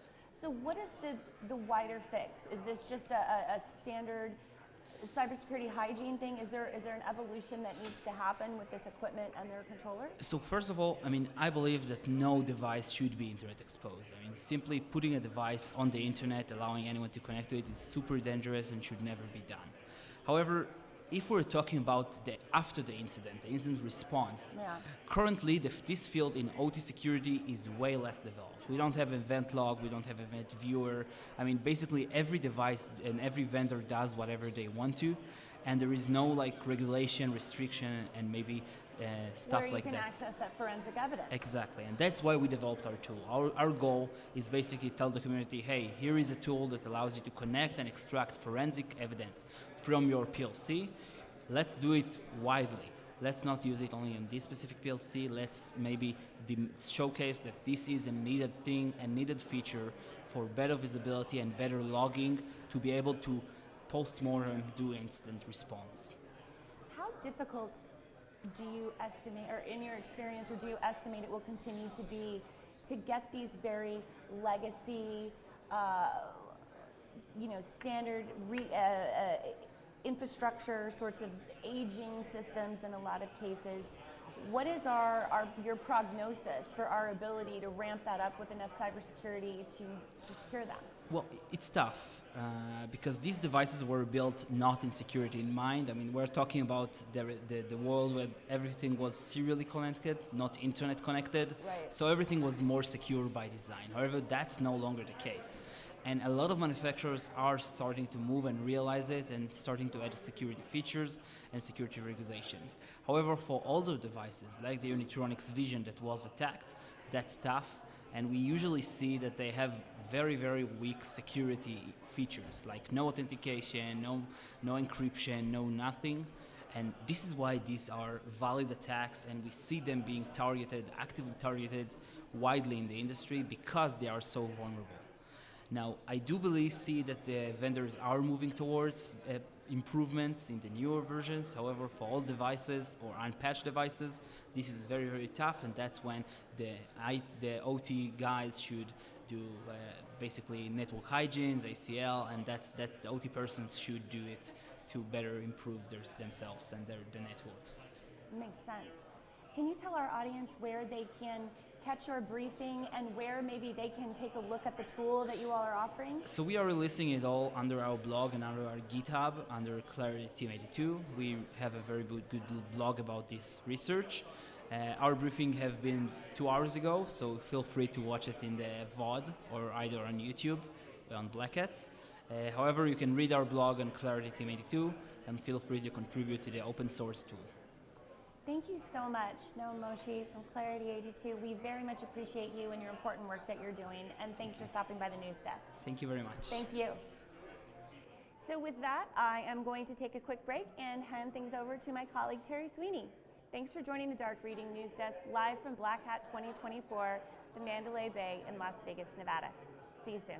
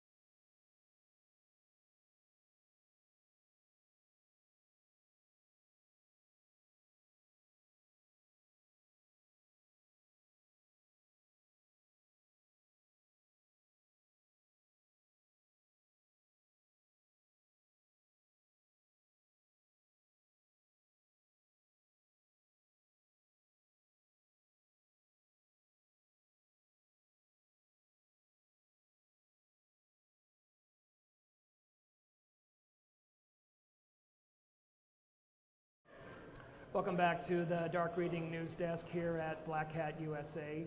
Terry Sweeney with Dark Reading, and joining me now is Galina Antrova, co-founder of Clarity, along with James Weinbrenner, CEO of Elicity. Galina, James, thanks for joining us on the news desk today. Thank you. Great to be here, Terry. Thank you. We are talking identity-based micro-segmentation security. That's a lot to dive into. Let's start with you, Galina. You're an Elicity board member, co-founder of Clarity, and a pioneer in OT and healthcare device visibility. Kick us off by describing the evolution that you've seen across the security landscape in the past decade. Oh my God, so much has changed. So Sure. For starters, a decade ago, we still had to fight for who is the owner of the respective budgets, how are we doing industrial cybersecurity across any cyber-physical devices. I think, especially with the digital transformation initiatives and the pandemic accelerating that, we're no longer having these conversations. We've moved into a lot more productive conversations of how we can govern over those networks. And so one of the biggest changes that I've seen is, first of all, technologies that are purpose-built for those industrial domains, for medical devices. And as part of the evolution, we started with visibility, we then moved into like asset management, network detection, and so now we're at the stage where we can really, based on that visibility and context, get into risk reduction through identity-based segmentation. Also from a budget perspective, things have changed a lot. The CISOs are clearly the owners of the budgets when it comes to those industrial networks, and so that makes the adoption of those technologies so much easier, and it's good timing because critical infrastructure networks are critical and therefore very attractive to attackers. Sure. So, well, and the unprotected nature of at least OT pre-pandemic was a huge risk vector. Yeah. Absolutely. James, turning to you, it feels like a good place to start with you would be if you could define identity-based micro-segmentation for us. This is an emerging security strategy. Help us understand it better for viewers who may be new to the concept. Absolutely. Segmentation is a very well understood control and has been sort of widely understood as part of good hygiene, giving us the ability to reduce the blast radius of an incident.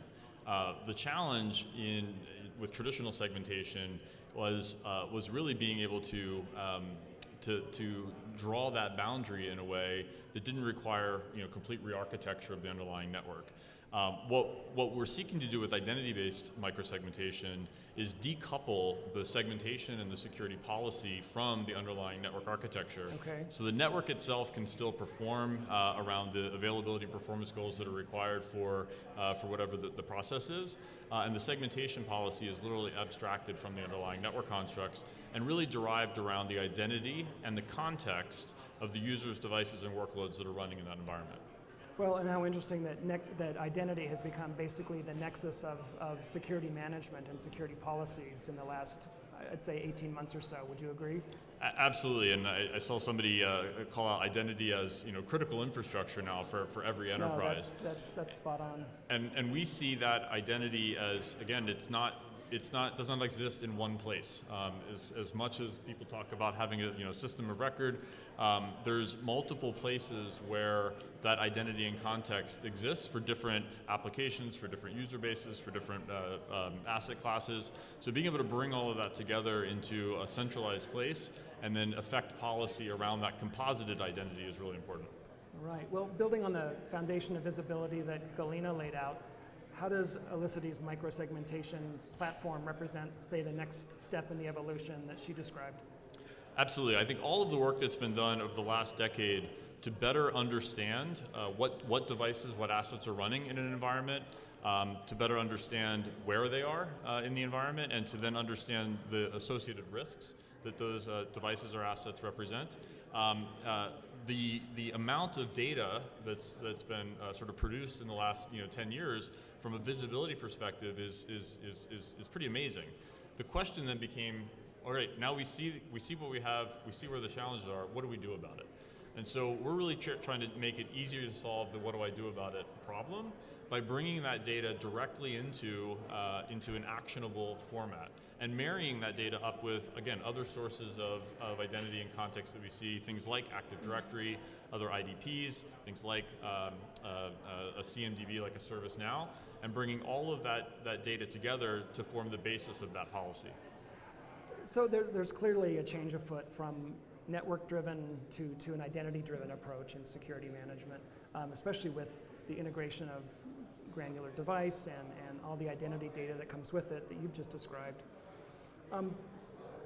Galina, why don't you start by talking a bit about how you see this evolution evolving over the next few years. James, I'd also like to hear from you on that. Yeah. Absolutely. So I see it actually as building blocks. So we absolutely, as an industry, had to go through the visibility stage. I mean, 10 years ago, we were in a situation where we didn't even know where the assets are, what those assets are, what function they perform. And so getting that context out of the assets, how they communicate to each other was absolutely foundational, right? So then we moved on to like monitoring those industrial networks. And at the end of the day, if you think about how digital transformation and the acceleration of digital transformation pushed us to do those things.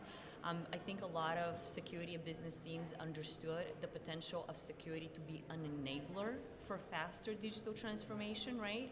Operational technology and cyber-physical systems were always somewhat segmented to the business, right? That segmentation was never perfect. But if we want to get real-time telemetry, if we want to optimize our manufacturing processes, that requires for technologies to be integrated. That requires that we get telemetry out of those processes. And the enabler for that is security, which is why I think, companies like Felicity have really seen tremendous growth in the last few years because it's really an enabler of that digital transformation. Now, once you move past the visibility, and this is how we're going to piece everything together and we're going to monitor it, the next logical step, just as we've seen in traditional IT networks, is how can we contain the risk, right?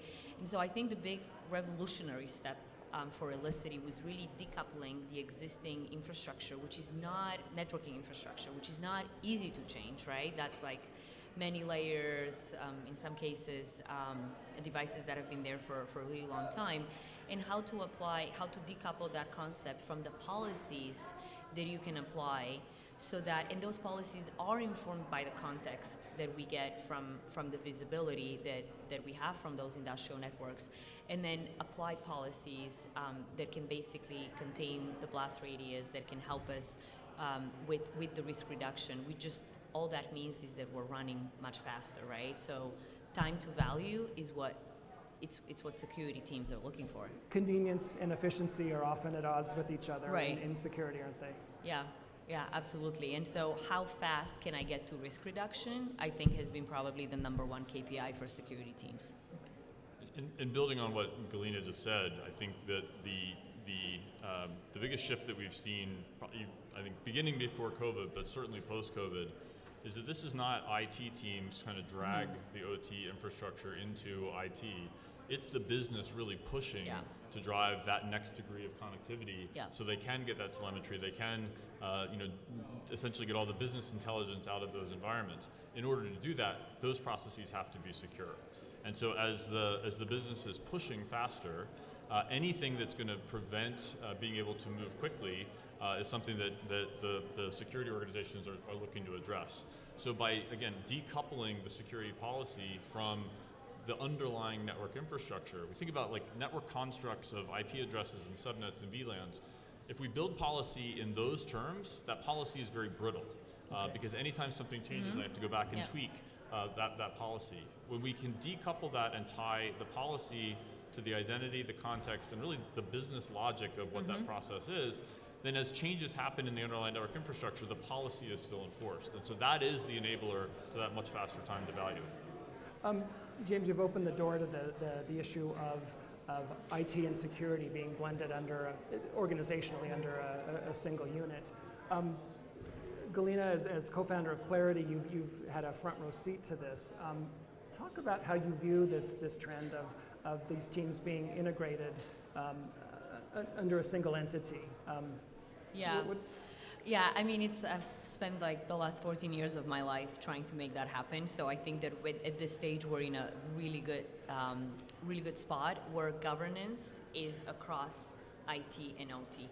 And it took us some time, and I think that one of the obstacles was the availability of relevant technologies that were respecting the principles of engineering and what operational technology network engineers were trying to achieve, right? And so with the relevant technologies, we were able to push faster. But in terms of governance, absolutely, I would say, if not 100%, 99% of everything we see is that consolidated governance under the Chief Information Security Officer, which makes it easier because then the same concept of how you're governing your IT network applies to operational technologies, just implemented in a different way.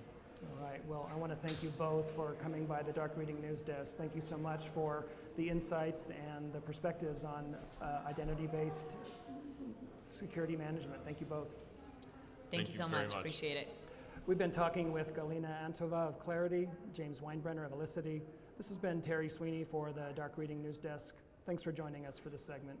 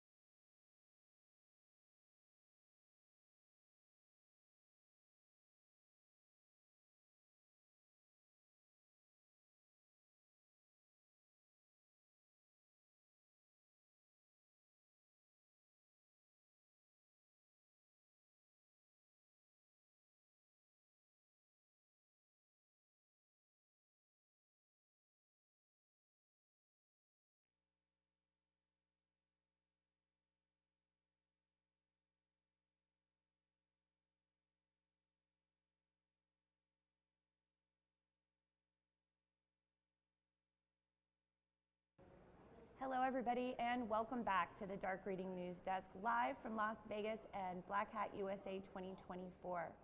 Up next at the news desk are two researchers from OX Security, Eyal Paz and Lieg Cohen, who are here at Black Hat with a rather eye-catching briefing title, Will We Survive the Transitive Vulnerability Locus? Welcome to both of you, and thank you for coming here. Thank you. Okay, so let's just start basics. What is a transitive vulnerability for our audience? Okay, so to understand transitive vulnerabilities, we first need to understand how the software ecosystem works today. Okay. So today, when we build software, like let's say we want to build a web application, then we don't start with writing a web server and then starting to write each component from scratch. What we are doing is we are taking open source dependencies and we are building our application like Lego with the open source code. And on top of that, we are adding our own business logic, like the real problem that we are trying to solve. So transitive vulnerabilities are actually vulnerabilities coming from the dependencies that we are using, because every dependency may have its own dependency tree with all of the dependencies that it needs. So basically, even if we are taking, we are very, very well selecting our dependencies that we are bringing from security point of view, there also a security baggage coming with their own dependencies. So the dependencies of the dependencies are what we call transitive dependencies or transitive vulnerabilities in this case. So log4j, that wouldn't necessarily be transitive. Yeah, so log4j is very commonly was a direct dependency and a direct problem for a lot of people. But what interesting about log4j, the famous log4shell vulnerability, that specifically log4j was widely common in numerous layers. So even if you didn't use it as a direct dependency, most likely your other dependencies, the transitive dependencies, did use it. So it was all over the place. It was a problem as a transitive dependencies. It was also a problem in third-party products that you may host it, which you had zero visibility of. This is what caused a real crisis at the time.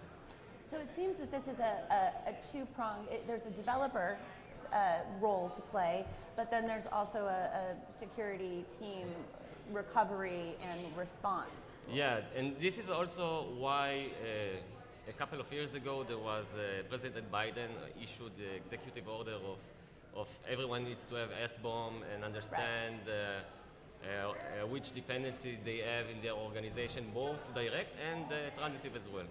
So when the day comes and the next log4shell comes, they will be ready for it. Do you think that is that happening? Are we there yet? Have we matured as an industry to the point where we do have good records and good references of what's in our systems? So this is a very good question because we come a long way in the past 3 years since SBOM became mandatory. So before, up until 3 years ago, very, very few organizations could list an inventory of all of their dependencies. And SBOM, just for our audience, is software bill of materials, which a vendor, typically, correct, will provide that details what, correct? Right, so it can come from either a vendor or either from open source. There are many open source projects which also supply this capability. Okay. Now, regarding your previous question, so what we have today is indeed people, after they have their SBOM, there's also an important discussion in the community is regarding, okay, so we have this list, what now? What do we do with it? Yeah, so actually our research does connect with this discussion. So basically we are picking up the same discussion just from different angle because the reason that we got into this research is now when people do have their SBOM and they do run their open source security analysis, the software composition. So now they are dealing with thousands and up to 10,000 and hundreds of thousands of vulnerabilities. Now, basically this is a too large problem for them to handle. So this is where our research comes into place, where we research of how we can prioritize, because nobody can deal with so many vulnerabilities. So we delve into the likelihood of exploitation of such vulnerabilities. And so what factors go into how you determine the likelihood of exploitation? Yeah. So basically we analyze tens of thousands of applications, both open source and closed source.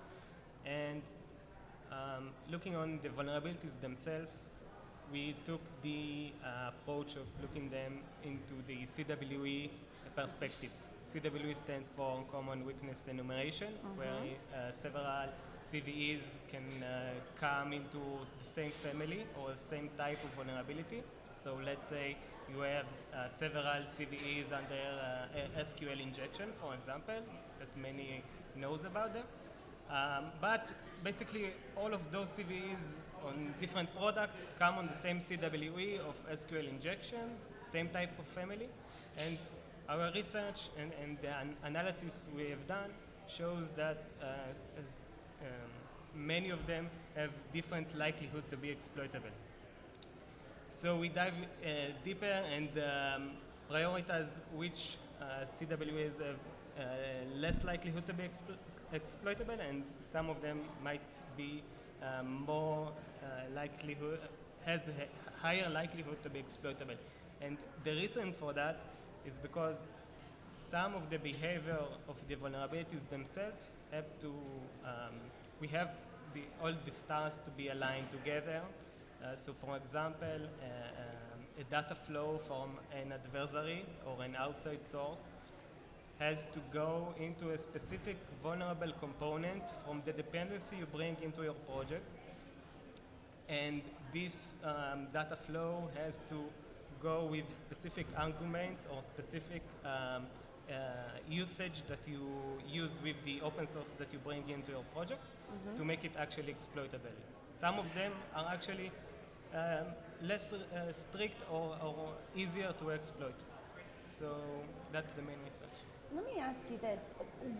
There appear to be, to me, two schools of thought on this vulnerability management. There's, you appear to be advocating for taking on the easy exploitable vulnerabilities first, rather than the most, what could do the most potential damage? What is the riskiest?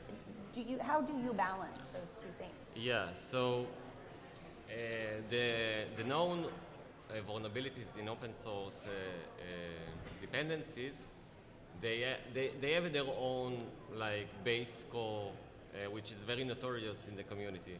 So the NVD manage this data, and in the past few years there was a lot of criticism regarding NVD, regarding their exaggerating with the base score. Now, oh really? I didn't realize that. So yeah, now from the NVD side, they're saying, guys, you got it all wrong. And this is part of the problem in the industry, because nobody intended for anyone to take the base score for granted.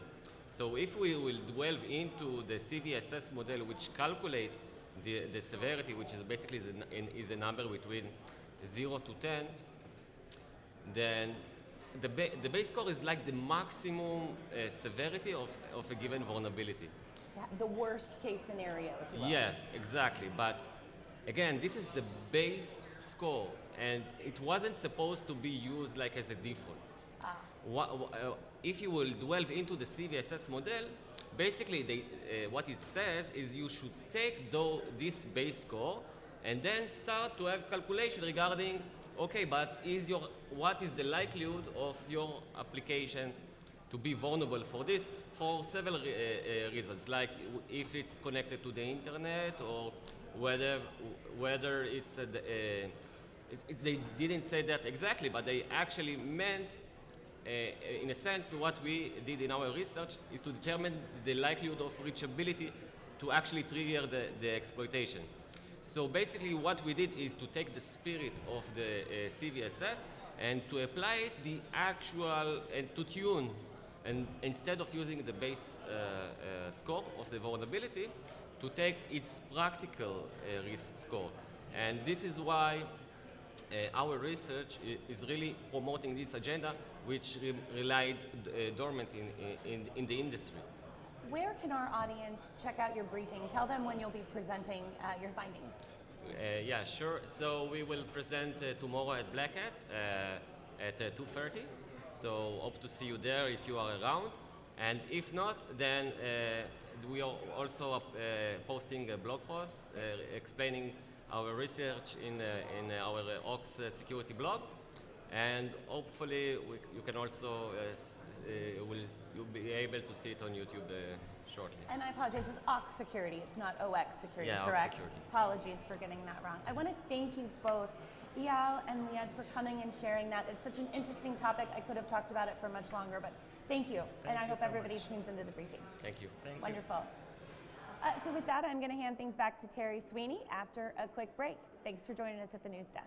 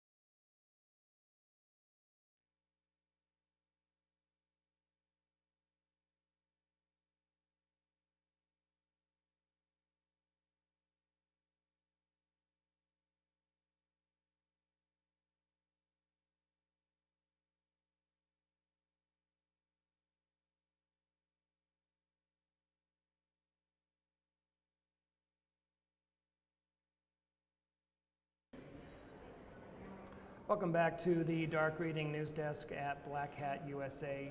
Terry Sweeney here, contributing editor to Dark Reading, and joining me now is Avihai Ben Yosef, co-founder and CEO of Simulate. Avihai, thanks so much for joining us on the news desk. Thank you for hosting me. We are talking about the topic du jour, which of course is artificial intelligence. It's not just an article of faith, it's an established fact now. This is a thing for security. Transformation is also a thing as a result of the influence of AI.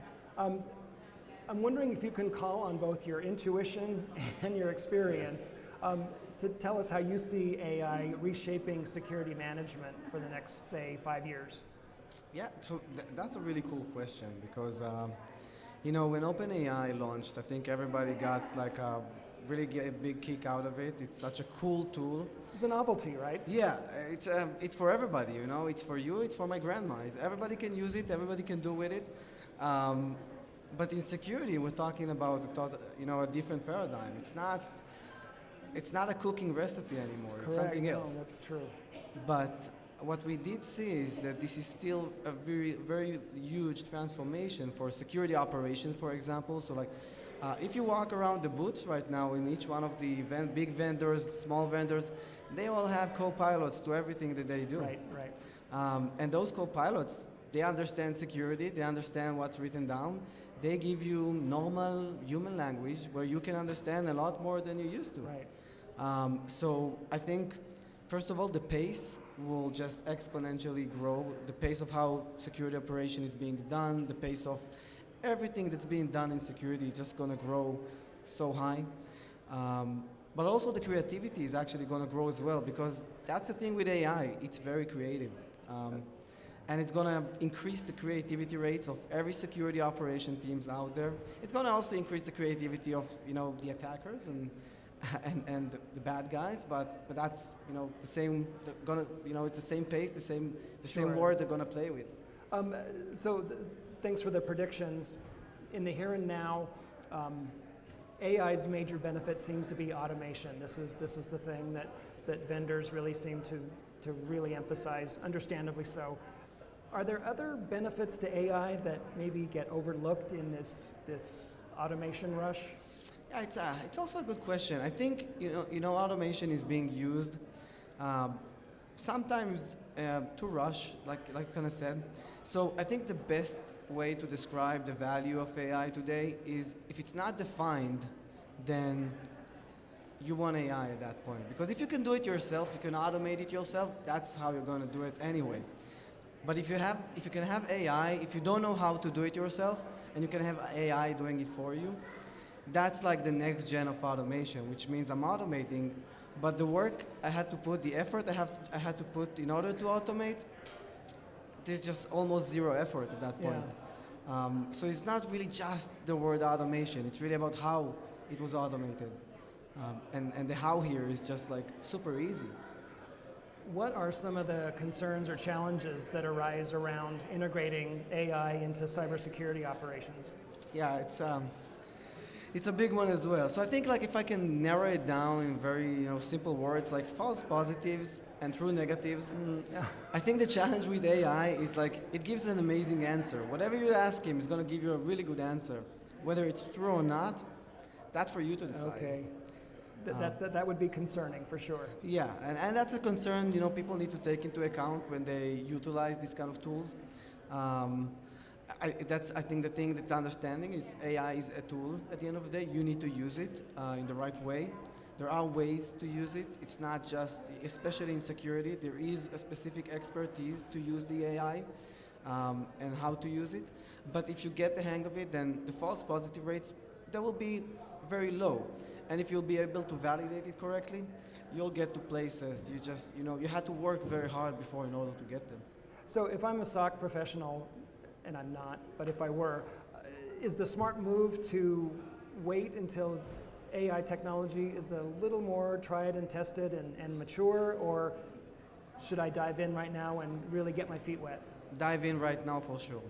Don't trust it 100%, but dive in right now for sure, because it can shorten, especially for a SOC analyst, when they're reviewing so many incidents, alerts, events, in order to read each one of them, you can get this is exactly the AI kind of value prop. I'll summarize it for you. I'll get the gist, of things for you. There's no need to read so much anymore. So I definitely dive in right now, but with a grain of salt. I'll still validate myself, but I'll still get tons of time back that I used to invest just reading things. So where Simulate is concerned, how do you see AI transforming security functions like breach and attack simulation? What can we expect there? Yeah, so we've taken that into, again, as I mentioned, AI is a tool, and our product is all about attack simulation. So we've created lots of different attack scenarios. But in order to create those attack scenarios, we are an engineering company, so we built building blocks, and our internal red team, they're taking those building blocks and they're building attack scenarios. That's what we did. We thought it was very smart. It was very smart to that time. But when the AI, the AI boom last year, we thought, instead of the red team taking those blocks and creating an attack scenario, why not teach an AI about those building blocks of malicious activities that we have, And he'll create the attack scenario just like a red teamer, our internal red teamer, which we pay them money to do it. But he does it well as just like they would do it. He gets the building blocks, he understands the format of the game, and he gets an attack scenario. You just type in a few words, tell him what you want to do, or even give him an article to a breach that you saw online. He'll take the building blocks and he'll create the same attack scenario that he's seen or you have asked him to do, just like a red teamer would. How is attack simulation different from pen testing? Yeah, it's also a really good. So it's different with the fact of the outcome. So it's all about the outcome. Okay. So attack simulation is all about validating security controls. You're simulating an attack, which means you are in a safe environment, but you want to know which one of my security controls will prevent or detect these activities. Where automated pen testing is all about showing vulnerabilities, which there's already so many solutions out there to point out vulnerabilities. But yeah, the attack simulation is about validating controls, running the attack scenarios, actually validating if any control will catch, detect, prevent those different attack scenarios. Okay, thanks. That's actually really clear. I appreciate that. Sure. Tell us about the new Simulate AI Copilot that you all recently introduced. Yeah. Some of its standout features, how it benefits SOC teams, that kind of thing. Yeah, so we've launched our Copilot really to help the SOC, the analyst, the security operator, using our product. So our product is super simple to use. Nevertheless, there's always something that they want, that the user would want to do. And in order to do that, usually they would ask us maybe to create an attack scenario for them, or they might even build them themselves with our product, because sometimes they want to get specific. They read an article, they talk to a red teamer, they talk to a friend, they hear about new techniques at launch or a new attack, and they want to simulate it. Now, all they have to do is just pop in our Copilot, write to him what they want to simulate. He will use our building blocks and create the same attack scenario that they have requested. No need to reach out, no need to wait. I think waiting is like a big factor here. Nobody want to wait. If you want to do something, you want to do it now. We are in 2024. Everybody likes, the right here and right now. Sure. That's it. They can just, with normal words, and have a conversation with like a virtual red teamer and get the attack scenario ready to go in seconds.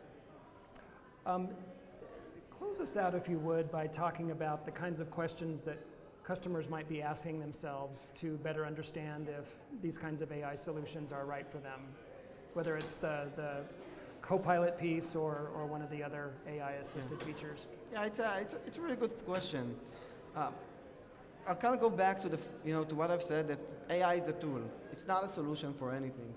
It's all about your problems and your needs. And AI is really good with kind of solving the undefined problem. So like if you have a problem, you're not sure how to solve it, but you know what is the problem, and AI is really good. It's very creative.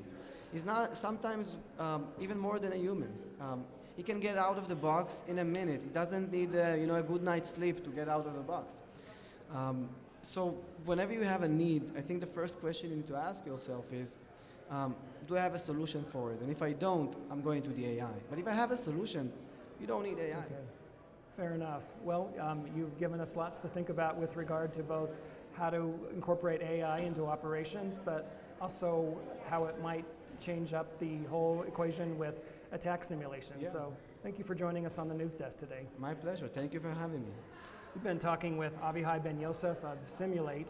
This has been Terry Sweeney for the Dark Reading News Desk. Thanks for joining us for this segment.